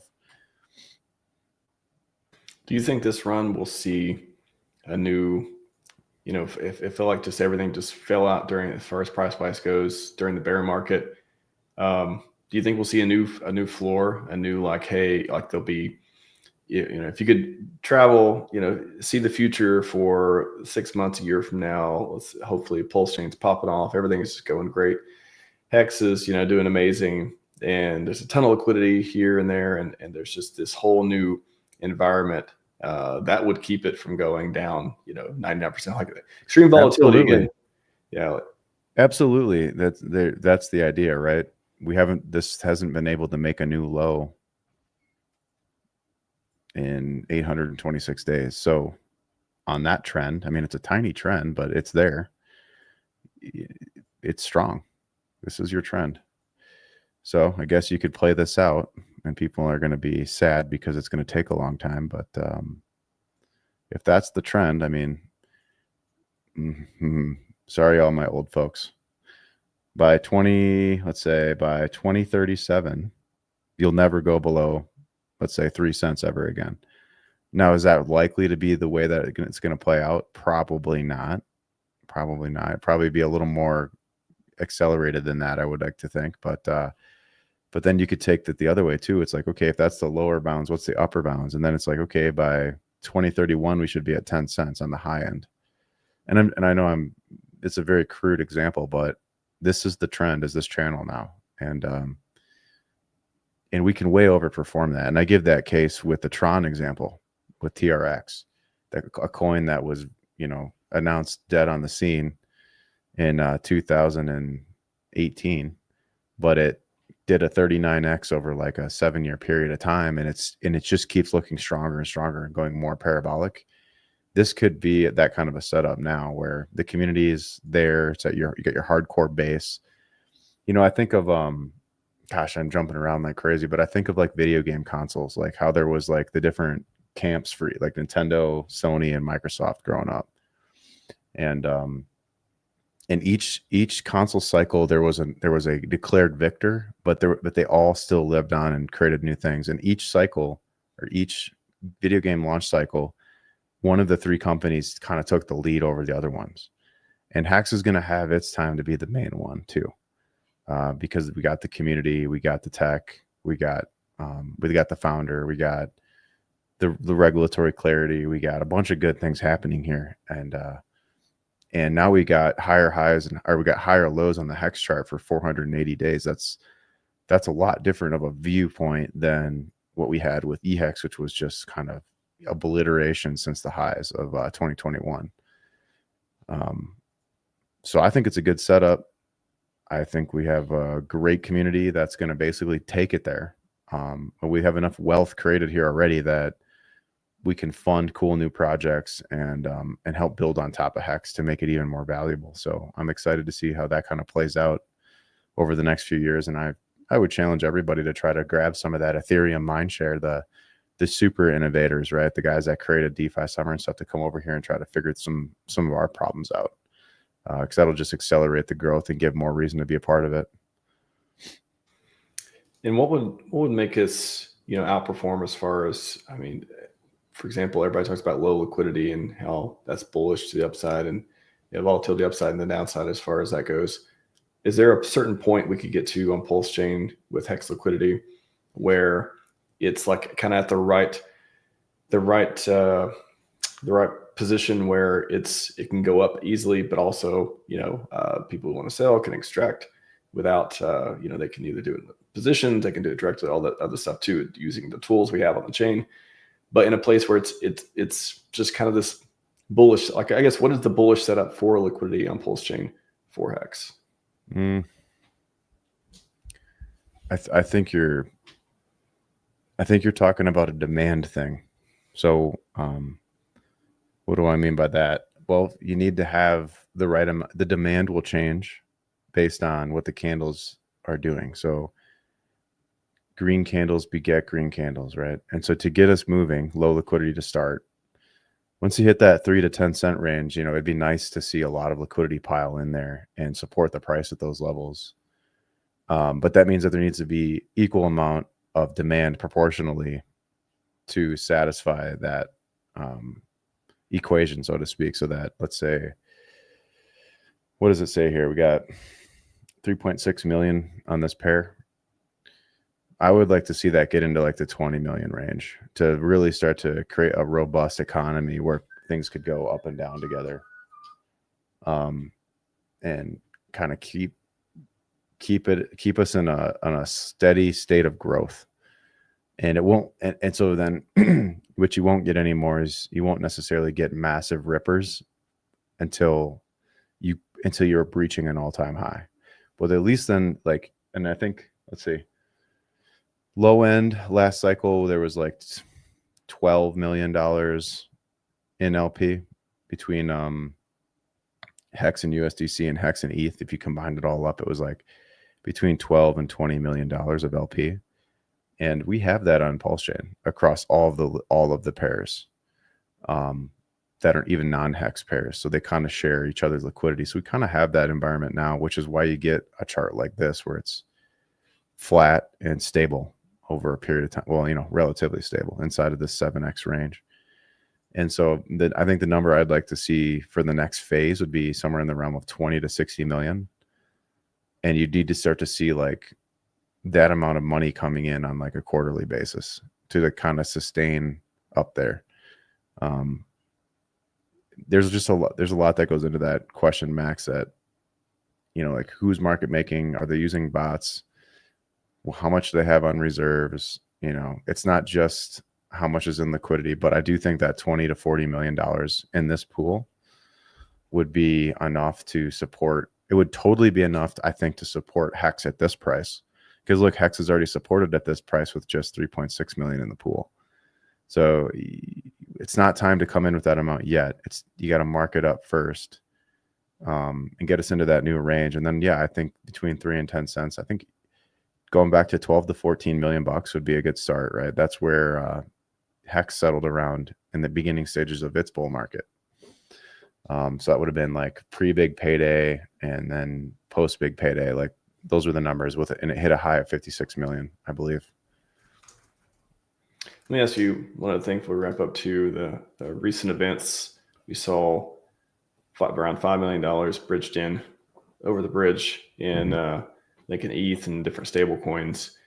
A lot of the suspicion is, or the gut feeling is that maybe someone who likes the PulseChain, likes the assets, and as if it is the same person as it was before, had bought them up in clips, different core coins, some equally, some over time, in various scenarios last year, the last 18 months or so. What would $5 million, for example, buying core coins, Hex and otherwise, with stables, with ETH and such? Is that something that you suspect is going to happen in the future? How bullish is that for Hex? $5 million bucks. I mean, I like that Pampy.app simulator for this type of stuff. Have you run that number yet? What a 5 million into Hex would do? I'm just curious. I haven't ran the exact 5 million into Hex. I did this morning. I did 2.5 equally. I did 10 million, 2.5 equally into all 4 coins, and Hex did about 137x, if I remember, from 2.5 million. Yeah, that's crazy. So I don't know if this is. I just went 5 million straight into Hex, and it's saying we'd get a 10x. That makes sense to me. That's pretty cool. And then all the other coins would get a 2x. I had 50% buy pressure turned on, I think, as well, and I had 137. Pretty sure I had 137x with 50% buy pressure, or sorry, sell pressure on there. Yeah, I didn't do any sell pressure. Well, anyway, we could debate that. Basically, the math is easy. It's just looking at the let's see, the main pool here. If it was in a silo, you could 4x. You could get like 4. So I think you could get like a 16x ish out of like 6 million bucks. I think you could 16x the price if this main Hex pool was the only pool. So the allure of, I know this is gonna like take the wind out of people's sails, but the allure of trying to predict where price will go, it's pretty easy to do. If you just know how much you're putting in and how much is out there, you can know exactly where the price will land. It's not like it's not like some big mystery or something. So every coin is calculable where it can go, assuming zero sell pressure and all liquidity pools are accounted for. Let's see, what do you got here? Weird. I got like a 5x from, am I sharing? Yeah. I got like a 5x from doing 5 million into just Hex. So weird. Earlier, I swear I did. So I closed out the other 3 tabs and just only did I didn't move that bar around at all. I just put in 5 million into Hex. Yeah, weird. I swear I did it earlier, and hold on. Okay, 10. Obviously, if Okay. You're This buying one- Hex. That's what I did with 50%. So let me do this one real quick and just see what it does. I think I did like a 1% liquidity reduction. Let's see. I'll do what I did earlier. And 1%. So sell pressure, set up 50%, calculate. Unless I did it wrong earlier. How in the world did it cut? I thought it came up with much larger numbers earlier. Weird. I don't know. But anyways, I got a 10x, so I don't know. But Okay. basically, if you put 6 million in, you should get a 16x, I think, because let's say you got $6 million of Pulse. If you put 2 million in, you 4x the price. If you put 4 million more in after that, that's your total of 6 million. You 16x the price because 4 times 4 is 16. So $6 million straight into the Hex pool. If that was the only pool, you'd get a 16x, but that's not accounting for all the other pools that have Hex in them, which would steal value from it and reduce the pump. Maybe I had Pampy on, awesome mode or something. I don't know. Well, here's the deal: is like, there's so much money out there. $6 million is like, we could be seeing way more numbers than that. Per day. When there's a reason to buy this stuff, it's going to go up fast. So I would just say, pay attention to what's going on in your environment and be positioned accordingly. Awesome. Access Live, amazing. Thank you, man. Content, appreciate it, and see you back tomorrow for the Communist panel. Boom. Sounds good. I'm excited for that one. Give us a reason to stake Hex again. All right. Like it. All right. See you, man. All right. Fast Abdul has came to save the day. You're back fast. Have you had a proper meal or anything to drink today? Have I what? Sorry. Have you had a proper meal or anything to drink today? Yeah, no, I slammed down some soup between streams, and no, I'm hydrated. It's all good. How about you? Okay, awesome. Trying to stay that way. Minimal pee breaks. Yeah, I kind of take my inspiration from Richard Hart. 8-hour live streams, no pee breaks, or minimal at least. So, trying to channel my inner. You can always get a catheter or something. No reason to leave the computer screen. Damn, that's an option, isn't there? Yep, they're telling me that's an option. That's an option. Yeah, we'll see how it goes. Hex marketing, you are alive. Here we go, sir. Let's talk about Hex marketing. So we know in the past, there's been various things done for marketing with Hex. I believe there's sponsored race cars, sponsored soccer teams. Do we want to sponsor the Super Bowl? I don't think we do. I don't think that's a good use of funds. I think there's better advertising concepts. One of the things I want to go through that I'm pretty sure Richard is well aware of is marketing is a lot about timing, right? You catch, if you see 10,000 toothbrush ads, it's not going to necessarily make you want to buy a toothbrush unless you need a toothbrush, right? So marketing to people at the time when they want to see it, when they're looking for something like the product that you're selling is what the win is. So, with that timing in mind, when we look at the market conditions, and I know Access just went through a ton of that stuff, where we want to see Hex marketing is when people are looking for investments, particularly in crypto, right? But not necessarily in crypto, just investments in general. So when we're moving into the part of the bull market rather, that I think we're moving into, we're starting to get towards what's going to be an optimal time to have some sort of ad spend that will, get Hex out to people so they'll notice what's going to happen. Now, I have, some concepts that I think are going to happen from what I've seen. So, quote Richard Hart on saying that there's a massive, never before seen marketing that's going to come. We don't know exactly what that is, but we do know that it's going to be a mailer going out to select people, but possibly millions of people from what I understand. There's containers full of products coming to the US at some point in time. I can't say when, but I think it's going to be pretty soon from, sort of just the talk of when the containers were shipped that Richard mentioned. I'm thinking September-ish, all right, maybe October. These things are going to start to get mailed out. Now, we don't know what they are, but we do know they have batteries. I have a pretty good idea of what it could be. I'm going to share the screen if Max can see this.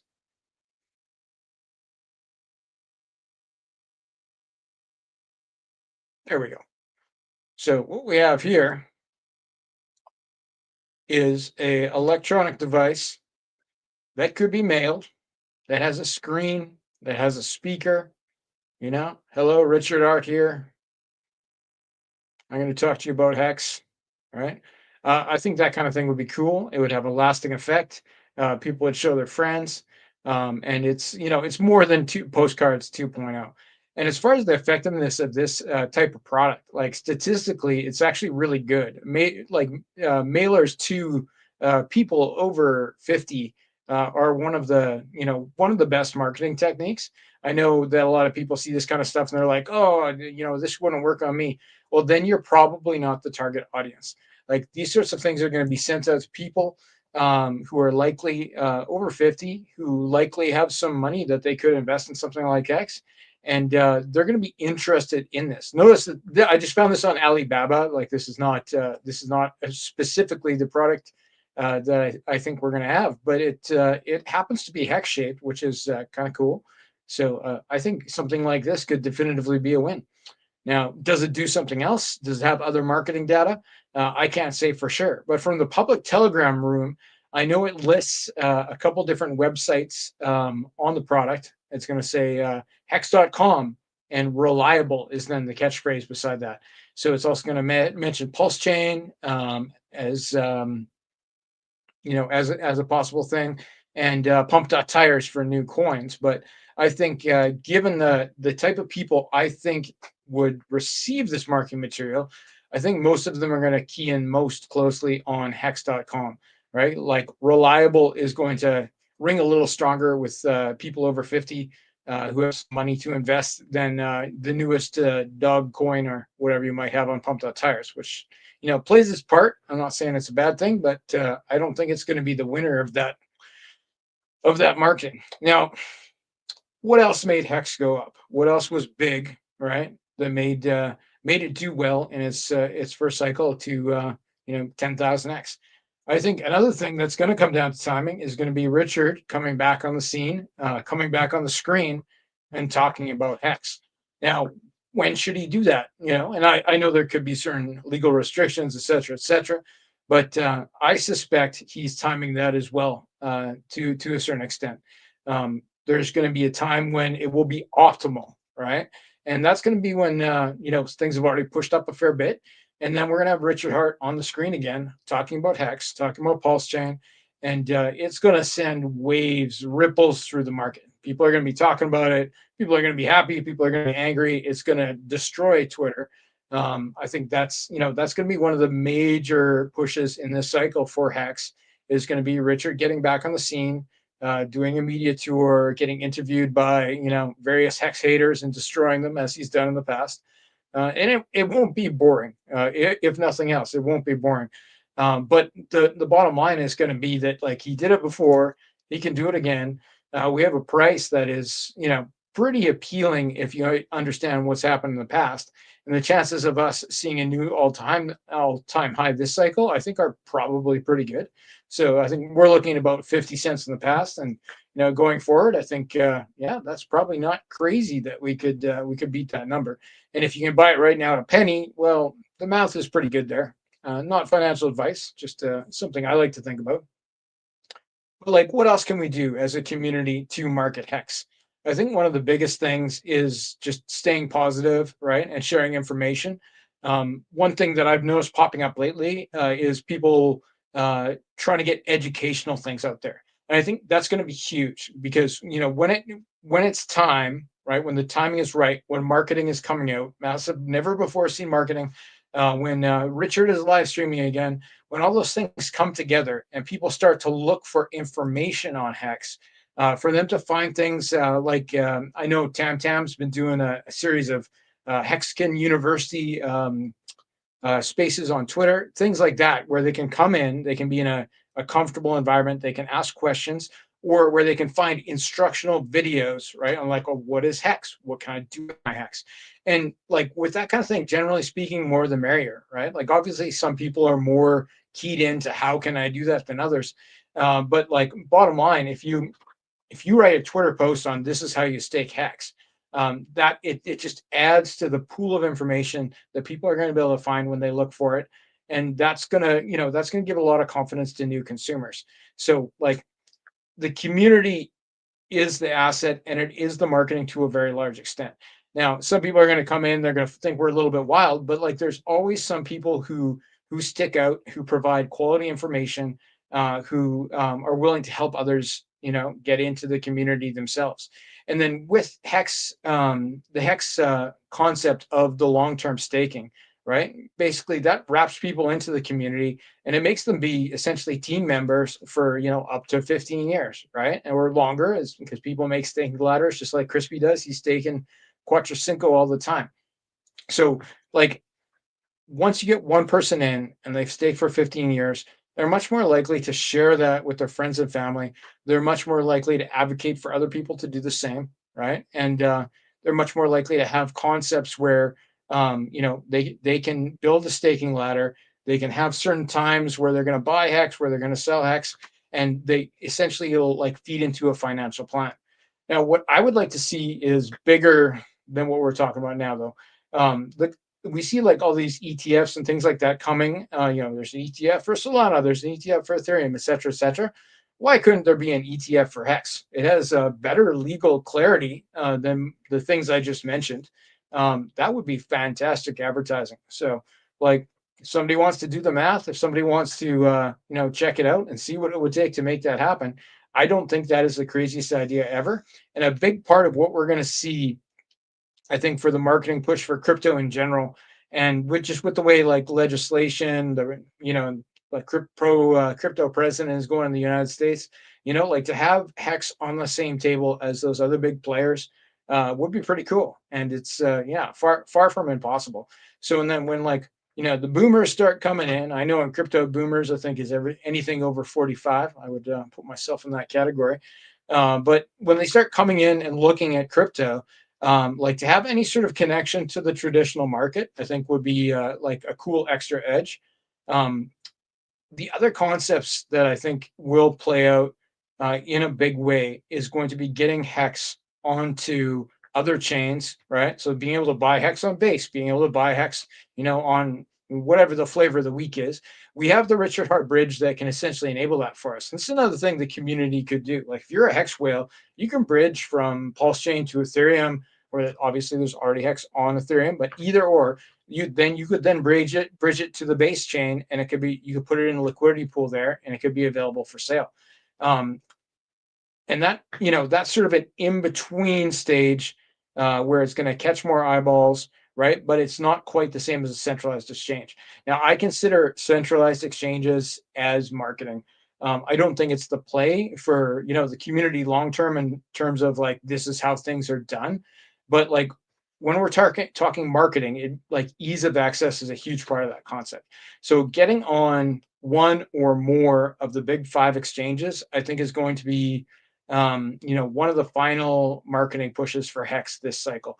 So like being on Binance, being on Kraken, being on Coinbase, more than just, information. Like you could actually go and buy that coin, and then you could transfer it to your private wallet. But that's going to get people's foot in the door. Now, is there a cost associated with that and so on and so forth? There could be. I think right now, would it be worth the cost that one of those big players would charge? Probably not.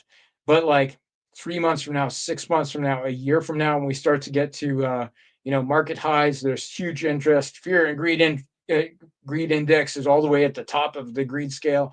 That's gonna be the time where it's like, to have some sort of marketing spend to push us to a centralized exchange would be pretty cool and would be effective. Any comments from the audience on what would be other effective Hex marketing strategies? Yeah, Hexcar agrees that Coinbase or Binance would be huge. I like that concept. I read an interesting post from Gary Funding Jim the other day. he talked about how Coinbase basically had a function where people could swap directly with their, with their centralized wallet onto the decentralized DEX. And he suggested the concept that people should bridge some hex over there and get it onto the DEX. I want to say it's Aerodrome, and see if it works. So I haven't had time to explore that myself yet, but yeah, check out Funding Jim's posts about that, and I think somebody should look into that. It's not quite the same as just being on a centralized exchange, but it intrigued me. It sounded like a cool workaround to make it happen. And those kind of community efforts is where we're going to really shine in marketing. People really pick up the ball, and if somebody else drops the ball, there's a guy behind you that picks it up.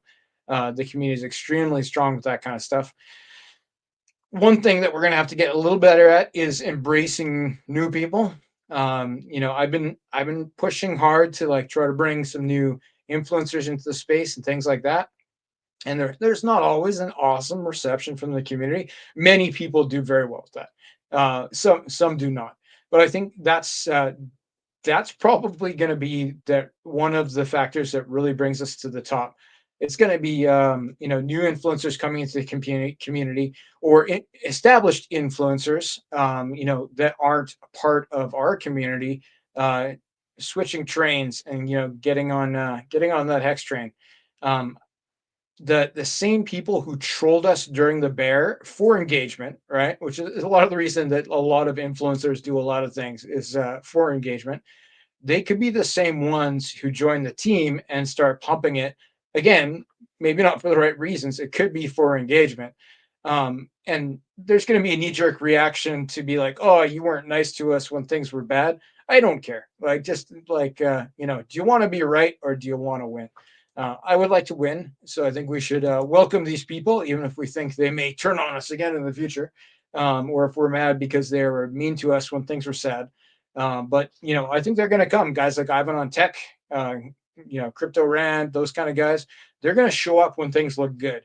And that's fantastic. I would totally think that we should work with those guys to keep pushing the narrative, even though they weren't always kind to us when, things were bad in a bear market. And that's fine. That's how it works for some of these influencers, where that's actually their job, is to create influence and not necessarily to support any one particular community. So if you see an opportunity, please take it or share it to get other established influencers on board. And I think we just need to keep hitting these guys with positive things, with aggressive things. I go and hang out in Ivan on Tech's YouTube chat sometimes. Send them the odd super chat, which I think is another awesome marketing opportunity. For the price of a super chat, you can get fairly large influencers, and I'm talking between $5 and $50. You can get these guys to say hex on the screen, right? It's a minimal personal investment that a community member could make to get any number of YouTubers to talk about hex, even for a second, right? When you have a dedicated audience of thousands of people watching who are interested in crypto, and you get Crypto Rand to say oh, hex, yeah, that's the one Richard made. There is value there beyond the $50.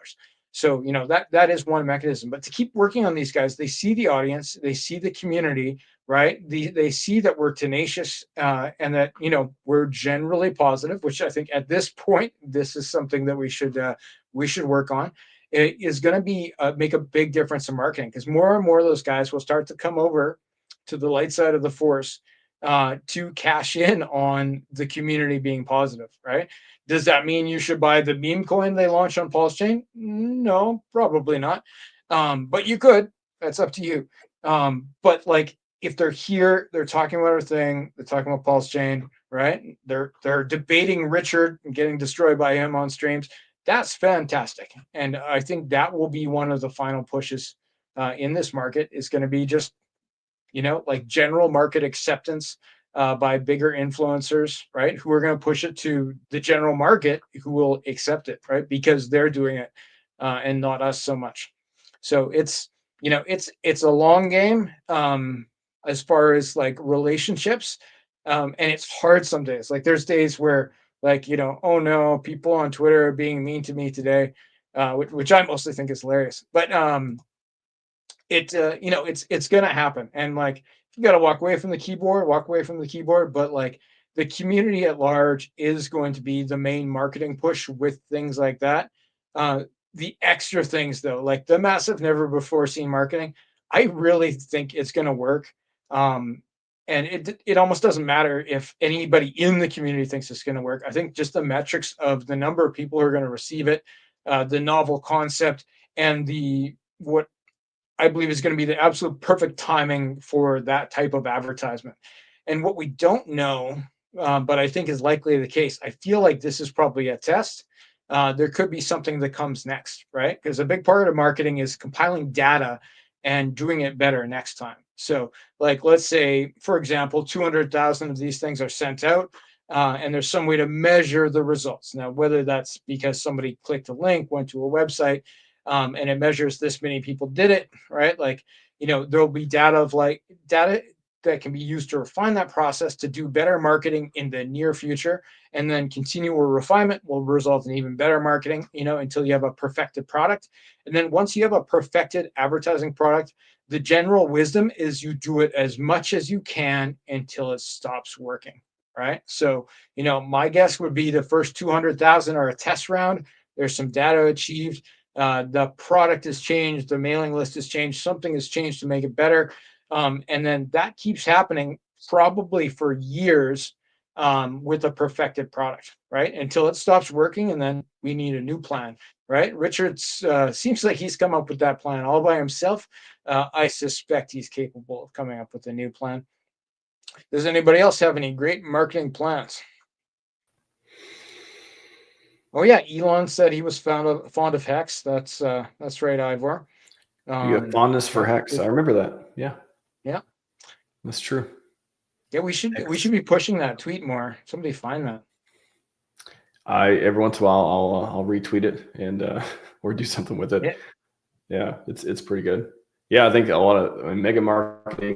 This community has so much to be excited for, especially on that. And again, when the green candles beget green candles, I think that'll be motivating for a lot of people who need that to start talking about it as well. Plenty of influencers who probably have bags who have no reason to talk about it until they want to, and are properly motivated, whether it's because to make their bags go up, or there's some marketing budget that goes out and helps with that, or otherwise. Man, I'm excited. I think there's a lot of bullish stuff in the ecosystem, and more about Sigma. I think we'll find out more about that tomorrow. I think Sloth's going to be on. I've got some information on it as well, which John Wick shared with me. It'll be pretty interesting. And I was that kind of got my mouth watering a bit. I want to dig more. Tell me your secrets, John Wick. Hey, I think it sounds like they want us to talk about it more. I'll say that. It's I know, I'm excited. It's only been like a year since Alex's last stream, since we last heard the ideal discussed. So should be fun. All right, Mr. Abdul, think you come back for the Hex panel? And come back for Hex panel in a little bit. I can come back for the Hex panel. That's after the legal talk and Crispy Man, right? That is true. We are quick schedule update. Let's see. We had to change a couple things around. Fast is awesome, and came back to do this one. And then let's see. I think Hex Law School is next, and it will take place until. Why are the times? Oh, I feel like we're off by an hour. So I think the AI schedule thing. Am I just not reading this correctly? No, 5:30. I'm adding 3 hours. It's 5:30. It's 5:30 right now, right? Like Eastern time. Yeah. There we go. Okay. Why? Back on schedule. Off. Okay, maybe we are. Maybe we're good. Okay, maybe we somehow got back on schedule magically. All right. Just needed one fast Abdul, and now we're back on track. I like it. Yeah, come back if you want to. Again, totally optional if you're not up for it. I understand. But yeah, come back if you want in about an hour 15, hour half. We may give a little bit more time to the Hex Law School. We'll see how much they need. So yeah, and we got some extra time. I'll keep an eye on it. Hex panel is going to be running. I think we may extend that because I got some extra time today too. So, all right. Perfect. See you soon. See you then. Bye bye. All right. Fast Abdul. Seeing him a lot at the conference does a lot of great stuff. Let's do Hex commercial and we'll bring in Pop Boner and Nuclear Herbs. Here we go. Hey, listen, seriously. Stop what you're doing right now and listen. It's important. People are getting rich right now. Truly rich. And you could be one of them. You need to see how people are becoming millionaires with Hex.com. Hex's launch phase ends on November 19th, and there's still time to get involved. Hex can make you truly wealthy. Go to Hex.com to find out more. That's HEX.com right now. And we're live. Whoa. Whoa. I like Papa's new avatar there. Pretty cool. I don't know what you're talking about. I'm going to definitely. No. His audio is horrible. Yeah. Oh, yeah. I thought it was on purpose. Oh, okay. Well, let me unscrew up my crap. Hold on. I'll log my in. Usually people tell me my mic sucks, but you know what? Sounds like a chipmunk getting tasered. It's did they get the new Hex marketing package in the mail? We send them to the wealthiest chipmunk zip codes. You never know. Let me log back in. You got the prototype. Yeah, when I was talking to him on the phone earlier, he was fine. So I don't know. I don't know what happened there, but let's hope getting rugged. Let's hope that a good hard restart fixes the problem. New World Order, World Economic Forum. They don't want us talking about the Hex Law School. I guess not. Yeah. Yeah. Somebody sabotaging you, bro. So anyway, how are you? Don't tase me, bro. Don't tase me. Doing good. Good to see you back. I don't think you've been on the show since the last Freedom stream for Richard. Is that okay? Maybe so. It's been a while. It's been a little bit, yeah. Yeah. Hasn't really been that much going on, but all right. Let's see, Papa. Let's see if Papa's got good audio now. Mic check. There we go. Lovely. Thank you very much. Amazing. Yep. Welcome back. Set it up so that we're facing each other somehow on this. That would be nice. It did. Yeah, I'm definitely going to rearrange it. It did sound like you're getting a squirrel getting tased. I confirmed. I was a squirrel getting tased. What are you talking about? I've confirmed it. They're telling me that's what you sound like. Yes. Nice. All right. Don't tase each other too much. I'll be back. Have fun. Thanks, Max. Oh, now I can see you. That's perfect. How are you doing? Yeah, I'm doing great. Yeah, you look great, by the way. I love the new. Well, thank you. Avatar. It's a new suit. Yeah. Yeah, the hat's Sviffy. I like it. Well, thanks. You can see me in 3D, huh? Given your specs. Absolutely. Very cool. Well, hey, it's like I haven't talked to you for at least 15 minutes. Right. So how you been? I stretched a little bit, walked around the place, touched some grass, looked at my portfolio, cried a bit, came back, and I'm ready to talk. What do you think? How are you? That's exactly why I avoid looking at anything. I figure if something big happens, the community will let me know. So. Oh yeah. You everyone's gonna let you know and say, "What do we do now? I need some legal advice for free." Yeah. Well, I'll be happy to tell you to go. I'll be happy to talk more and more about trusts and things like that as time goes on, and a little bit of estate planning when we start seeing real numbers. So. Very nice. Hey, look, this little chat, just in case everybody is not familiar with my goings on in law, I have none. I am a layman, as they say, but I do read things, and I do kind of have a skeptical mind, as a few of you know.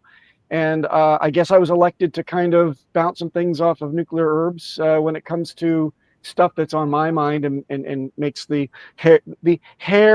I guess I've got a few hairs left on my head.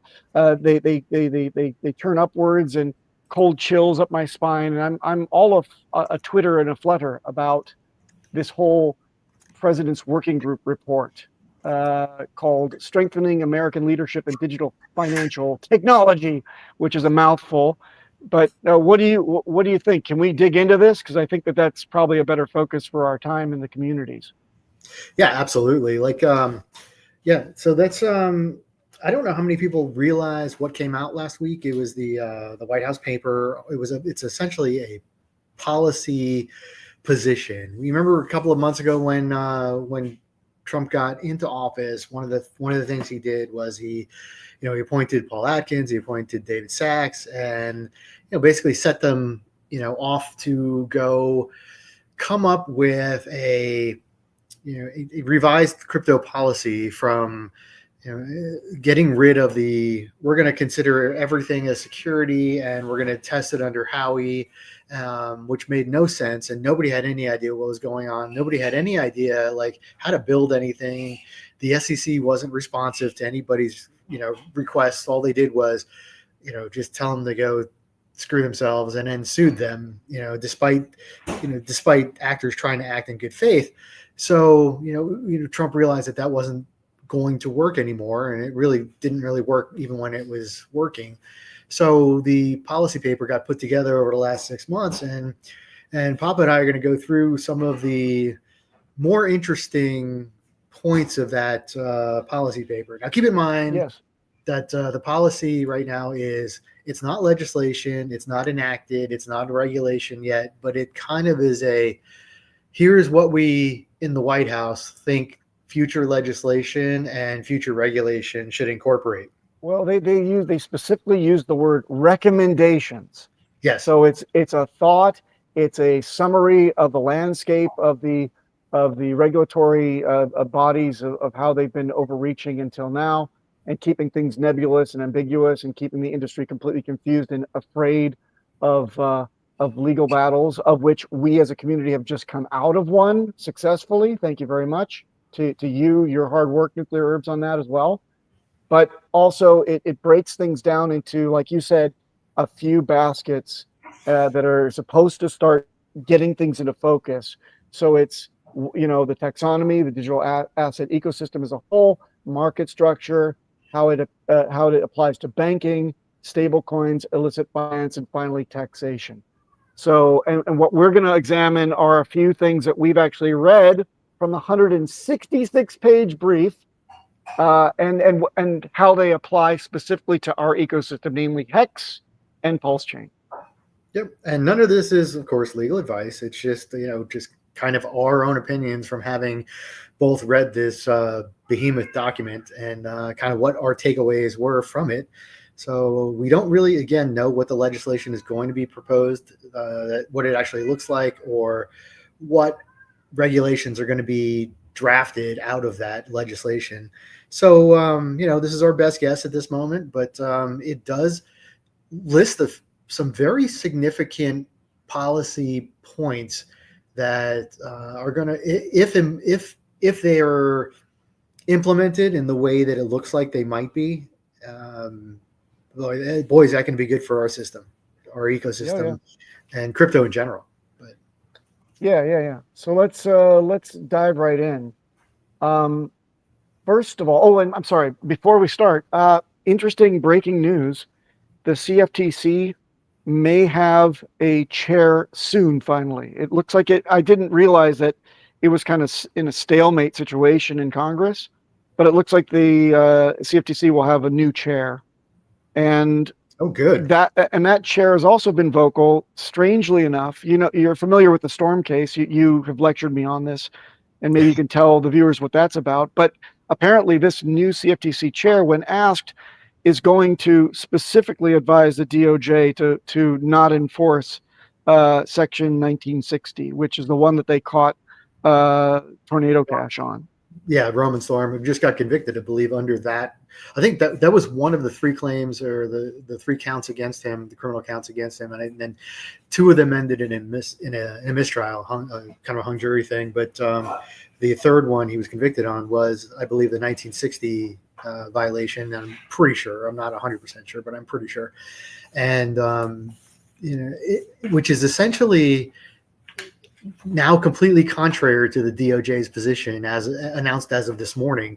The DOJ has now said that if you put software out there in the wild and somebody misuses it, and you had no intent like to design it specifically for people to misuse it, then we're not going to come after you. We're going to go after the bad guys who misuse the product, which is exactly what a novel thought. Yeah. Right. Think about it. Like, I mean, this is the same idea as saying, like, you know, if you're a gun manufacturer or a car manufacturer and you put it out there in the wild and you create a good, you know, you create a product and somebody misuses it, they're not going to sue Ford every time a drunk driver runs over somebody with an F-150, and they're not going to, you know, sue. I mean, they tried with the whole Bushmaster lawsuits, and I think it was Bushmaster, where they tried to sue gun manufacturers for people misusing the gun and shooting people.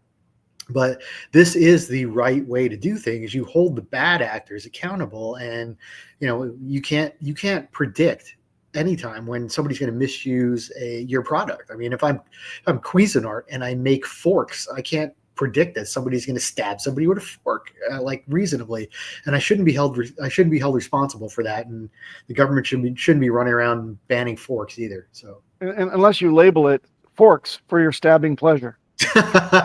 Yes, if you market it in that particular way, yes, go stab someone today. You know, right?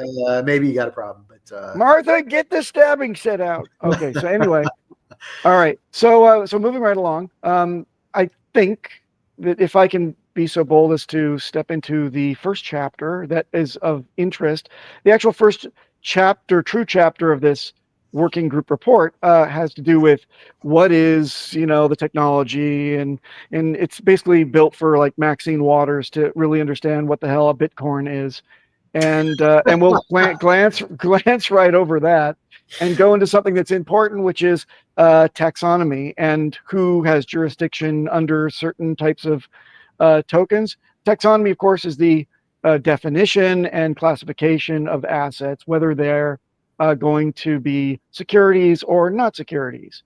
And my understanding is that the new approach is that, yes, a number of things could be securities, but most of them are not. They're mostly commodities.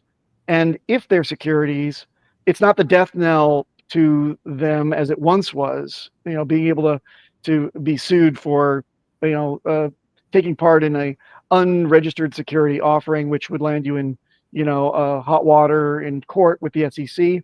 Now there's kind of a period of amnesty, or a road to coming in from the rain and the cold and being able to register yourself under the SEC. But before that happens, mostly commodities would be taken care of by the CFTC rather than the SEC. Is that a good summary, or what else would you like to launch off to in that chapter?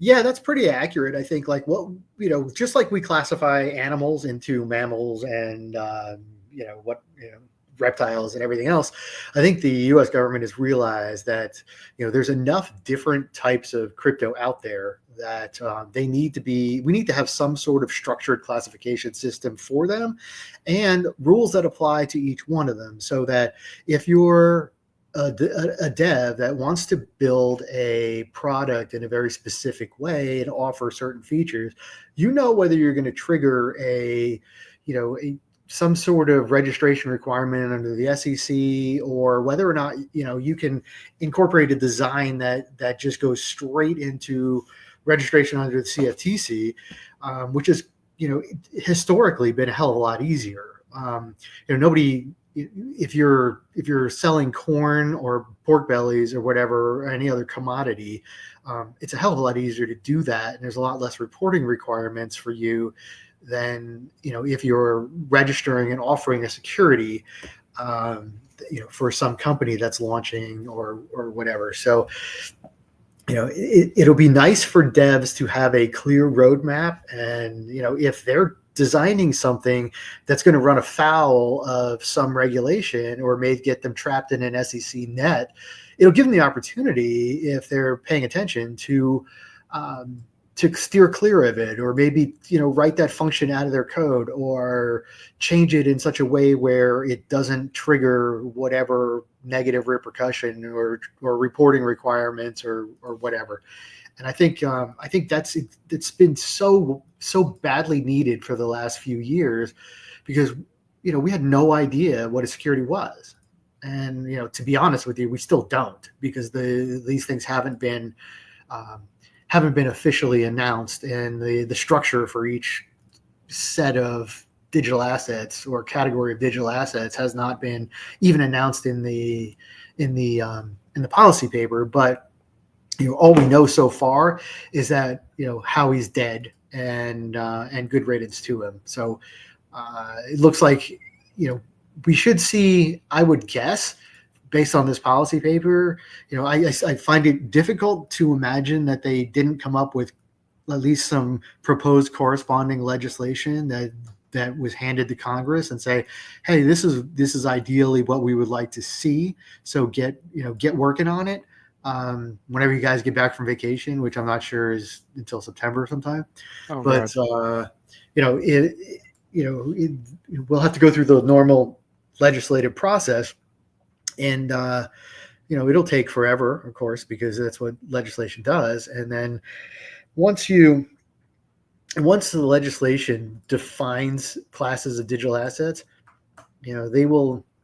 And typically in legislation, if everybody doesn't follow it that often, like it'll direct the CFTC or the SEC or some other agency or whatever to design rules and implement those regulations. And I'll go through that process real briefly with everybody, but I'm going to throw it back to Papa for a minute to add anything else he wants to here.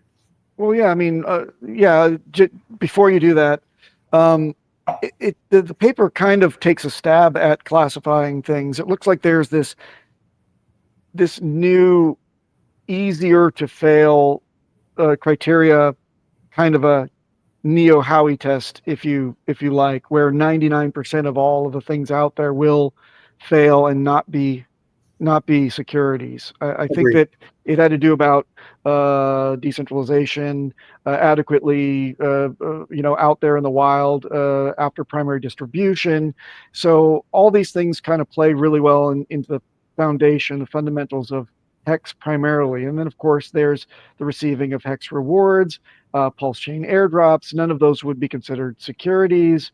So that's great. And then for stakers, the new embracing of DeFi technology that the paper promotes would also say that staking rewards, where we are specifically concerned, the tokens get burned and then you create them yourself from the contract again on the outside, on the back end, that too would not even fall into the safe harbor offered, loosely under the SEC oversight.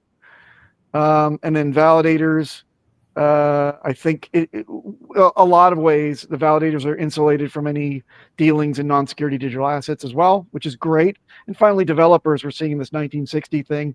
The DOJ is not going to enforce it, and the CFTC intends not to recommend enforcement. Then I think that our developers can breathe the free air of the new world. Do I have all that right? And would you like to just continue? Yeah, I think your read on that is kind of the same as mine here. The devil is always in the details, of course. So we're gonna have to wait and see, what the legislation, eventually looks like. But if I love the direction we're pointed in right now. It's very, very clear. If you take nothing else from this entire 160-page policy paper, it's very clear that the Trump administration does not want to cede its position as America's position as the essentially the crypto development capital of the world. He wants the U.S. to be taking the lead in crypto and all kinds of aspects of crypto, including DeFi, which I found very refreshing, because typically, you don't get government letting people do what they want more often than not. It's they try to kill off that portion of it, but we seem to be headed in the route towards a route where the government is not just recognizing that's self-custody and DeFi are things, but actively encouraging the development of those types of things and encouraging people to self-custody their own assets, which is holy cow, what a 180 from a year ago if we'd had the same conversation. Totally. you said that you wanted to talk about the criteria, the yes no for being able to be considered for. Pass the mic over to me. What was it? Your next thought there on that one before we close it out? I was just going to kind of just briefly go through like how how legislation that gets passed is essentially the Congress is going to pass something, and the president's going to sign it into law, and it's going to have directions to agencies to go implement the legislation. And this is kind of what happens in most legislation when they direct agencies to do stuff. The agency gets hold of the legislation and reads it and says, "Oh, within the next 90 days, 180 days, whatever it is, I've got to come up with a proposed rule in how to implement this legislation with respect to what is what's going to be the criteria for a commodity, what's going to be the criteria for security." And it's not going to be Howie anymore. It's going to be something that people can understand and know clearly when they're driving inside the lines and when they're driving outside the lines. Yep. So the short version of all of that, and it's something that we all need in this community to pay attention to, is there's going to be a proposed rule drafted. It does have the actual text, the reason for it, the legal authority for it. And then it explains kind of like the effects on people, economy, builders, businesses, whatnot. And that is published in the Federal Register. If you've never heard of the Federal Register, good for you. But you're probably going to have to start paying attention to it at some point in the next year or two, especially if you're building anything on PulseChain. Right. And as a community, we're going to be able to rally people and get on point, and then provide our analysis, our answers to it, and comment on it appropriately. Correct? 100%. So the minute it gets on the Federal Register, you have usually a notice and comment period starts. And you've seen this in other things. I think Richard tweeted out something last year when there was some rule being proposed, or maybe it was even 2 years ago now, and told everybody to submit comments on it. It's kind of the same idea. It is the same idea. It's exactly the same idea. So you will be able to read the proposed rule, submit comments to the agency. You can support it, you can oppose it, you can suggest changes. Agencies are by law required to consider all the comments that are submitted. They can't ignore them. And then once the comment period ends, they will take all the comments and review them. And if there are good suggestions, they may get implemented. If there are, some of the things that you may want to note in legislation or in your comment, if you're going to comment on something, you can say like, "Hey, this is over. Your proposal is it's overregulation. You don't need to put in these specific requirements in order to achieve the goal of the legislation. You can do it leaner and speedier, and so therefore we recommend that you pull these pieces out that are overly burdensome or whatever, and you still get to accomplish the exact same goal that Congress wanted for you." Right. So we can't be complacent on this. Even if we want to say, "Hey, job well done," you got to understand that there's other people that could throw a monkey wrench into the whole thing. They can comment from the banking sector, for example, could say, or rather the previous old guard banking sector, the bad people in Congress could have their cronies send 100 comments. So we've got to neutralize that by good solid support for things we like. Is that correct? That is exactly right. So if I were you and or anybody listening, and you're a dev and you're building anything on blockchain or on PulseChain, or blockchain in general for that matter, go ahead and set alerts on the Federal Register for things like digital assets or DeFi or something like that, and you'll get notified when a proposed rule contains those terms, so that you can take a look and read it and go, "Wow, this is really good for us. I should submit a comment saying how much we like it," or "This thing really sucks and it'll kill our industry," because there's a whole bunch of unintended consequences I can see from it, and we need to rally the troops and submit a whole bunch of comments. So right. Yep. So look, we're going to enter the lightning round now because we got 4 more chapters to blow through, and I think we can knock the next one out really super quick. This one's about banking, and it simply, well, I guess my summary is that it acknowledges that there was Operation Choke Point 2.0. It's no longer just a catchphrase. They refer to it as a known fact, and they say it's done, it's ended. People are not going to be debanked for doing things in crypto. Businesses can now actually apply and not be, turned away simply because they have the whiff of crypto or DeFi in their business brief.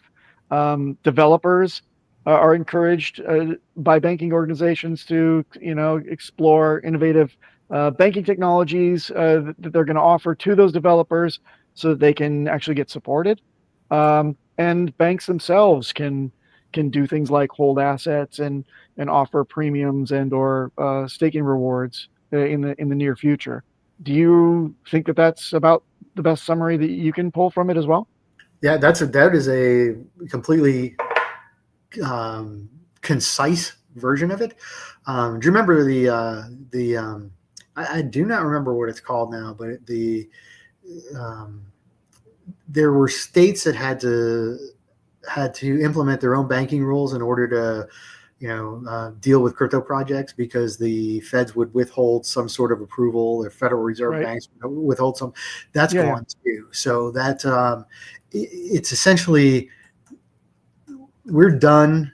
The White House, from a White House policy standpoint, the banks are done trying to kill crypto, which is fantastic. So there's going to be a lot more leeway, a lot more freedom that banks have with respect to collateralized limits on things, being able to lend on, with respect to, they don't have to, I don't think they have to have dollar for dollar anymore in reserve assets with respect to crypto.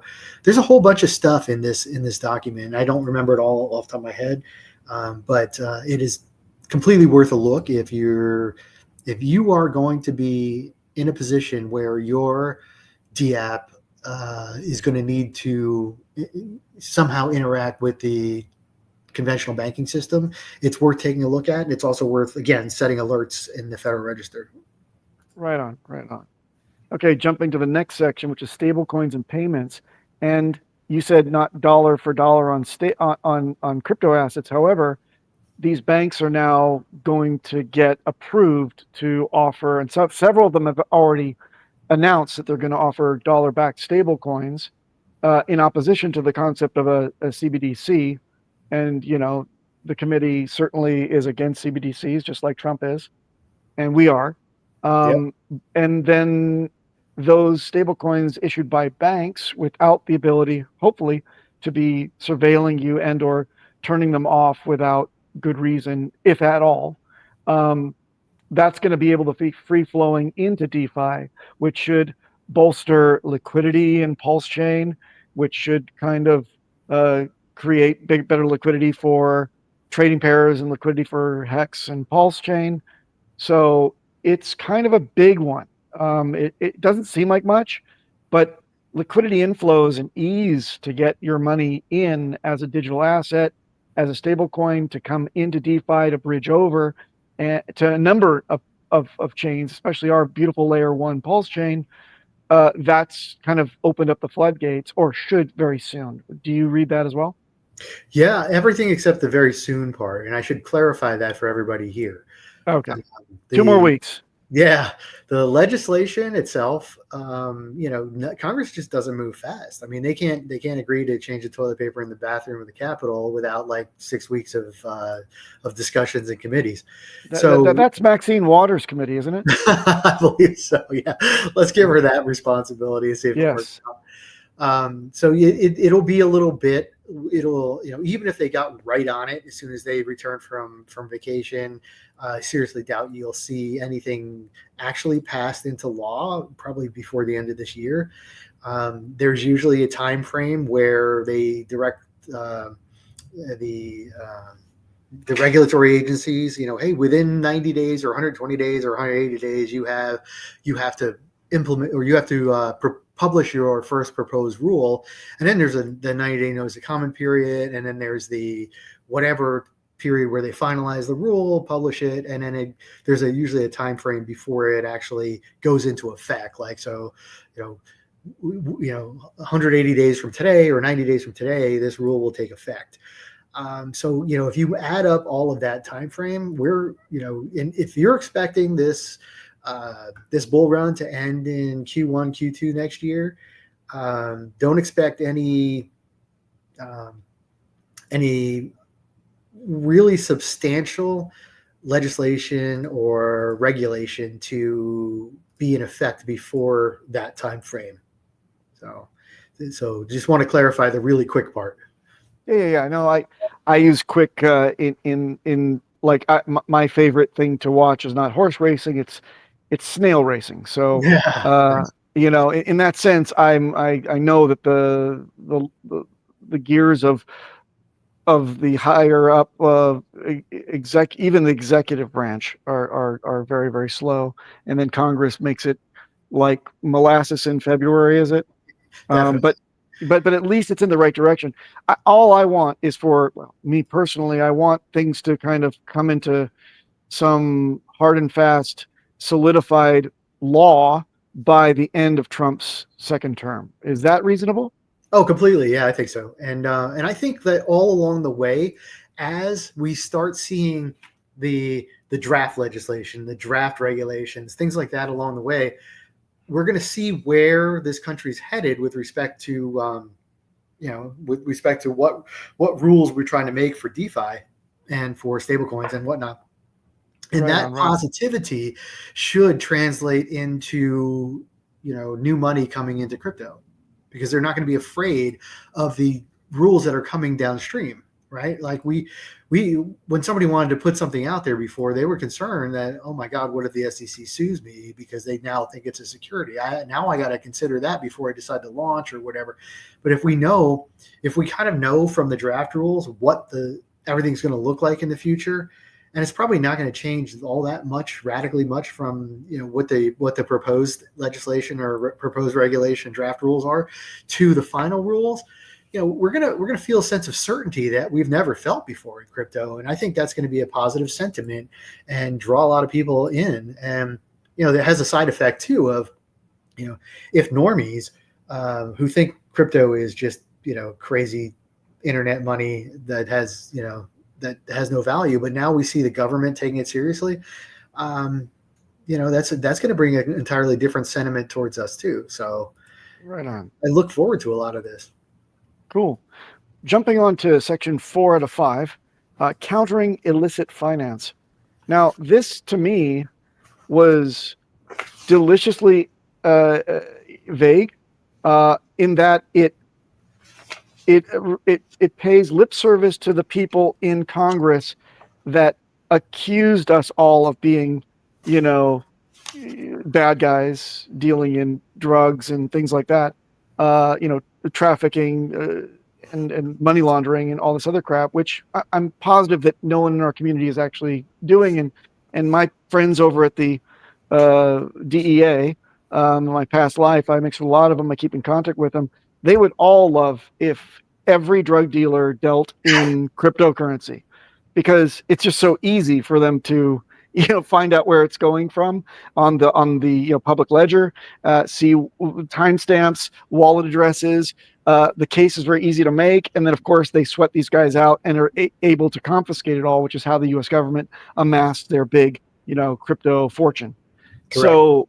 So they in this brief, they kind of define that in kind of a, I don't know, it's kind of an easy way for us to find out that we're not responsible for a lot of things that will be, possibly fingers pointed at us by the DOJ.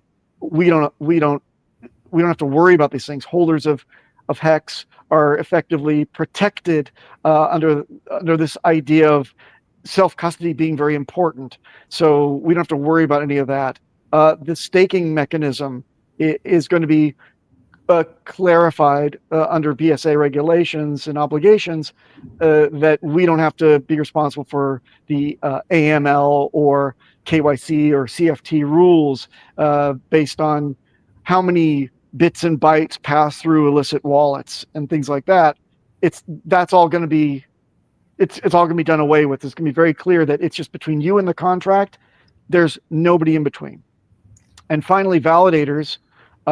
Again, this one was probably the biggest risk, is that someone would say, well, you're going to be having to be a money transfer, a regulated and verified and registered money transfer agent just because you're receiving rewards from the chain and you're helping to bolster the security of the chain, but still it's possible that the nodes themselves are connecting up with other nodes, and that could be problems. So you have to AML all of those other owners of all those other nodes.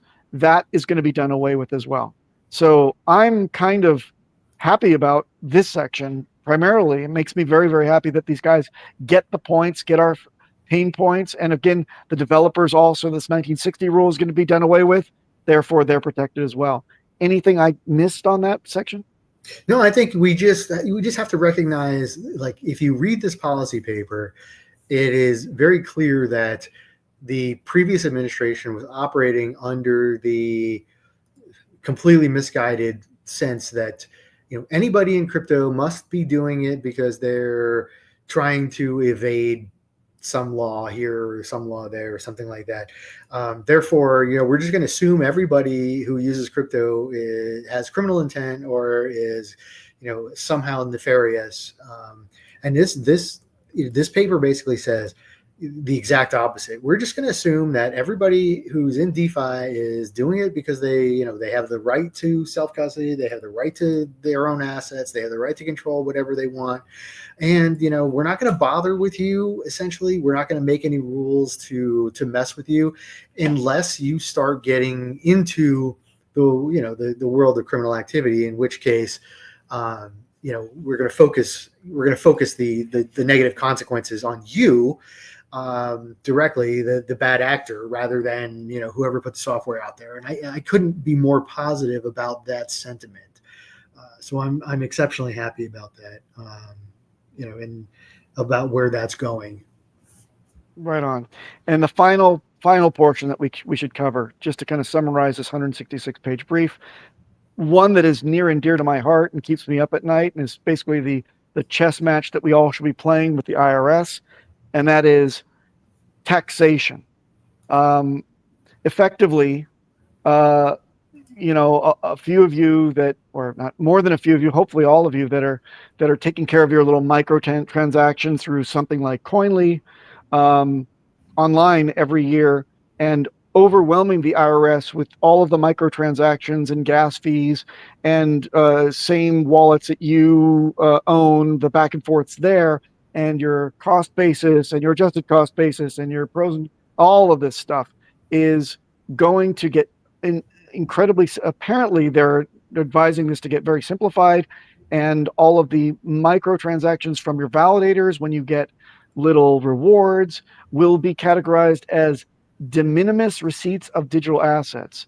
To remind you, you can think of mini-me. So all these little mini-me transactions that are coming through, you don't have to spend the highest tier of accounting for Coinly every year. You can simply minimize that to the lowest tier and say, hopefully, did I dispose of that asset or did I not dispose of this asset? That's one of the things that they're proposing, is that you may not have any compliance burden for reporting if you did not sell the asset or trade it into another asset. Even asset-to-asset transactions are up for debate.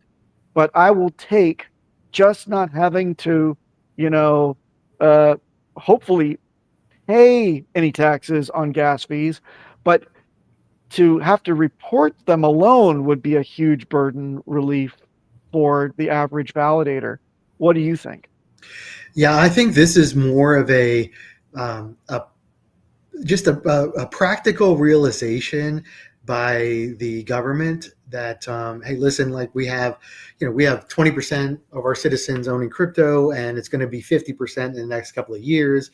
And if every, if there are 25,000 DeFi projects offering different things, rewards, staking, whatever, just the burden for reporting all of that on a citizen is insane in and of itself. And then when you take that and you say, how many auditors do we have left after Trump fired them at the IRS? And they're like, we got 15,000 auditors left or whatever like that. How the hell, just as a practical matter, could they reasonably audit people who are receiving, if you're a validator and you're receiving 20 pulse every 15 minutes or 10 minutes or 5 minutes or whatever for attestations or something like that, and then you get block rewards and whatever, and then tips in the block rewards and and all this other stuff like that. How the hell can you do it? How can they successfully audit it? So I think there's a practical realization where the de minimis has to make sense. And I think you're right. I think at worst, I think we'll see, this is just my complete speculation here, but at worst, let's say your aggregate rewards for validating and over the course of 3 months equals some number that's above the de minimis exception. You may have to, file something at some point saying, I received X amount over the last couple of months or whatever. And then, or maybe you just have to, maybe it's a quarterly statement that you have to prepare with your annual taxes. I don't know. I mean, I'm just completely guessing at this, but I think the individual day-to-day de minimis stuff, I don't see any practical way for anybody to keep track of all of that. And therefore, I don't see any practical way for the government to audit that at scale. So, I think the government has recognized that this is a problem that's only going to get worse over time when there are more and more and more projects offering more and more different ways to earn different rewards, and they're all trickling in. If you own coin X and it pays you out like 1 hex a day, like what, and then. How are you supposed to monitor all that? How are you supposed to take care of that? And then what are you supposed to do at tax time? So I think you're right. What I would love to see, and I don't know that it's going to happen, but I would love to see 1031 exchanges for crypto. Yep. If you go to stablecoin, or if you go to, if you cash out, that's a taxable event, but I would love to be able to see you move one crypto to another, without having to, without triggering a taxable event in the same way we do now. So a pass through, like you're talking about something to do. Right now, that would be like real estate, for example. If you get a new house within, 6 months of selling a house in certain states, it's like a carry through of your profit from the previous sale. Is that the 1031? If you own real estate and you want to swap it into other real estate, then you have to identify the property within 30 or 60 days or whatever it is. And so people typically identify like 3 or 4 properties that they want in case something falls through, and then actually close on it. I think you might be right on the 6 months. I'm not entirely sure on that, but you have to actually complete the transaction within a specified period of time, and then you can defer the capital gains on that real estate for, until you eventually sell it and don't 1031 it into another property. So I would love to see something very, very similar to that for crypto, because eventually, the whole idea, everybody knows this, the government knows that eventually people are going to either put money into stable coins because market goes down, or they're going to want to cash out. So they're going to be able to, get that taxable event at some point, because nobody's going to leave their crypto in crypto forever unless they forget their seed phrase, right? So, yep. So and that's the thing that I can't stand is, look, I lived in Silicon Valley during the high point of the bubble, during the internet boom, and I saw people that were desperate because they got stock options, and back then the tax rule was if you get something, be it a stock option or otherwise, based on that fair market value of the time that it was signed over to you, you have a tax event. So Right. people were going nuts, so like jumping out of windows basically, because they got into a startup, they got this huge valuation, they got their stock options released after a year, and on like days after they got their stock options released, it went down by like 50%. So they're like, oh my God, I got to pay so many taxes. What the hell am I going to do? I don't even have the value anymore. The same I don't want to see for crypto. And I think a lot of people are being vocal about that. When you get a validator reward, I don't want that to hit the market and have to account for it at fair market value. I want to say, you know what? I'll take the hit based on $0 cost basis. That's fine. I'll pay the full amount. Just don't hit me for, disposition or disposal of the asset rates from top to bottom at that moment, because Right. I don't want a tax bill, right? Yeah, and we have to think of it. We're in our own little bubble here on PulseChain, but I mean this applies equally to Ethereum and other chains that are proof of stake. So imagine the burden on Ethereum validators is just as great as it would be for us. So and there's a lot more of them than there are of us, right? So there's the government is going to have to take this into account. And, quite frankly, at this point, Ethereum has a much bigger voice in the regulatory arena than we do. Hopefully that will change over time. But, they have the Ethereum Foundation. They're better organized and they're better able to kind of make their voice heard. But that directly benefits us. If these type of rules get put into effect that benefit Ethereum's validators, they're definitely going to benefit our validators as well. Nice. Well, I mean, this is the beginning, right? To bring it back down and to land our plane, I guess we could say that this is a really good step forward. It's putting things in writing. It's official. It's a roadmap for, let's say, the next 3 years to fill in gaps and to provide a pro innovation framework that benefits Hex and PulseChain stakeholders. It's really great recommendations. I mean, I don't see a lot of downside. We don't see a lot of sinew and skin on this skeletal type of view of what regulation will look like, but it's a damn sight better than what we had to sweat through Gensler. I mean, honestly, it's really great. It's really great to see that we're breaking through. We're validated as an industry now. It's incredibly positive, yes. Yeah. And when you think about the Trump kids who own stuff in DeFi, I mean, and one of the things we have to keep in mind too is there may be a little bit more of an aggressive push to get some of this stuff done, because we have midterms coming up, and historically the party in power doesn't maintain the House during, after midterms. So there may be more of a push to get some of this legislation and regulation enacted and in place before this Congress concludes in January 1 of 2027. So let's keep an eye out for stuff. We can always hope that the gerrymandering debate and issues that are going on now in Texas and California and possibly other states could secure the House once and for all for the rest of this president's term. Wouldn't that be glorious? That would be fantastic. Yeah. Yeah. Not that I'm trying to politicize this whole thing, but it wasn't my choice to make crypto a highly partisan type of debate in Congress. It wasn't anybody's desire for this. We thought that this was just the simple truth that it was going to evolve and it was going to be the next, big earth changing iteration of technology like the internet.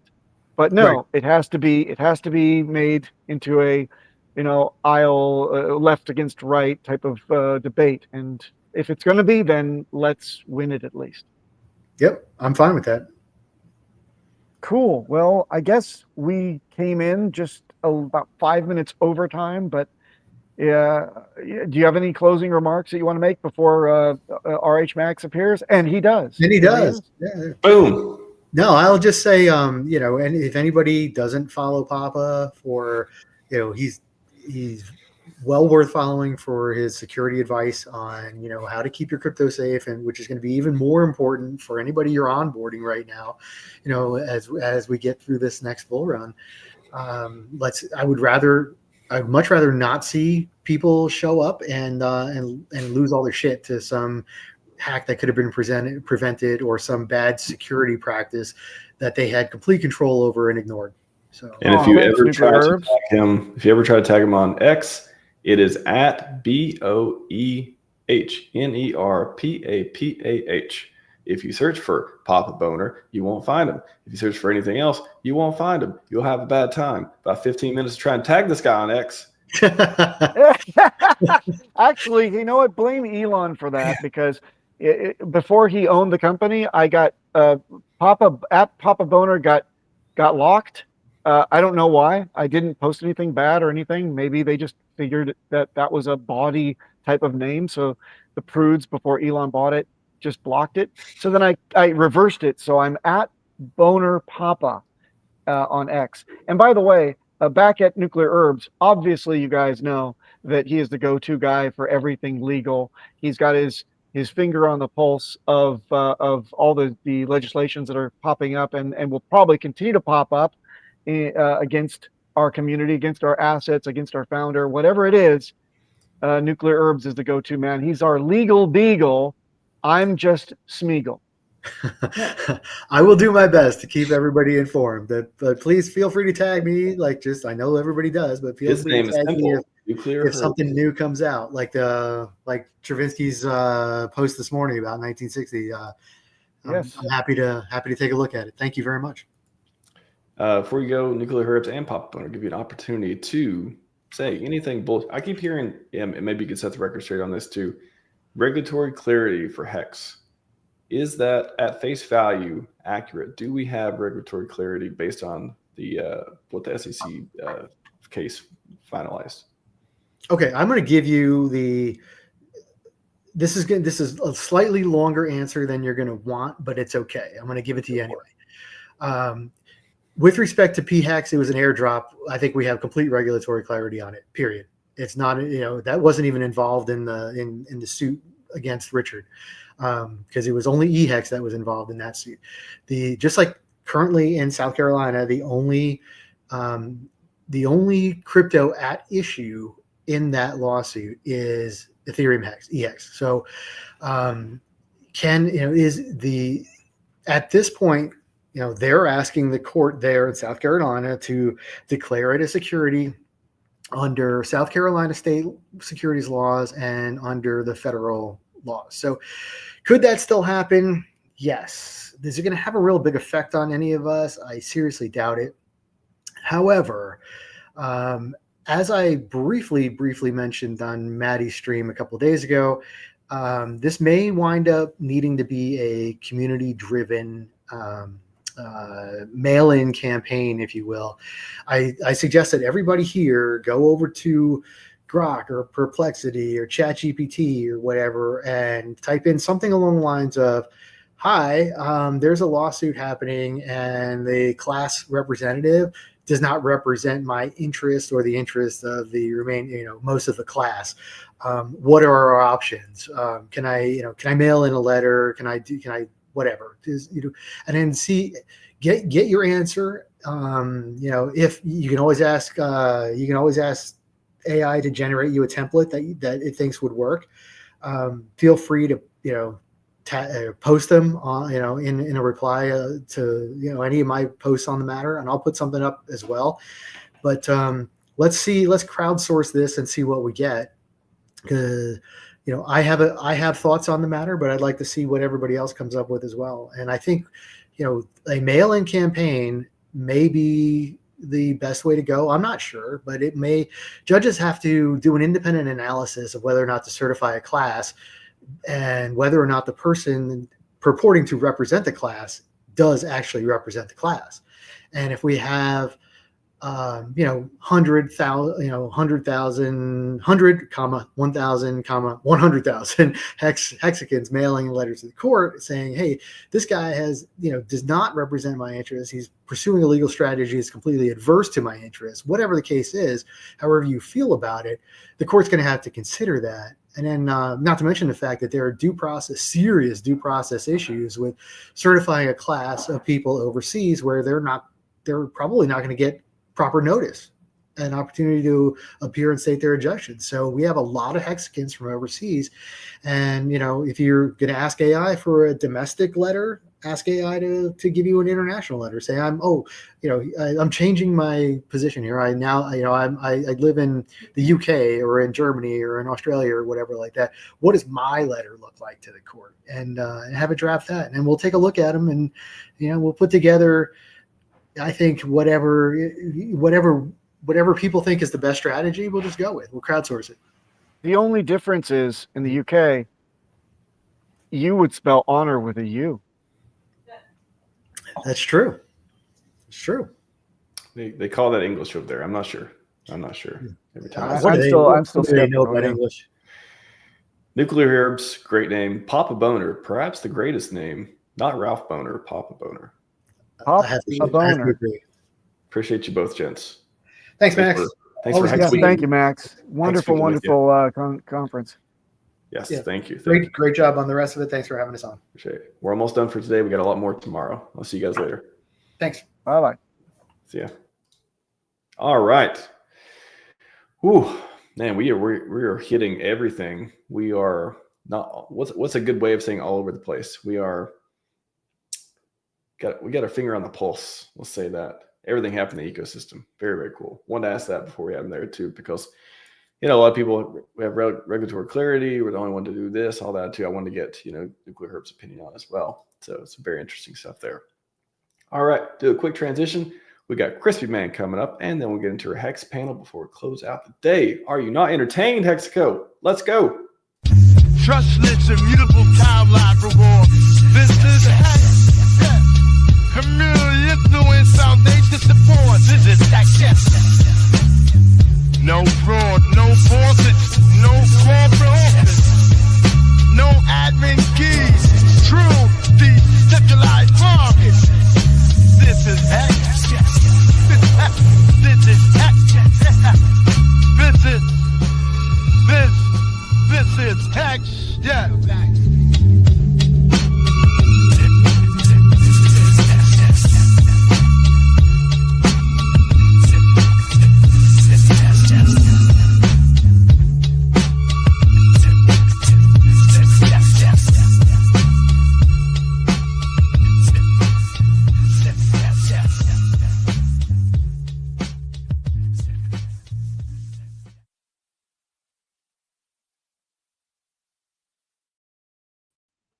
Are you feeling hexy, Mr. Crispy Man? How's it going? Yo. Big hey now. Can you hear me okay? I can hear you great. That was a new Pulse Wave vibe. Just sent it to me. Made it for Hex Week. He made all the intros and outros and the backgrounds for all 3 events, and he just came up with a new one. Super good. Had to play that for the intro. Boom. Like this flames, a lot of fire, a lot of flames, a lot of winning. Yeah, he's pretty talented, huh? It's good. Very good. Pretty awesome. He is awesome. But I mean, a lot of great community. I mean, it's like literally, I feel like this community is Hexaco. Like whether it's a physical place, it's an idea. We're already here. We have people of every kind of talent, and it's a beautiful thing to see it all come together. And I appreciate all the stuff the community has put forth to make this place great, and to make this event awesome, because I'm enjoying Hex Week. I'm very tired, but I'm very much enjoying all the stuff we've had this entire week. So I bet. Oh, all right, man. It's all yours. Take it away. I know we appreciate it. Go ahead. At least I do. No, you guys. It couldn't happen. It could not happen without the community. It would. Me up here for 25, 30 hours. I ain't doing it. I'm not doing it. I'll be in the background, but I'm not doing it for 25, 30 hours. So Crispy's up here. He's put in at least 2.5 hours, maybe 3 this week. So, putting in work, man. I appreciate you, sir. We're here. All right. 15 more years. 15 every time you make a 5 stake, that's 15 more years that hopefully you'll be making some mad gains.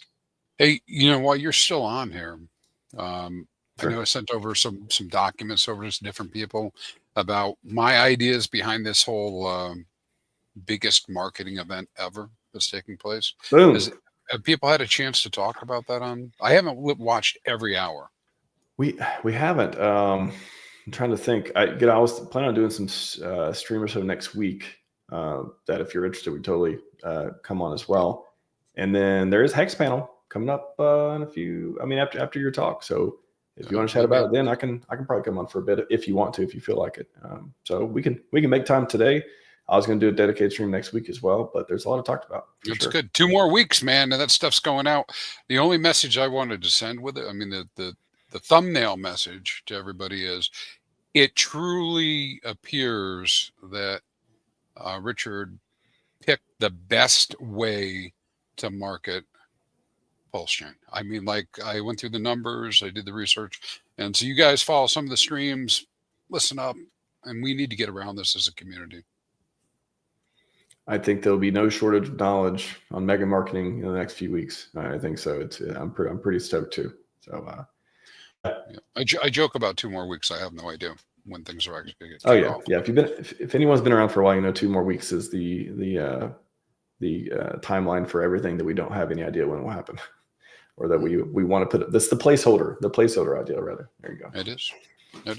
Well, I'm going to get you back on schedule because I have a pretty good presentation, but I'm not going to go into great detail on every. You can go into great detail. You can go into every detail you want. Nah, man, there's pages. There's pages and pages of stuff.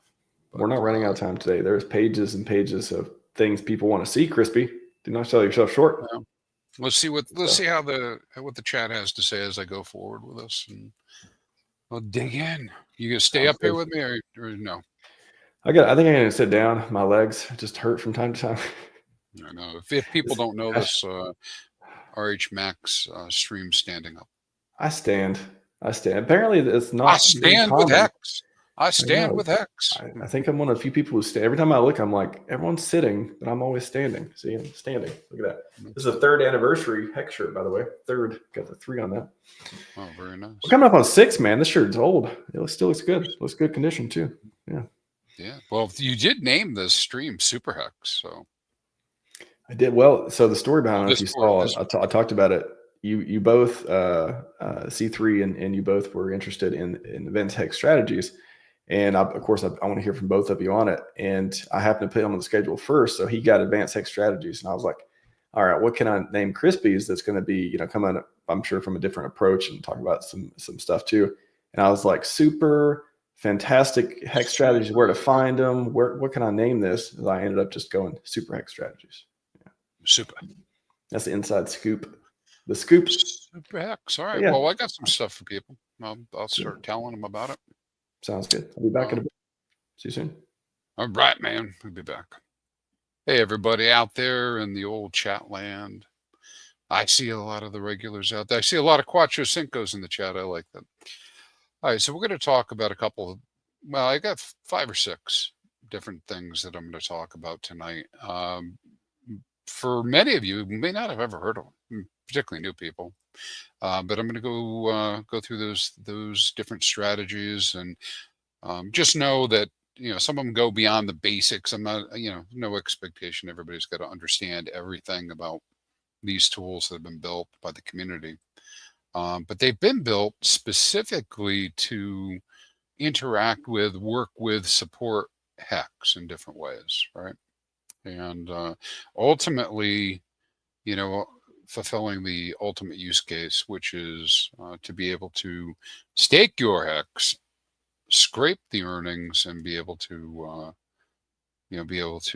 to take some sort of value from the system, right?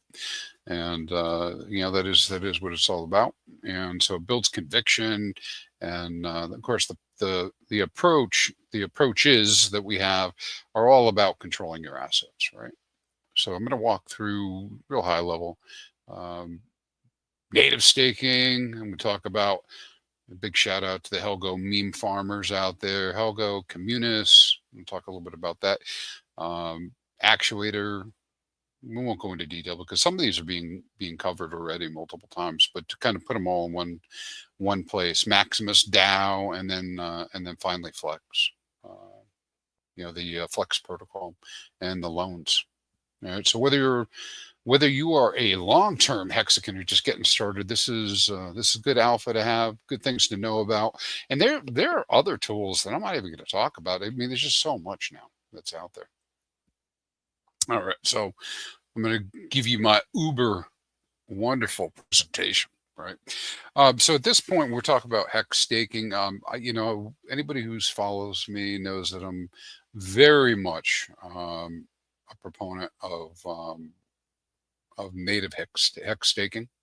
All right. I think it's a great way for people to get started. And of course, if you're going to do that, what is the best way to get set up with your ladder?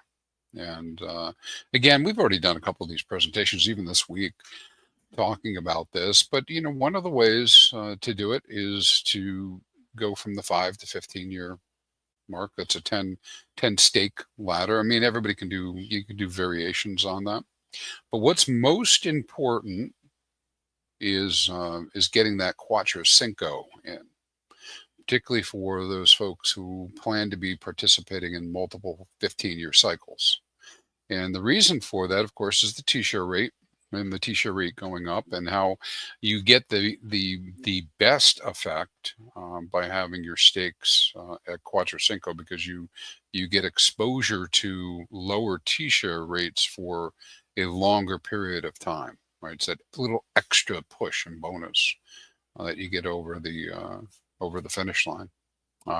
Now you can go listen to my previous talk yesterday, where I went over hex staking and the ladder, and why it can turn out to be such a good thing. Right now, hex staking just by itself, just native, directly competes with TradFi in terms of reward. You can put a ladder together, probably a ladder. I didn't do the numbers on this. A ladder from 5 to 15 years is probably going to average you pretty close to 5%, which is slightly better than some things that are out there in TradFi. And what you're able to do with that then is be able to earn on that. But you have this situation where hex inflation has really taken a downturn. Sure, there's a lot of people have stakes out there ready, and they've gotten inflation or they've got it allocated, and then eventually they will mint that hex and it'll be part of the supply.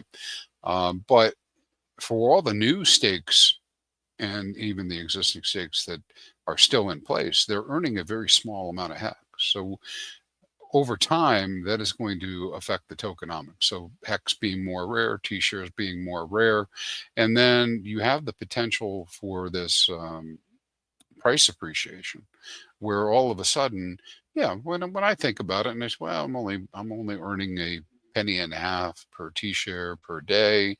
Doesn't feel like a lot, but when that becomes $5 or $7.50 US, all of a sudden that changes things quite a bit. So there's this opportunity. So one of the very first things I'd tell people to do is to, I wouldn't tell them what to do, but I would suggest they look into hex staking, and to do that in a native fashion, right? With a native hex staking ladder. Probably one of the easiest entries would be something of that nature. Now, moving on to, let's go take a look at some of these other protocols out there. Things that you may or may not know about. Helgo. Now, I don't know if they actually call it MemeFi themselves, but it was meant to be the original meme token on PulseChain. And this one's a very interesting play. Helgo it is, because with Helgo, let me just move my screen. I'm sorry, guys. I'm going to do something over this end. With Helgo, it is a deflationary token. It is something that was launched trustlessly. It's farmable and there's no lockup, right? But But here's the thing: is it is paying some pretty strong yield, right? And so you can do that. You have to go to their website. I have it on the screen here to go dig in deeper to it. But probably the most important thing about this one is just the sheer size of the liquidity out there. All right. And it's not liquidity with anything, funky. It is liquidity with Hex. Now, why is that important? Well, so this is a group of the founders, I believe, are a group of Hex OGs, right? And they load it up, by providing LP between Hex and Helgo very strongly to the point that Helgo outperforms Hex just a bit. But it's all about providing liquidity for Hex. It's all about reflexive market making, which means that it'll act a little bit like leverage on top of whatever happens with Hex on PulseChain. So that is one that I got my eye on for sure. Helgo. Now, none of this stuff is financial, though. You guys, I think, all know that. But you get a chance to go take a look at it. And if you are in the Hex ecosystem, you should at least know about it. You should at least know about it. So that's the Helgo. Communis. Again, we've been talking about it. We'll keep talking about it. Communis is a reward token for staking Hex. So if you stake Hex natively for at least 180 days, you'll receive or will have the opportunity to claim a bonus in Communis tokens.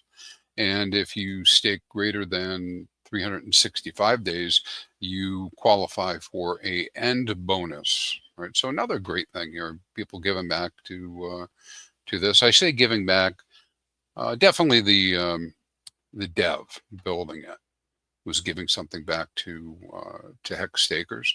It's all about that. You remember that first thing I was talking about, having a staking ladder, native staking ladder? It's all about helping to incentivize keeping a staking ladder up and running and continuing to add Quattro Cinco rungs at the end of it while earning additional COM. All right, so that is the first part of it, is really incentivizing people to keep their staking ladder up to date and full. But here's the beautiful part about this. Because it is a reward token, we developed something, or came up with this idea that you could call what you get on starting a stake a coupon. And currently, when people start a new Quattro Cinco, for example, native Hex stake, they get about 4% of the value back in COM. Now, COM is a token like any other token. It's got liquidity. And again, shout out to the people that are willing to put up liquidity to incentivize staking Hex so that people can get COM and claim it. Because then what those folks can do is take their COM and swap it for Hex. All right, so it creates a little bit of a do loop. And the higher coupon rate, the more you get back with that. So if the price was to double, it would be an 8% coupon. All right, and if you can go from there. And so you can see how that could provide great incentive. And this is DeFi and it's crypto. So I'm pretty sure those prices always bounce all over the place. But Communis is rare, like a T-share, rare. And a lot of people have not claimed their Communis, or will not. I mean, that's just part of the game too. And so that makes it even a bit rarer. But the main liquidities are normally with Hex. I say normally because once in a while a big player will come in and accumulate the COM by setting up big LP. And so recently we saw it come almost to all-time highs against both Hex and Pulse. And now that particular market is cycling in the downward direction. But again, it's crypto, and so we do expect there to be ups and downs with different tokens. And again, with the community, it is immutable, no admin keys, and it's what I like to call conviction-based.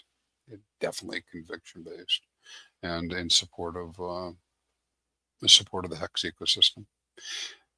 We move on to Actuator. This is definitely go check out Bill from C3 Works. in some of his streams. I've done streams on Actuator before in the past as well. But what a fantastic opportunity this is, because there are people that have hex stakes they have made using the HSI protocol, the hex stake instance, or the hex mining instance, and that's part of the Hedron ecosystem. You're able to put those up as collateral and extract a value from the stakes while still owning the stakes. You do put them up as collateral, so you have to pay back whatever the value is that you pull out. But it's a loan where you can actually do that and then go do whatever it is you need to do with that liquidity. Yeah, I suppose there are some people that would exit completely out of that, but in that way, but that doesn't seem to make sense to me. But you do retain the actual ownership of the stake, at least until it ends, or gets to its to the hex time token date that you may have chosen to mint. But again, I can't get into too much of the detail because that'd be quite confusing to people. But the basics of it, if somebody makes a stake using the HSI process, you're able to take some value out from that. Now, that's just one half the coin. The other side of it is, well, if you are somebody who is looking to invest, well, when you take that loan and those printers, those tokens are minted. I was going to say printed, but they're really minted. Those tokens are minted. They equate to hex in the future, right? So we call them HTTs, hex time tokens. They have a particular date assigned. On that date, anybody who owns one, just turn it in for hex. You just redeem it for hex. All right, so that creates kind of what I call a super bond situation, where sure, you may not want to take value from your stakes, but somebody took value from their stakes. Well, now they're using that for something else. And so those HTTs typically run at a discount to hex. And because they're running at a discount to hex, you can obtain them on the market at various prices. And because you're getting them at a lower price than hex, you can very quickly see, and they have this on their dashboard at actuator.finance, you can instantly realize ROI, return on investment, because you know that you paid, let's just say, a quarter of a hex for a full hex in the future, and it will be a full hex in the future. And in that way, it's very similar to the bond market. So you can actually go check out that actuator.finance and see how that is. And there's a lot of different ways to utilize that particular application, that protocol. So it's pretty cool. And it does pay you right now for farming. So you're able to set up LP between the HTT tokens and hex with very little risk at all, in my mind, in terms of impermanent loss, because you're basically doing is setting up a token that will be equal to 1 hex in the future with hex. And so it's all hex. And so over time, you would eventually be able to pull that pool and redeem both sides for hex.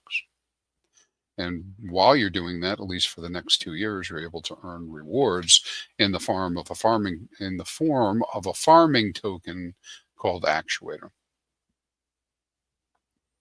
So now let's move to Maximus DAO. Now, this is a very interesting one. Now, with in regards to Maximus DAO type tokens, I know a lot of people here know about them. I'm just going to focus on the 2 top ones at the moment, Maxi and Deci, because they're the longer term tokens, but they do have several others, Trio, Base, etc. You can check those out at the Maximus DAO site and go get more information about them. But these tokens are basically liquid wrappers for either a Quattro Cinco stake or a 10-year stake. They also run on the market in different directions, right? There's not a lot of liquidity, but that can work into people's favor. So you can go purchase these tokens, and they represent older stakes that have earned a tremendous amount of hex at a higher number of T-shares than you'd ever be able to get today. And they're still in place. And quite frequently, they're at pretty close to the price of a Hex or at a discount to Hex. Even though their NAV, their actual value is much higher than one Hex.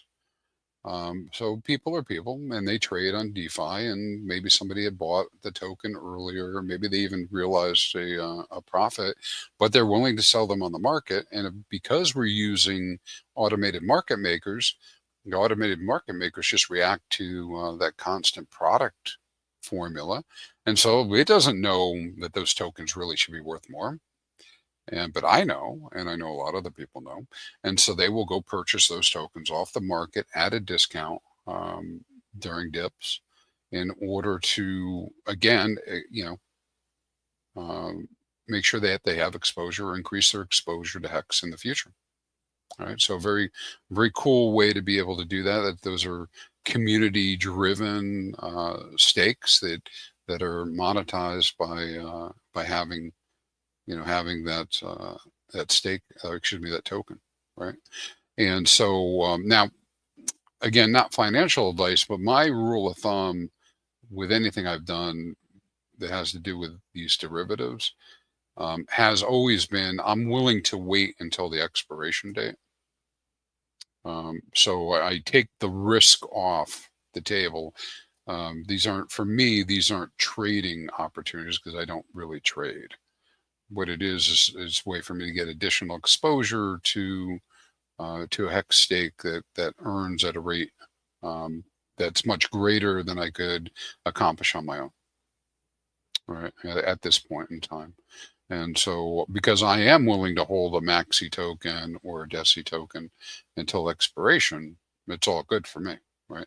The same thing as when I didn't put HSI's auctions on this list today, but the same thing with HSIs. I'm willing to go bid on an HSI and win an HSI, but there may not be another market available at some, when I want it to be available to actually go resell it. But I am willing to wait until the end date, to the maturity date, and therefore I will get the Hex if I'm willing to do that. So you do have to proceed with caution on all these different things. And do your own research, go look at those websites. But that's another really great strategy.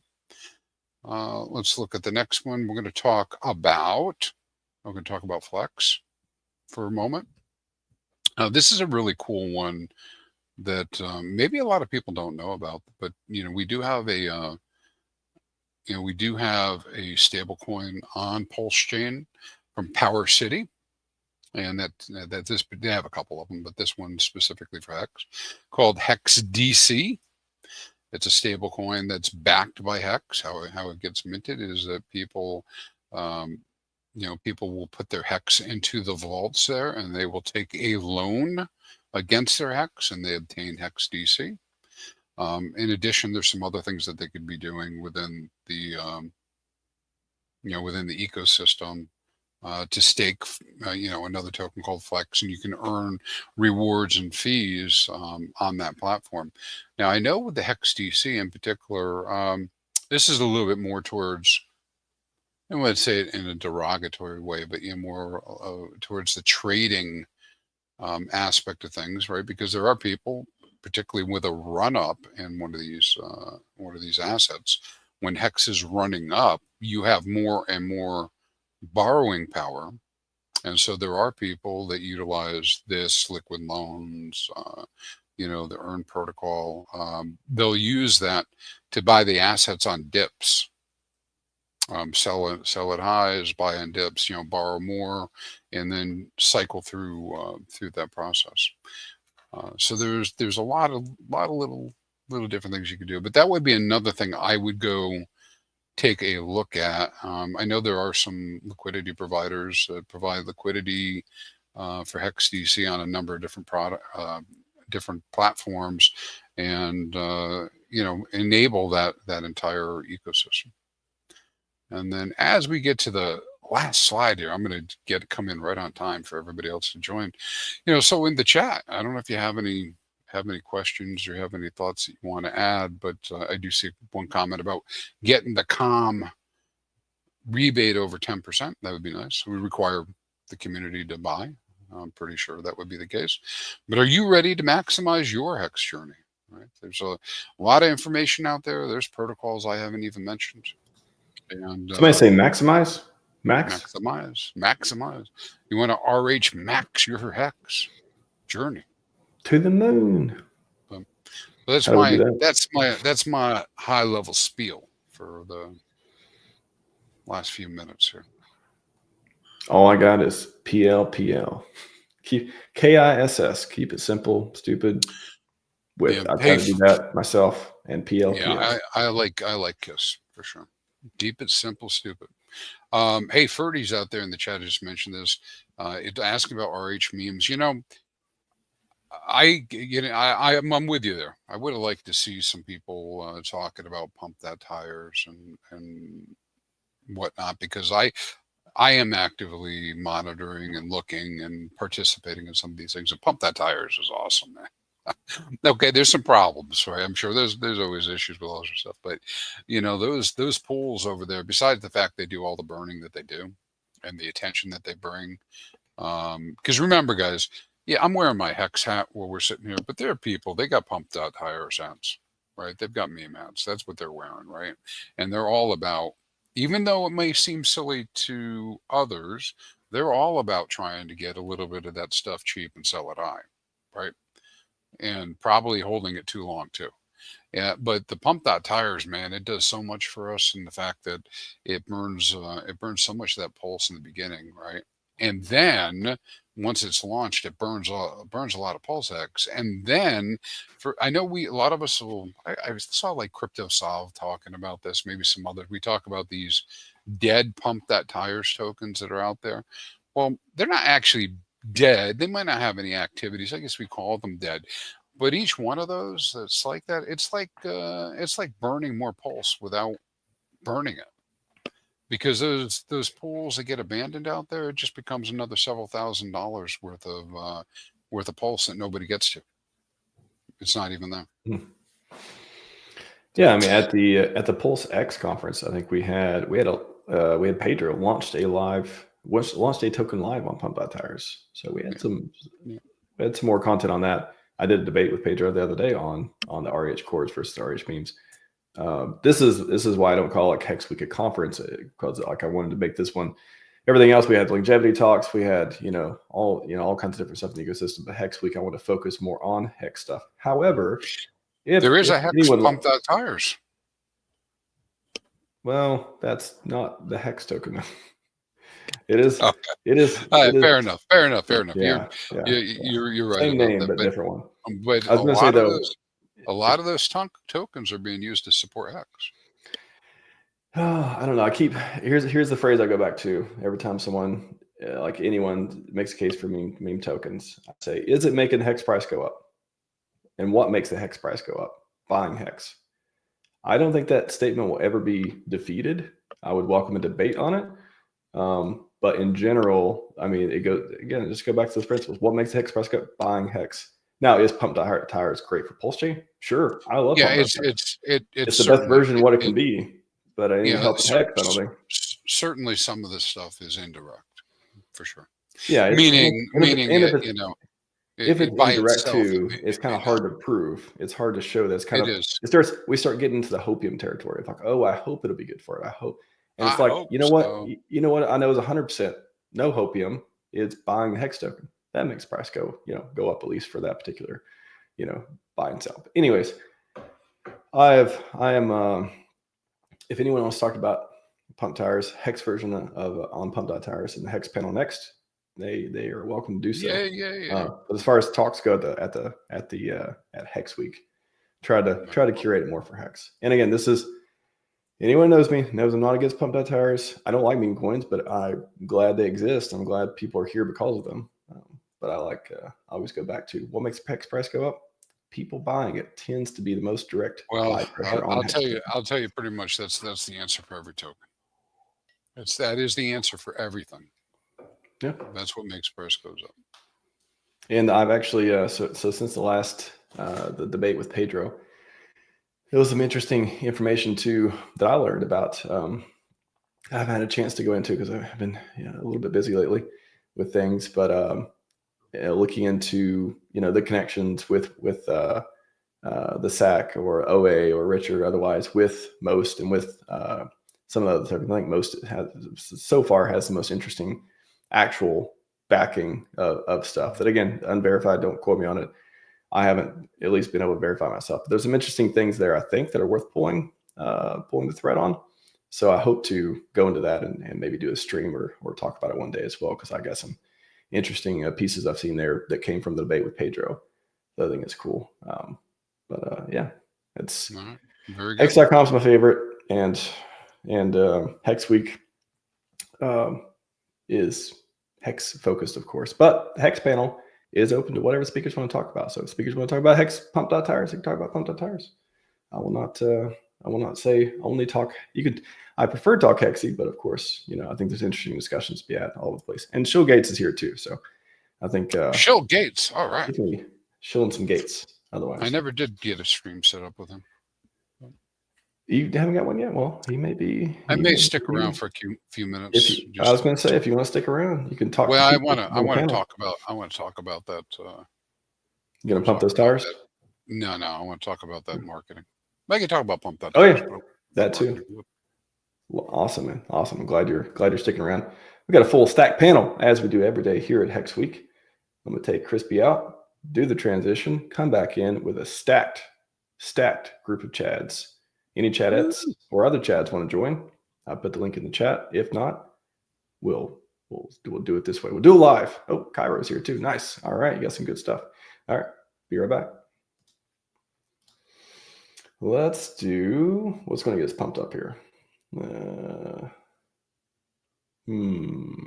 What have we did? You know what? We haven't did dance for. Let's do dance. Let's see if they talk to Kendrick Lamar one time.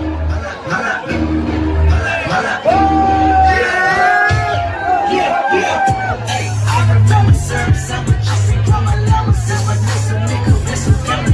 But mama count this. I'm a show with my account.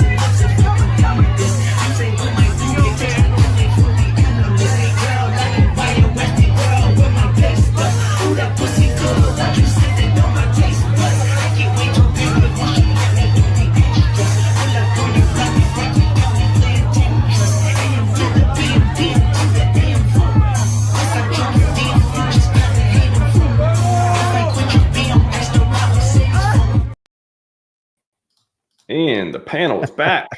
How's it going, gents? Dance moves. My captain. What's up? Hey, guys. Cairo's back. He went to drink a protein shake real quick and come back. Do some pumps, get some dips in. Cairo, get some dips in. He might have got a dip or two. He's on mute. You're on mute. He's on the mute. He's on the mute. I just gotta say something real quick. What's up, Joe? I'm Fast Abdul, and I approve this message. He's just here for the tech, man. Indeed. He's just here for the tech. How are you guys? Thanks, RHMax, for hosting it. Welcome back, man. Welcome, Rodrigo, too. Yeah, I want to hear. Yeah, guys, is my audible here? Is my mic working? You're very audible, sir. You good? Okay, good. It was not cooperating earlier. It's all right. It's working, I want to hear. Yeah. Real quick, Rodrigo, before we get into the panel too, I want to hear, because you mentioned before you did the talk on the options and stuff, and you said you were from Guatemala. I'm always curious when I hear Hexicans all over the world do all this. How did you get into Hex? How'd you find this place? I have a friend from school that he introduced me to Hex. I think he joined just before the adoption amplifier, just before it ended, and I started researching Richard. I watched all his YouTube videos. And I was like, all right, there is something here. And I've been buying ever since. And for the last 3 years almost, I've been working at an option structured product desk. So we do options from any token going from Bitcoin all the way to almost 1,000 market cap. And what tokens we don't do yet? Anything RH. And that's why I'm here. I want to push this. I want everyone in finance to be able to trade options for Hex, because we're not available yet, and the only thing we need is a perpetual contract. You guys do futures? It's a show. Do you guys do futures too? We do all derivatives. So we do perpetuals, futures, options, and structured products. Oh wow, yeah, that's what I've been pushing for that too. So definitely shoot me a message and let's see what we can get done. Let's do it. So I mean, the tech is built, and there's a few trading desks in the US and in other countries that do it. But the only thing we need to manage risk is a perpetual contract. Yeah. So I'm pretty excited. What does a perpetual contract look like? What does it do? So a perpetual contract just gives you it just makes you available to buy or sell without owning the asset. And it also lets you use leverage if you want. You don't have to, but you could just essentially just short Hex or just long Hex. Which is already an option. Like there are options too, short and long Hex. You can do it on chain, but no institutions do it on chain. Everything's done through centralized exchanges, and there's barely any volume or liquidity. If So you get you're a perpetual, Oh, sorry. no, so let's say we get it on a tier 1 exchange. And there's more than a couple $1 million of volume a day, then you're able to create options around it. And with the volatility that Hex has, which is over 100%, let's say 30-day vol, the premiums on options could be super interesting. Yeah. I'll give you an example. Ethereum has around 65% vol right now, which is like more than double what Bitcoin has. And if you do a simple covered call on ETH, you could make 30% a year just by selling calls. Now imagine what could happen with Hex. Like staking would be something of the past with this. Or you could do it in tandem with it. Yeah, it's supplemental. And you could also, like the main reason I'm pushing this is because whales don't have to sell down the price with using options. You could just collect yield on both sides with calls and with puts. And then you could also protect your portfolio. Because when there's a cascade, like we just saw, everyone started selling. But if you could be able to buy puts or do risk reversals with puts and calls, then price wouldn't be as volatile. Yeah. I say the same thing with like V3 and yield farming. It's similar to staking, but you're producing yield from holding an asset that you don't have to sell. Who would be handling the exercise of those options if they were chosen to be exercised? So market makers take the other side that you do. So let's say you sell a call, you're essentially short, but the market maker's long. So they have to hedge that risk internally. Okay. With those perpetuals. That's what I was gonna ask. So you're talking centralized, so you would have market makers and liquidity providers? Right. Got you. But we have this for any token. Like you go on CoinMarketCap and every single token has perpetuals, but we don't have them. Yeah. That's what I've been pushing for, because everybody essentially has exposure to that, except we have it on chain like Abdul said, but like in terms of like the exchange exposure, even just on spot, we don't have it. But then branching out from that to the options and the perpetuals, it's like that there's so much room for volume and onboarding there, in my opinion. And like I've been talking to all my exchange contacts. Like I have contacts at Bybit, Femex. Like I worked for all of them before, so like I've been trying to get them. And the major thing in the past was the SEC.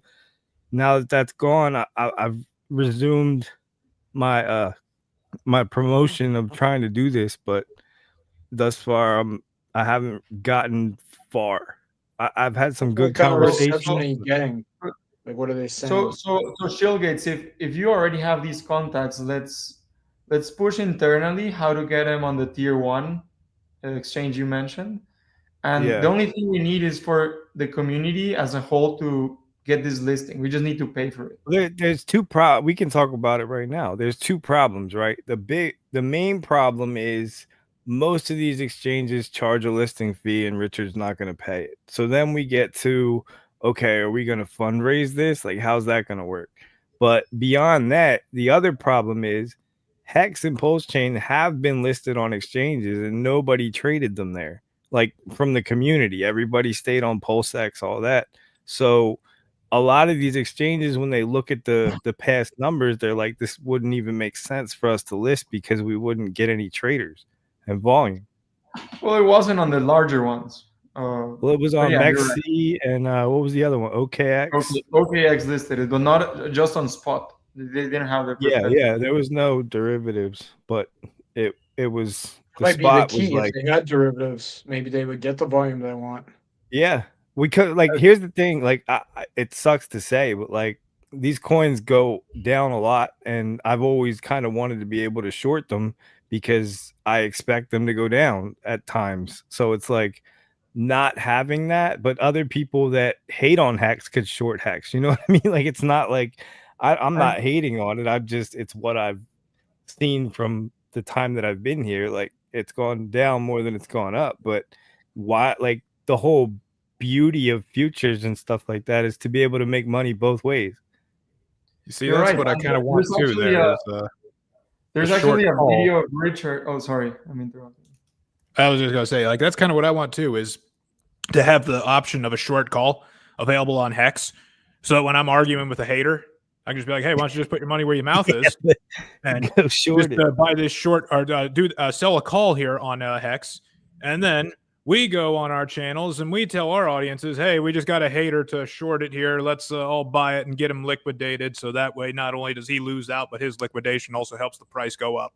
Right. Yeah. Exactly. Or if you really believe in it. Richard speaking about that we need people to be able to short Hex, but he said it has to be on chain. But I don't think so. Which is done, to be clear. Everywhere. Like you can short Hex on chain using fame.io. Yeah, but there's barely any liquidity. Plug.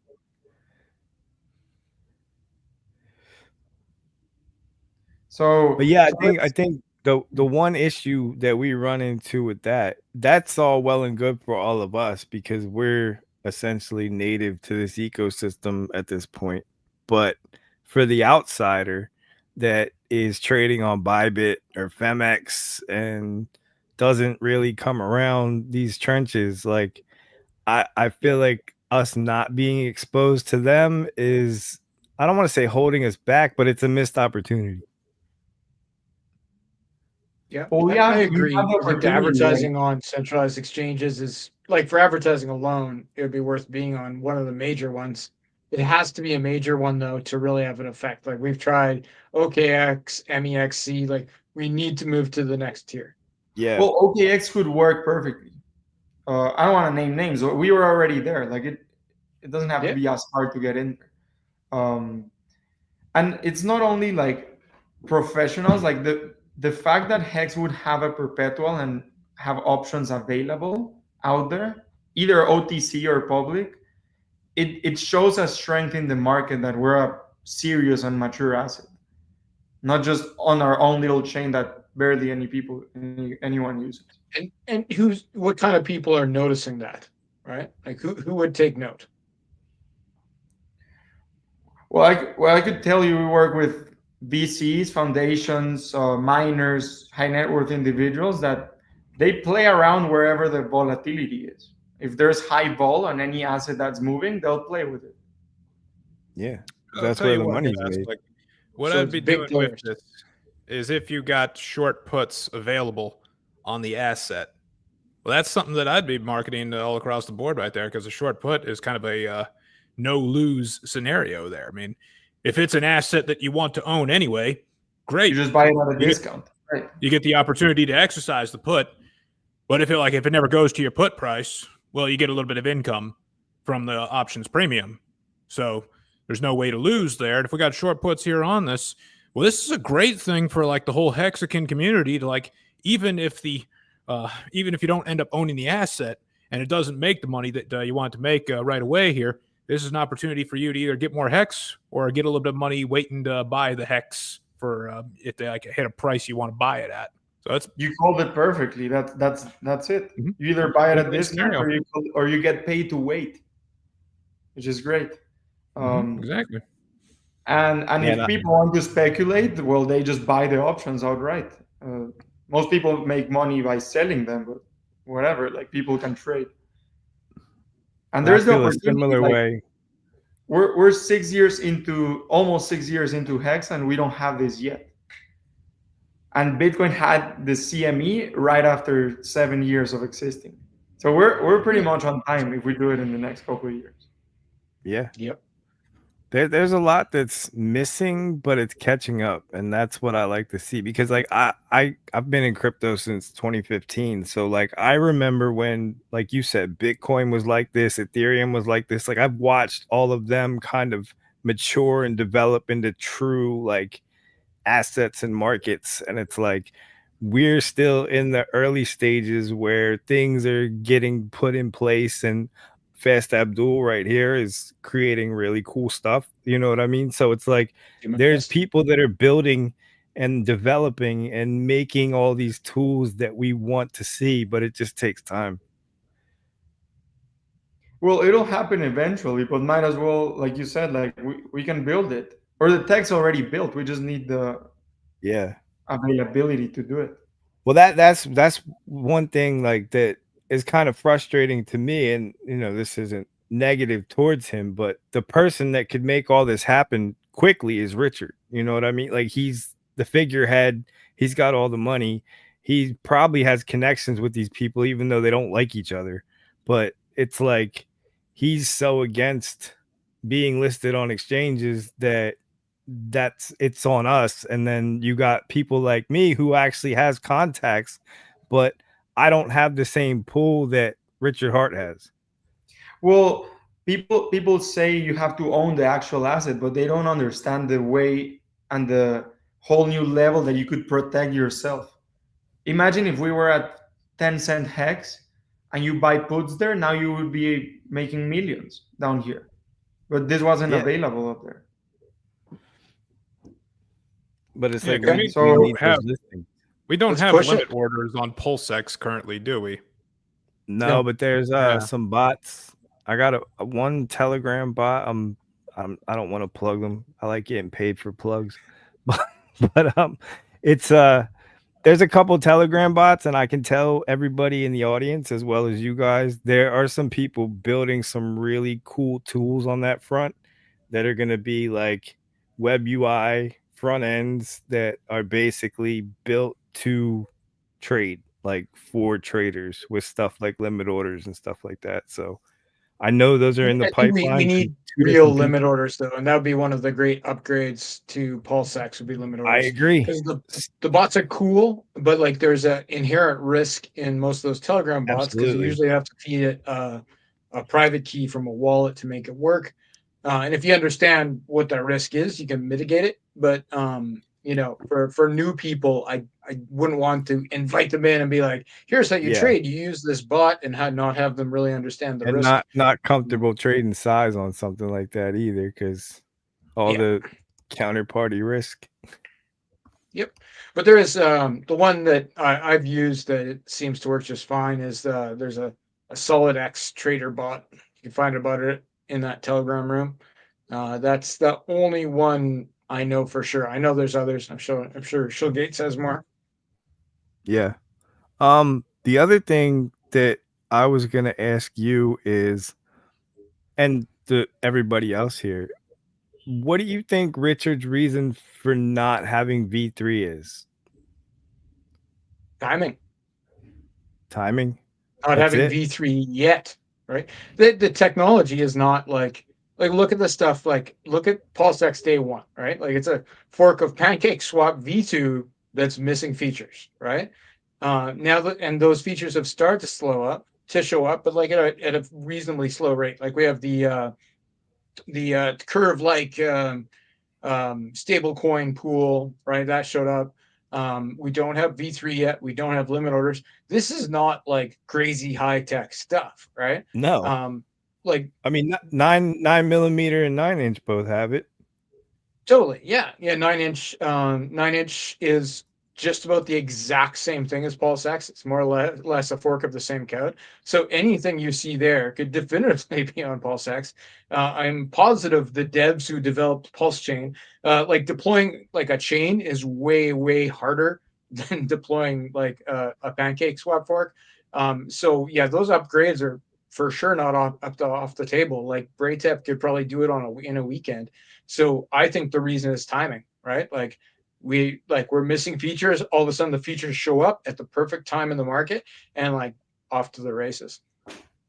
On top of that, like Richard is a very, Shilly, very I have a question for you. perfectionist, and whatever he does is so additionally scrutinized. Because like remember back before like PulseChain itself came out and PulseX was released and everything, there was a lot of times where we're getting it this week. Oh no, we're not. And like the test nets, we had like 3 test nets when we were only supposed to have like maybe 2, and it's because like it has to be perfect because our haters you'd never hear the end of it from them if there's one little bug in it. And like even when we got off to a little bit of a rocky start on PulseX at first here, and like while we had a V2, man, I'd never heard the end of it from all the haters. They're still saying, "Oh yeah, PulseX was launched with multiple bugs." It's not true. It's not the whole story, but that's what they're going to run with. So they're thinking that if he's going to do a V3 or some sort of enhanced version of PulseX, he's going to make sure that thing is perfect before he lets it out. There's another component too that I'm sure he was very well aware of, and it's just the nature of V3 liquidity, where you can put up single-sided liquidity. V2, like from a founder perspective, is a great way to launch a token. It provides support on both the sell side and the buy side. With V3, it gives people the opportunity to only provide support on the sell side, right? Yeah. So maybe he didn't want to push that early on as as a concept. Oh, I want to sell my pulse against DAI. I can just put up the pulse. I don't have to put up the DAI. Whereas with V2, you have to put up the pulse and the DAI, right? And it's a different player that's doing that, probably a more community-minded player. So that must have been part of the decision as well. But going forward, now that there are V3 dexes on PulseChain, which of course took time because he didn't put it there, somebody else had to do it. But it doesn't mean that when he does it, other people won't adopt what he did very quickly. So I think at the right time, he will do so. Like that's where all the volume is. So like I do V3 every day, but it's like it's not even close to what I can do on Base or Solana or whatever because there's no volume on these third-party exchanges. Much less. Yeah. Have you heard about this Liberty Swap bridge that there might be a Solana way soon? Yeah, they said that's definitely in a couple happening. Days. Coming up right away. Is that bridge like what's the risk with that bridge? Because I saw it's in like beta or they're like trying it out. But what could potentially go wrong there? It won't have any special risk. Like Solana's a non-EVM chain, right? So like to get things off Solana, you essentially have to move from Solana to Ethereum, or swap from Solana to Ethereum. So that there'll just be more steps than going from Base to PulseChain to go from Solana to PulseChain. But as far as like Liberty Swap, like it's not a bridge. Like it's more of a cross-chain swap. Like they have a pool of liquidity on Pulse that they use to fulfill the orders before the bridge could fulfill the order, and then they're holding the order to get paid in the end, right? So I'm sure with like a non-EVM chain, it would work the exact same way. Their main concern is probably to make sure that they get paid. They have to be able to verify the transaction, and not that it can't be done or that there's special technical difficulties. I'm sure they'll be successful. You can already do the same thing with Change Now from Solana, right? It's just you can only do like $600 or something, which is not acceptable. So if they're gonna have limits of $7,000, which I believe is their current, or raise that to $10,000 from Solana, fulfilled in under 3 minutes, then they're probably gonna want to do some homework. But I don't have any special concerns. Yeah, I've always heard that bridges are, and this isn't anything specific to Liberty Swap, but I heard that they're one of the most exploited things in crypto in terms of like the attack vector. That's where it's weakest. It's not weakest. It's actually bridges on average are quite strong. It's that it's like a focused attack vector, right? Just like a centralized exchange. You put all your money on a centralized exchange, there's a bunch of money on there. If there's going to be a problem, it's all in one place. And the bridge is kind of like that, except for like Liberty Swap is not a bridge, right? Like they're swapping cross chain. Most of the money flows through the RH bridge in the end. They're just paying the users up front for the money that's sitting on the bridge. That's sort of the main concept. So, for a small fee, they take care of it for you. It's much simpler. But like the Omni bridge fork that the PulseChain uses, like the RH bridge, I call it, like it has an extremely good track record. I don't consider it high risk at all. It'd be one of the lower risk bridges, in crypto. It's there's never been a hack on, the RH bridge. We can say that with confidence. Yeah, especially like at the beginning when we were backed up. You remember like when they first launched PulseChain, there was like so much backup. It took me like probably 15 hours or so for my money to actually cross over. And it was amazing that we've not had a single issue with that bridge, because that's another thing. If we had an issue, you'd never hear the end of it. You'd hear Ivan on tech going, PulseChains! Oh, yes, yes, yes! Oh, how are you guys coping with this? PulseChains! Man, Ivan. But yeah, there's there are still time issues with the bridge. Like if there was a really busy day, like let's say, I don't know, $50 million got deployed on the chain all of a sudden, and lots of people had decided to bridge on, which is something I could see happening. It would still be slow, and that could be mitigated by a team like Liberty Swap upping the amount of like pooled liquidity they have to fulfill orders on PulseChain, so that they would be waiting instead of you. And there could be other things to do to speed up that bridge too. But security is not one of the issues. I would like to see that bridge work from multiple chains. Like to bridge directly from Base to PulseChain. Which would require special liquidity of, to accommodate that. But, I think there could be the Omni bridge, like that same code is capable of having every EVM on it and not just Ethereum, right? That's if what I there's was liquidity on both sides. It's like, why isn't that a feature? Liquidity, probably, it'd be the main thing. Like you'd have to, because when you take, like let's say you have USDC on Base, right? And you want to bridge that to PulseChain, right? Like, because we have USDC from Ethereum on PulseChain. That means someone has to have pooled liquidity for USDC from Base on PulseChain for you to swap into, right? Yeah. Otherwise, you're just creating a token with no liquidity to sell it into. So I think that the focus being on Ethereum makes sense, but like moving further into the bull market, like and you wouldn't need to have every single asset. You could have one stablecoin per chain that had a substantial liquidity pool from the top, 5 or 10 chains, and that would do the job, right? Or even another great one would be the gas token from the chains. No, we'll say something not popular this year, but Polygon. You could have wrapped Polygon and PulseChain.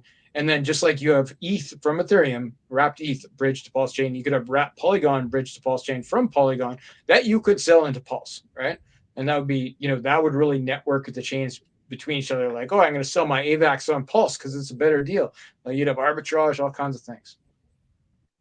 Does anyone remember? Speaking about different chains and protocols, do you have any contacts on PancakeSwap? No, Binance hates me. Listen, back in the day, I used to go so hard on CZ, and crypto Twitter was so small back then that he heard everything. I'm blocked on everything, because I used to call them out for all the stuff they used to do. They did a lot of shady stuff back in the day. It's part of the reason why he went to jail. But I'm not here to bash anybody. It's just. No, seriously. He goes to jail and everything, but the crypto industry rallies behind him, whereas Richard is taking on the SEC single-handedly and actually defeats them, but they all still ostracize him, which makes zero sense to me. Crazy. And BNB makes a new all-time high yesterday. But I was mentioning it because PancakeSwap has a lot of different chains, even Uniswap. But we know what Uniswap thinks about us since they canceled us. But if we can get one of these exchanges to actually list it, or even like Arkham, that's a block explorer, to like track PulseChain, that would be big because there's new eyes on the chain. See, I think Richard himself could probably have luck with Coinbase. I think they would list it. I think Binance, if him and CZ made up, but CZ's not there anymore. But I have contacts, like I helped grow Bybit from the ground up. Like I'm still earning money from my affiliate work that I did for them. I know Ben, the CEO and founder, personally. Like we used to talk all the time. I used to talk to all those guys. I used to talk to SBF. Like they were just us. Like they weren't who they became. So like I know a lot of these people. I helped launch Femex too. But I've been reaching out to all these people and just kind of getting stonewalled, and it's not because they don't know me. It's more, I guess, optics, and at the time it was also the SEC case. But I mean, Hex has a really bad reputation. Well, Richard has a really bad reputation, and by extension, Hex. Well, now that's done. I guess it's just reputation. Yeah, but it's beyond that. Like, I mean, even Kraken, right? Like Kraken was always super pro Bitcoin, so they're probably anti-Richard because most of the Bitcoiners ended up hating Richard. And it's like a lot of these OGs that run these exchanges and stuff, like they're not trying to deal with the backlash of listing something like Hex because they know as soon as they do the listing announcement, even though all of us are going to rush in and be like, wow, it's so awesome, blah, blah, blah, and all the army's going to show up. Like, there's also going to be a lot of pushback calling them scammers, and, you know, like, so it's been a narrative. It's just been the timing, but other than that, everything works as it should. Well, no, we all understand that, but the mainstream narrative in crypto, I came from the mainstream of crypto, so I like heard all this shit every day. Like, is that Richard Hart's a scammer? He's the ultimate con man. And everybody that is bought into Hex and PulseChain is a delusional cult member. Like that's the mainstream crypto narrative. Do you think that is what's holding Hex and PulseChain off of exchanges, or is it possible that it's also just because of like, if when they listed these tokens here, I imagine with the other tokens that they list, they have somebody at like, you know, the Ethereum Foundation or the Cardano that they can get a hold of if they want to. But to a degree, you know, but I mean, they're also listing like Fart Coin and Titty Coin. So it's like, you know, who's the Titty Coin CEO? That's what I was going to. They want a team that's doxed that they can be in contact with, though. And of course, Richard is not going to dox himself to an exchange. He's pretty doxed, you know, as far as who is Richard Hart. I think that's established. I think one of the main components that Richard is unlikely to facilitate is these guys want to bribe every single time. Yeah, absolutely. Yeah, bribe, but like also want to know where he is too, right? So they know how to get a hold of him. Yeah, not impossible. Yeah, and I'm sure he does not want that, especially right now. But like even you know before SEC, before Interpol and everything, he didn't want nothing like that. And you know too, But there are going at definitely. the beginning. Huh? That's where I was going at the beginning. Like every single token in the top 500 has a perps, either a perps or a spot listing on any That's what exchange. I'm saying. There's It's barely any volume on that. It's specifically their hatred of Richard Hart. Like it's nothing else. That's the reason. Well, it's on us let to me do let me it let now. me let me back that up. It's also Richard's like I don't want to say inability. It's his staunch belief to be anti-exchange. Okay, so if it's just the hatred of Richard Hart, you know how we fix this? Well, we just hire Sydney Sweeney to be the face of PulseChain. Well, no, it's a two-way street. Like Richard said, "Fuck you" to them, and they said, "Fuck you" to him, and it's like basically they're at a standoff at the OK Corral. Richard doesn't want to be listed on exchanges, and they don't want to list him. Yeah, that cultural risk that Clay Collins was talking about in the movie. Like, if we say F you to the rest of the world, well, we can't be surprised when they turn their back on us. Like Fast Abdul said, it's a cartel, and they want bribes, and they want ass kissing, and they want all that, right? You can say that's good or bad, but that's what it is, and Richard isn't willing to play their game, and you know, maybe some of that to the detriment of his own project. But if that's his principle and he's standing on it, I gotta respect it. The whole ethos of like Hex and PulseChain is kind of like, you know, either, not either your this keys, not new your bridge crypto, is right?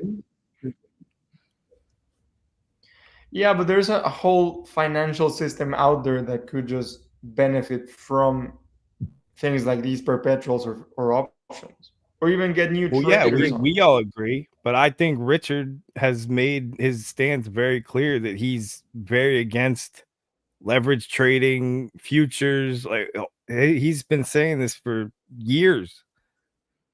Yeah, but though he did say, like, you know, somebody make something where you can short Hex, and you know, Buck and Dylan and team did just that, except for it was on chain. So, you know, maybe he wouldn't object to people who do not follow the ethos of Hex and PulseChain shorting Hex on centralized dexes. Maybe that would fit right into his plan. I can tell you this here, though, like, what the exchanges love is something that is widely traded and something that's very popular, because just about every single day on my phone right here, I get a little alert from I Trust Capital saying, oh yeah, we just added this new meme coin right here. I'm like, I Trust Capital. You guys are supposed to be like doing the retirement plans. We would think that you would only be interested in like the mega market cap coins or the blue chips and everything. But now they're constantly adding these trashy meme coins to it, man. They added Trump coin in just like 2 days after it first started trading. So I think if there is enough price appreciation and enough demand for it, somebody's going to add it. Yeah. But there's the implementation, you know, like a lot of these coins are paying the bribe. So like even way back in the day, like getting listed on all these exchanges, it costs like $30,000-$40,000, something like that. Well, those are the, like, nowadays that's like the starting price, $30,000-$40,000 for a centralized exchange. That's like a little one, like weird exchange you've never heard of will charge that. Yeah. Well, I mean, they do have expenses. Like there's implementation expenses, and there's also the market making, right? They have to seed the liquidity of the order book. So they have people that do that, but they want to kind of offset, you know what I mean? Like it's a whole business. But yeah, they're taking in a ton of money too. Yeah, if they believed that they were going to make money off of listing this coin, then I think that they would bend over backwards to list it. And if that means, like, you know, reducing their fees or waiving their fees to do it, I think they would do it if they truly believe they're going to make money off of this coin. Well, that's I think we have to get one first, right? Like we need one of the big ones to pick it up. I think the other ones might pick it up for free after, right? Like, because they'll be like, whoa, these guys are making so much money on their Hex futures. We got to do the same. Just buy it, right? You know, and they'll understand, or we can teach them that, like, yeah, there's lots of liquidity, guys. Feel free, right? I have no objection to centralized exchanges coming on chain and buying up tokens and then hosting them on their exchange. That's, if they want to do it with their own money, go to town. Yeah. I felt like I was getting somewhere with one, and then discussions fell apart, and then now I'm currently like in discussions with another one, but I'm dealing with like lower level people trying to get back up to my contacts, and it's just like they seem open to it, but I already know what's coming. They're gonna say, okay, well, put us in touch with the devs, put us in touch with the founder, because they're gonna be looking for money and they're gonna be looking for the implementation. And it's like, I don't know those people, and they're not gonna work with you. Do any of you guys know Britep? I mean, I know of him. Know who he is, but he's got all his comments questions turned about off, the bridge sometimes. But DMs turned off. Like, well, that's the thing. Like, if we want to push it, we need some support of these guys, and maybe someone watch it has the contacts. But I think again, it goes back to what I said about Richard. He's not interested. Well, then it'll take a while, or just green candles to push us up, and then there we go. That's that. Green candles solve a whole lot. Green candles. For the technical stuff, like we'd be able to, get the information that was required by the DEX. Like we need technical information about PulseChain. Sure. I know a guy will work it out. But as far as you want to speak personally with the founder, no, he's not taking their call. And the large reason we want to do this here is we just want to make the coin easier to buy. Yeah. We're not necessarily thinking that listing on an exchange is going to win the hearts and money of users already on the exchange. Well, listen, if you get listed on a major exchange, you make a bridge irrelevant. The exchange becomes the bridge, except for people that don't trust the exchange, right? Like the people that want to stay decentralized, they still go through the bridge and pay all those fees and all that, wait the time, even though it's shorter now. But on an exchange, let's say you were in Ethereum, you'd put your Ethereum on the exchange, trade it into Tether, trade it from Tether into Hex, and take it out. That's true, because which is great because most people don't know how to use wallets. They just the one thing I like about Coinbase is they make it very easy for you to get your money off the exchange immediately. Right. Plus the trading fees are way cheaper than the bridge fees. Exactly. True. But yeah, we'll have to see. It's going to be a process. But as far as marketing goes, I would really like to see it on one of those big five. Just even if none of us went on there and used it at all, the fact that it was on there, that would be great. If we're also proper listing on, CoinMarketCap and CoinGecko and those things would also be useful. So if anybody has any contacts for that, that would be fantastic. Though I think they also maybe don't like Richard. Yeah. You'd think CZ and Richard would be buddies, they kind of both went through the same sort of well, that's what I thought. Government prosecution stuff. You think, because Richard said that he wrote him letters or some shit, and I was like, oh, maybe they found some common ground and went through the trauma bond together. Maybe they did, and we don't know. But CZ also isn't the CEO anymore. CZ's off doing his little side project, whatever. He knows people. I'm sure. I'm sure he could push something forward. But maybe they did. Think of that. What if CZ and Richard are actually buds? They're drinking champagne on a yacht right now, and that's what I was hoping for. Waiting to push the button. When the timing is right. That would be pretty bullish and hilarious. Also hilarious. Well, yeah. And then we can't rush greatness. We'll have these perps. We'll have options, and we know people that will be available to make them. So I'll be there. Yeah, and we shouldn't think that or try to give the wrong impression that we need any of these exchange listings or anything to do well, or any of the gatekeeping to go away, because look what we did last time with no exchange listing and with all the gatekeeping that we had back then. And I think that the trash talk level back then was a lot higher than it is now. Oh yeah, because it was fresh. I remember. Yep.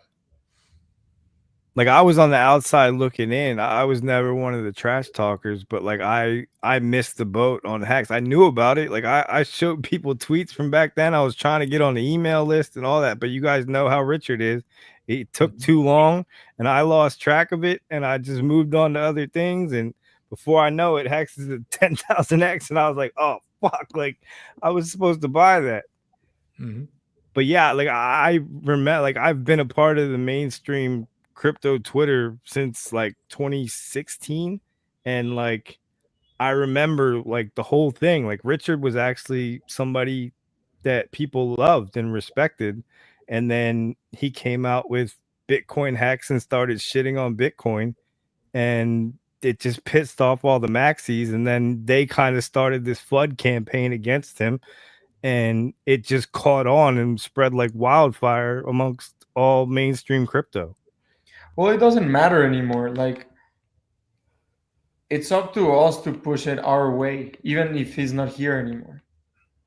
Well, yeah, and that's the beauty of decentralization. That's the way it should be.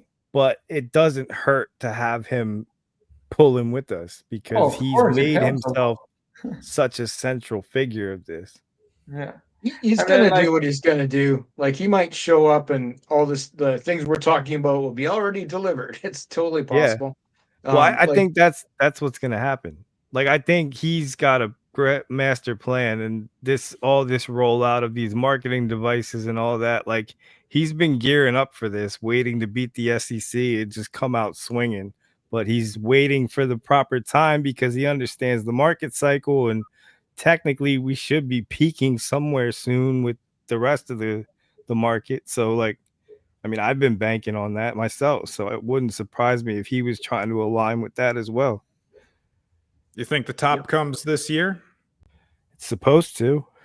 I mean, based off, like, I go off prior data, right? Like, it's not a guarantee of anything, but you know, history often repeats itself, rhymes. So if you look at all the past post-halving cycles of Bitcoin, when Bitcoin controls essentially the entire market, we're entering the zone right now where shit got crazy and it topped almost every cycle. I did a whole thing of the averages from the halving date to the top of the bull market on Bitcoin, and I think it was something like 500 some days. So it's like the following calendar year after the halving, sometime in like Q4. Well, I'm thinking we got to wait for that money printer to get turned on. Well, yeah, I mean, there's obviously going to be like economic forces that will be different in different bull markets, but I can only go off the data from the charts. You know what I mean? Like it's a loose roadmap. Yeah. The Bitcoin top is not the altcoin top necessarily either, right? Like there could be some time, like it's like a delay. Bitcoin you get about 2-3 weeks out. Yeah, it takes a while because all the money kind of flows, right? Like it's cycles. So it'll go from Bitcoin, those profits get taken, they go into ETH, and then the ETH profits get taken and they go into mid caps, and it just kind of trickles down. Like that's how it's happened in the past, you know. Like I don't know, because now people are a little more intelligent to how these cycles work. So a lot of times some of these things are priced in, or like they might jump into ETH sooner than they would have in the past. Like it's really hard to predict, but we do have prior bull markets that we can look at and kind of extrapolate what we think potentially could happen. And also, like, whatever people think. Go ahead, Fast. No, go ahead and finish your point, and then I want to hit a couple of the questions in the chat here. What I also say is, like, whatever like the consensus of people think is going to happen, usually it's the opposite of what happens, because we thought, you know, going into 2025, we were just going to have a euphoric year. And I guess since everybody anticipated that, it didn't come true. You got to think of like the contrarian play. It seems to like always be the thing that works out in the end, because we certainly did not expect Ethereum to be below its previous all-time high right now, third quarter of the fourth year of the cycle, if you're going by a 4-year cycle schedule. Fair enough. So I see one comment from C3 Works here, who I know has worked with traditional futures markets and things like that. He says, for Rodrigo, options have their place for institutions for sure, but how do we prevent professionals from fleecing the community who don't have access to the critical options pricing models? Well, it's market makers that do the options. So most options nowadays in altcoins are done OTC. So you either onboard as an institution or you onboard as a high net worth individual. So yes, it would be mostly for larger players. Yeah. But you can also help larger players don't nuke their bags and hurt the price trend. Right. It largely is most for larger players to generate yield without hurting the chart, which is what we need. Okay. Like so you're saying it would just be player versus player with these big guys, and the community in general would not be involved? Well, the large players would be, but one or two whales can hurt the price way more than 50 smaller guys, and we see it like now. Like one big guy sells $1 million and the price drops 10%. Imagine if that guy could protect himself with options. Like he would just not sell. It's also a matter of teaching them how to use the tools. In reality, it's just a tool. It's not trading. It's building for it. Fair enough. We have a pretty sharp community. I imagine there'll be some bigger players that could learn that properly. But what about this pricing models thing that C3 is talking about? Let me finish with this real quick. Like, I'm calling out the larger whales out here because we don't need to list the richer tokens. There's a token out there that has a lot of liquidity. It's actually the most liquid one on chain other than Richard's. So if we could actually get that listed on any exchange or as a perpetual, the whole game would change. You could even create options for that token, and we all know which one it is. And if he's already providing more than $10 million of liquidity, I don't think a few $100,000 of a listing fee would affect it that much. Well, not And all it's also liquidity is created equal. and it's also a casino token. So why not gamble with leverage? Like that's available out there. Yeah, we don't want to see, as a community, we have to be careful what we, really recommend to the regular Joe coming into crypto. And most people should not touch leverage. Most people who do touch leverage should not touch leverage. Most people who think they're professional should not touch leverage. Like, so there's really a very select few that we want, playing that game. So it's just like, it's a difficult stance. But in reality, like that perpetual enables leverage, but also enables risk management with options. Like it goes both ways. It doesn't have to be all gambling. I'm with you if you know what you're doing. And that's, that's sort of the bottom line here. And, I do not know what I'm doing. I'd be scared. Yeah. It doesn't mean there's not a place for it. So I'm with you on that. Mm-hmm. Well, that's great. So when do you guys think?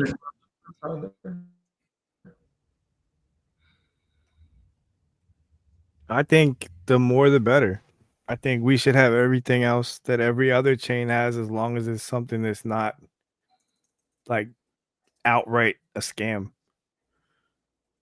Because we're essentially building decentralized finance, right? So we want to have as many tools as possible, and there's different people that like different things. So I think they should all be catered to, and that's up to the builders and developers to determine what they think should be built. I see it as a net positive all around right here. If we just get like more trade and volume, or just like more ways that we can play around with the Hex and PulseChain, because we get more of that volume on here, we got ourselves a very nice talking point when we're constantly appearing higher up on the list on DeFi Llama. Because like right now we're somewhere between 20 and 30. So you got all these haters that are saying, "Oh yeah, PulseChain's a dead chain." Okay, well I know at least 270 other chains that would love to be as dead as we are right now. Yeah. No, Crispy and Max were just talking about it before we came on, like with pump tires and all that stuff. Like there's a lot of money running through here, and I'm seeing people making a lot of money every day. And it's like, things like that, even for the people that disagree with them, I would hope that they're able to at least see the benefit that it has, not just because it burns PLS, but also because it's bringing volume on chain, and it's bringing new users on chain because they're chasing gains. And like we always say, green candles solve a lot of problems. And I've seen a ton of them in some of these meme coins, and it may not be the coins that everybody else wants to go up, but eventually some of those profits can roll into those other coins and cause them to go up too. Sometimes they do. Yeah. I think Crispy has a special marketing message that he wants to get across to the entire community. Go for it, Crispy. Excellent. Wow, that was great. Buy Hex. How about that? Buy Hex. Oh, is that good speaking enough? my language. I like it. I know. Is there anything else? I enjoyed this segment pretty much. I was listening to the whole thing. It was good. I think you're going to be successful, Rodrigo. So anything I can do to help you, let's get it done. Me too. I Yeah, tried some shoot coconut me water. a DM. Thank you, guys. Yeah, we should all do it together. I mean, that's why we're here. We're all building, so we can create it. Now, I do want to say one thing before you close out there, Max, right? Just kind of hit this real quick. You got like 15 minutes. All right. So I think you guys on stream here all know this. There's this big marketing push coming up, right? So Richard Hart's been talking about this. And so I'm not part of the team, so I don't know the exact details at all. But what I did is I reverse engineered, I guess would be the right way to say it, the product selection. And the reason I did this, at first I was like, is this really a big deal or not a big deal? But then I looked at the numbers. It's a big deal. It's a real big deal. And so what I'm trying to share out to people, and I've done a couple streams on it, I'll talk about it tonight again with RG3 and some others. Basically what Richard, from his words, what he told us is he is somehow through this organization of people, right? Physical products, electronic products are being sent to people. And I think the first batch was mentioned to be like a C-van with 200,000 units. Yeah. Right. So would it surprise you to know that or at least one of the number ones, or close to number one way to market through direct mail is by giving a physical gift, and it has the best numbers over anything else that gets done out there. It makes sense. And so he put some thought into this. His team put some thought in this. Whoever worked with him on this, they put some thought into it. And so here are some of the things that I found out. And this is what I want the audience to hear too, because I think we all need to get behind this as we go forward. I think it would be in our best interest to get behind it. And so when people are coming in, they're asking about PulseChain because they get this gift. We ought to be preparing for that. I know a lot of us are, but I mean, mentally be prepared for it and be able to really understand how big of an impact it is. So first bullet is this type of thing. When somebody gets it, people tend to keep it for 2 years or more, right? More than twice as long as anybody else, right? Anything else. Right? Because they see it as a gift. They got it in the mail. It was a gift. That's number one. Number two, 83% of the people remember because they got this physical gift. They remember like day over day over day what the brand is, particularly if it's something that sits on your desk, right? Or in your kitchen or the kitchen table. So they're going to keep it for a couple of years. They're going to remember that they've done it. And then when you talk about marketing touches, the estimate is each one of these will have 1,000 touches, meaning the person will see the brand 1,000 times a year. 1,000 times, right? These are the numbers that are behind this approach, right?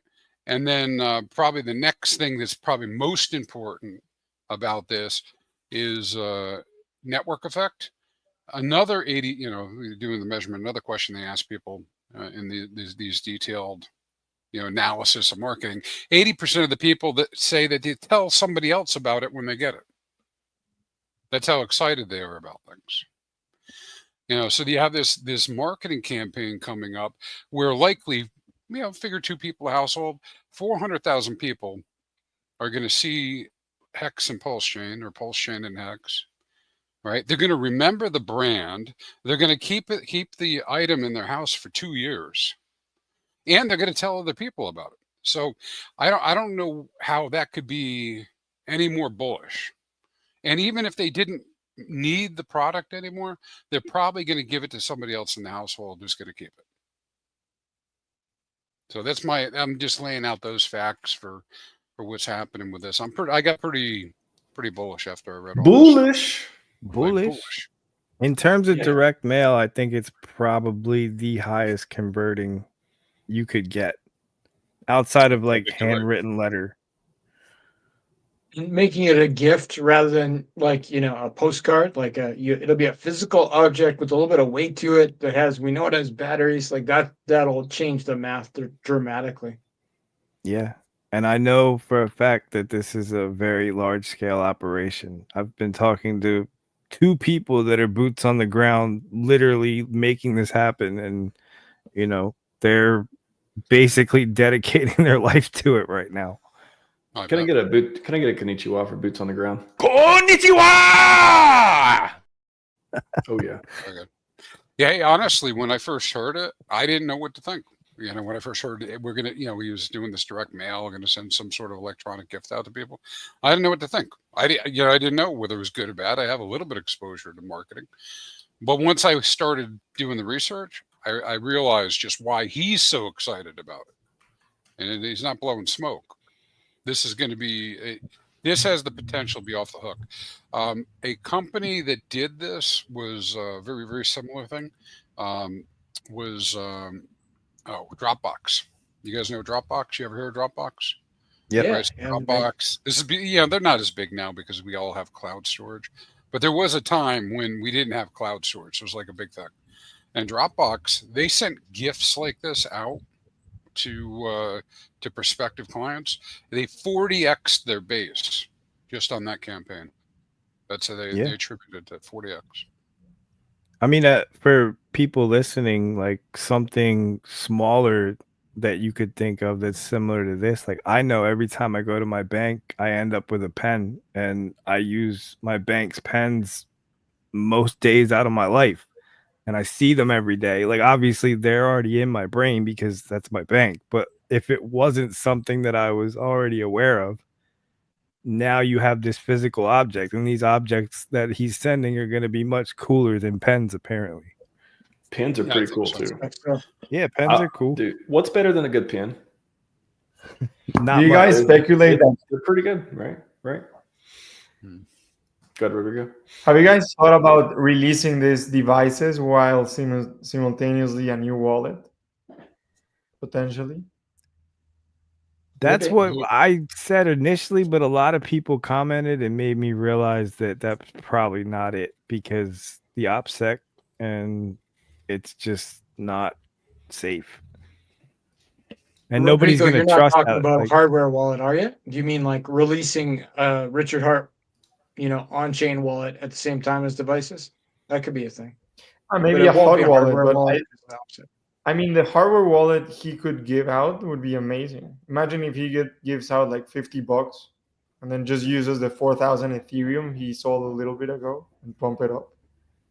Yeah, but the giving people a hardware wallet is not like a safe way to get a hardware wallet. Like, it's just too off base for, the safety that he would preach, in my opinion. But then what could be in these devices? This is what I'm thinking it is that Max is showing. Maybe it's a phone with one of these.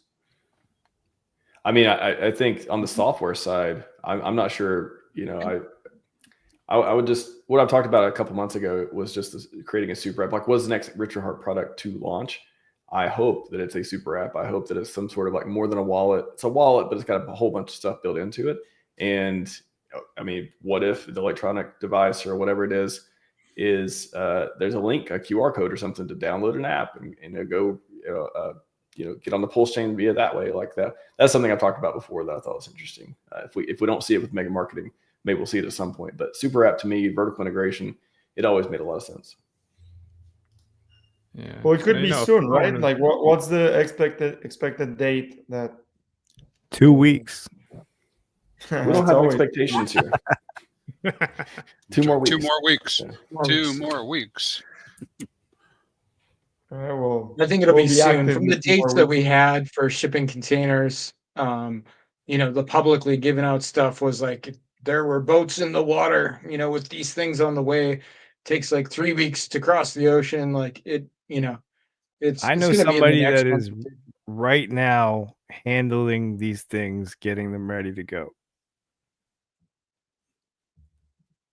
That's all I'm going to say. I don't know what the date is. To the blockchain to Richard? Is the Richard in the room with us right now? Is Richard in the room with us? Good chance he's watching. Okay, yeah. I hope so. If you are Richard, shout out to you. You're awesome.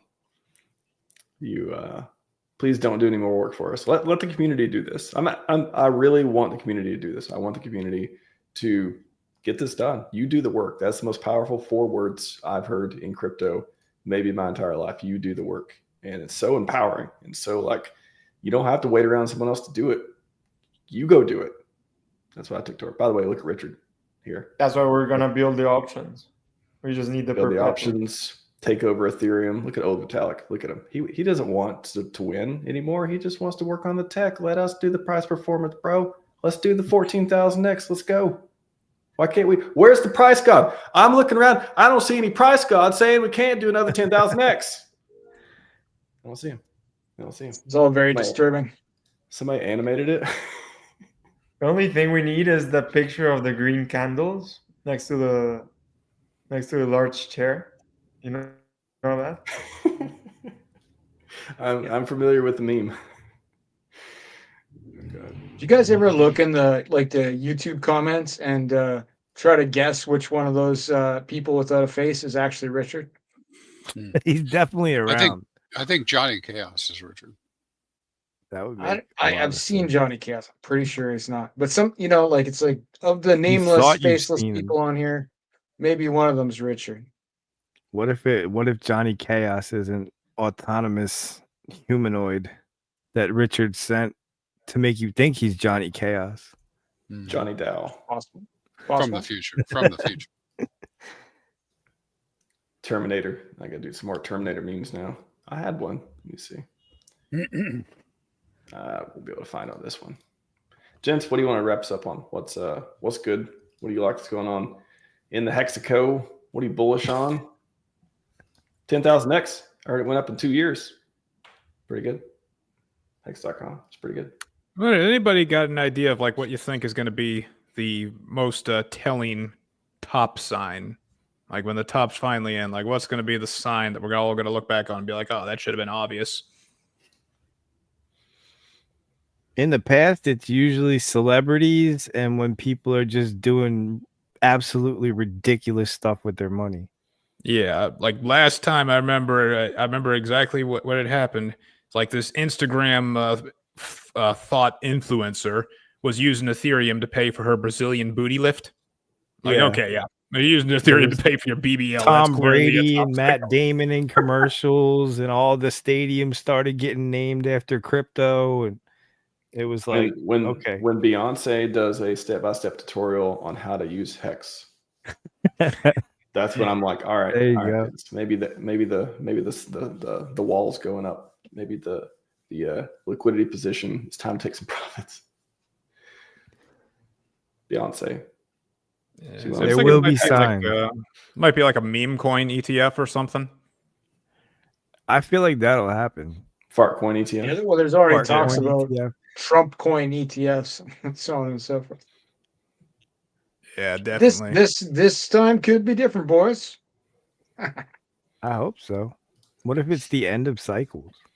There you go. That's the one. There we go. It's never coming down. That's when everybody agrees it's the end of cycles. It's never coming down. Then here's the top. Here's the top. When Cairo makes a video that he has no more bears to destroy,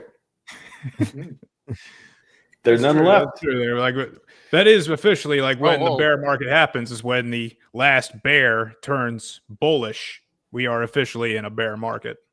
When P-Dye hits $1, it might be the sign. I did say when it hits $1.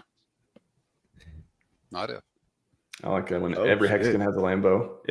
Maybe the number of Lambo picks per day you see on X, maybe that's an indicator. We'll be tracking that chart.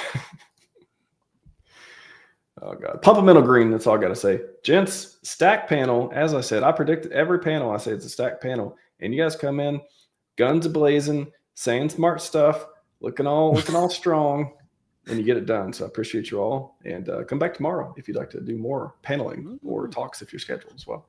Great. Listening to the guys with the backwards bandanas. Thanks for doing this, Max. Of course. Somebody's got to do it, and I hope all of you start doing your own conferences and events too. Please, everyone, every speaker of this panel has the power in their hands.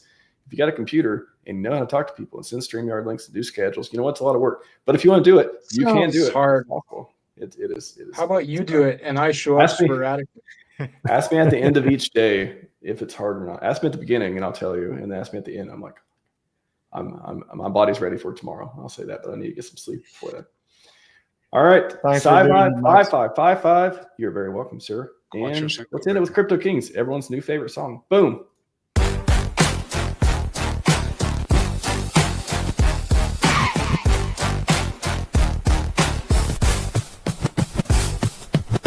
Years old, already reading fast. Gifted school couldn't hold him back. Special program, logic and code. Humble roots, but a genius mode. Dad fixed AC, delivered the news. Taught him to hustle, never to lose. Car stereo business, teenage dreams. Online platforms, building schemes. AC company, adult store too. Browser optimization, revenue flew. 60 million yearly, success so sweet. Semi-retired, but never complete. Read and show them Bitcoin's like blockchain future burning bright. Who is Richard Hart? He's taking control. Hex and PulseChain, that's how he rolls. I'm not fucking around, I'm here to take over. Crypto revolution, he's the composer. Who is Richard Hart? The king of the scene. Building tomorrow and blockchain dreams. I'm not fucking around, I'm here to take over. Digital freedom, he's the bulldozer. First blockchain CD, Hex was born. High returns while others were torn. PulseChain launch, eco-friendly way. PulseX exchange, a brand new day. 27 million for research and health. Longevity research benefited from his wealth. Inspiring millions to break their chains. Financial freedom, healthy gains. Fighting scams with all his might. Protecting users, shining light. And Satan came knocking at his door, but he fought back and won the war. Who is Richard Hart? He's taking control. Hey, Hex and Pulse, crypto revolution, he's the composer. Who is Richard Hart? The king of the scene, building tomorrow with blockchain dreams. I'm not fucking around, I'm here to take over. Digital freedom, he's the bulldozer. Red notice came from Interpol's call. Finished claims, trying to make them fall. Tax fraud allegations, assault they say, but the system's broken. Games they play, business rivals using legal schemes. Crushing innovators, killing dreams. If haters wanted to get me down, they'd raise more than my 27 million crowns. Diamonds worth millions, watches and cars. DC allegations reach for the stars, but he denied it all. Stood his ground, blockchain freedom, that's what he found. Won in court, they didn't appeal. Justice served, victory real. Ecosystem vision, wallet and all. Independent blockchain standing tall. Bitcoin and Ethereum left behind. Community value, peace of mind. Richard Hart, he's taking control. Revolutionary leader, that's his role. I'm not fucking around, I'm here to take over. Second crypto wave, he's the composer. Who is Richard Hart? Controversial king, sparking debates. Freedom he brings. I'm not fucking around, I'm here to take over. Crypto's future, he's the takeover. Pivotal figure in digital space. Influential leader, setting the pace. Building community, advocacy strong. Richard Hart's story, the crypto song. I'm not fucking around, I'm here to take over. I'm not fucking around, I'm here to take over.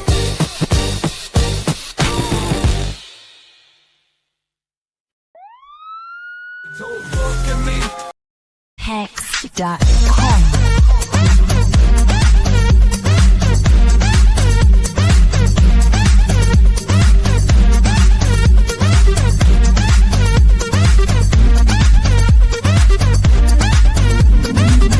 This is Hex. This is Hex. Yeah. This is Hex. This is Hex. Yeah. This is Hex. This is Hex. Yeah. This is Hex.com. This is Hex. Yes. Hex.com.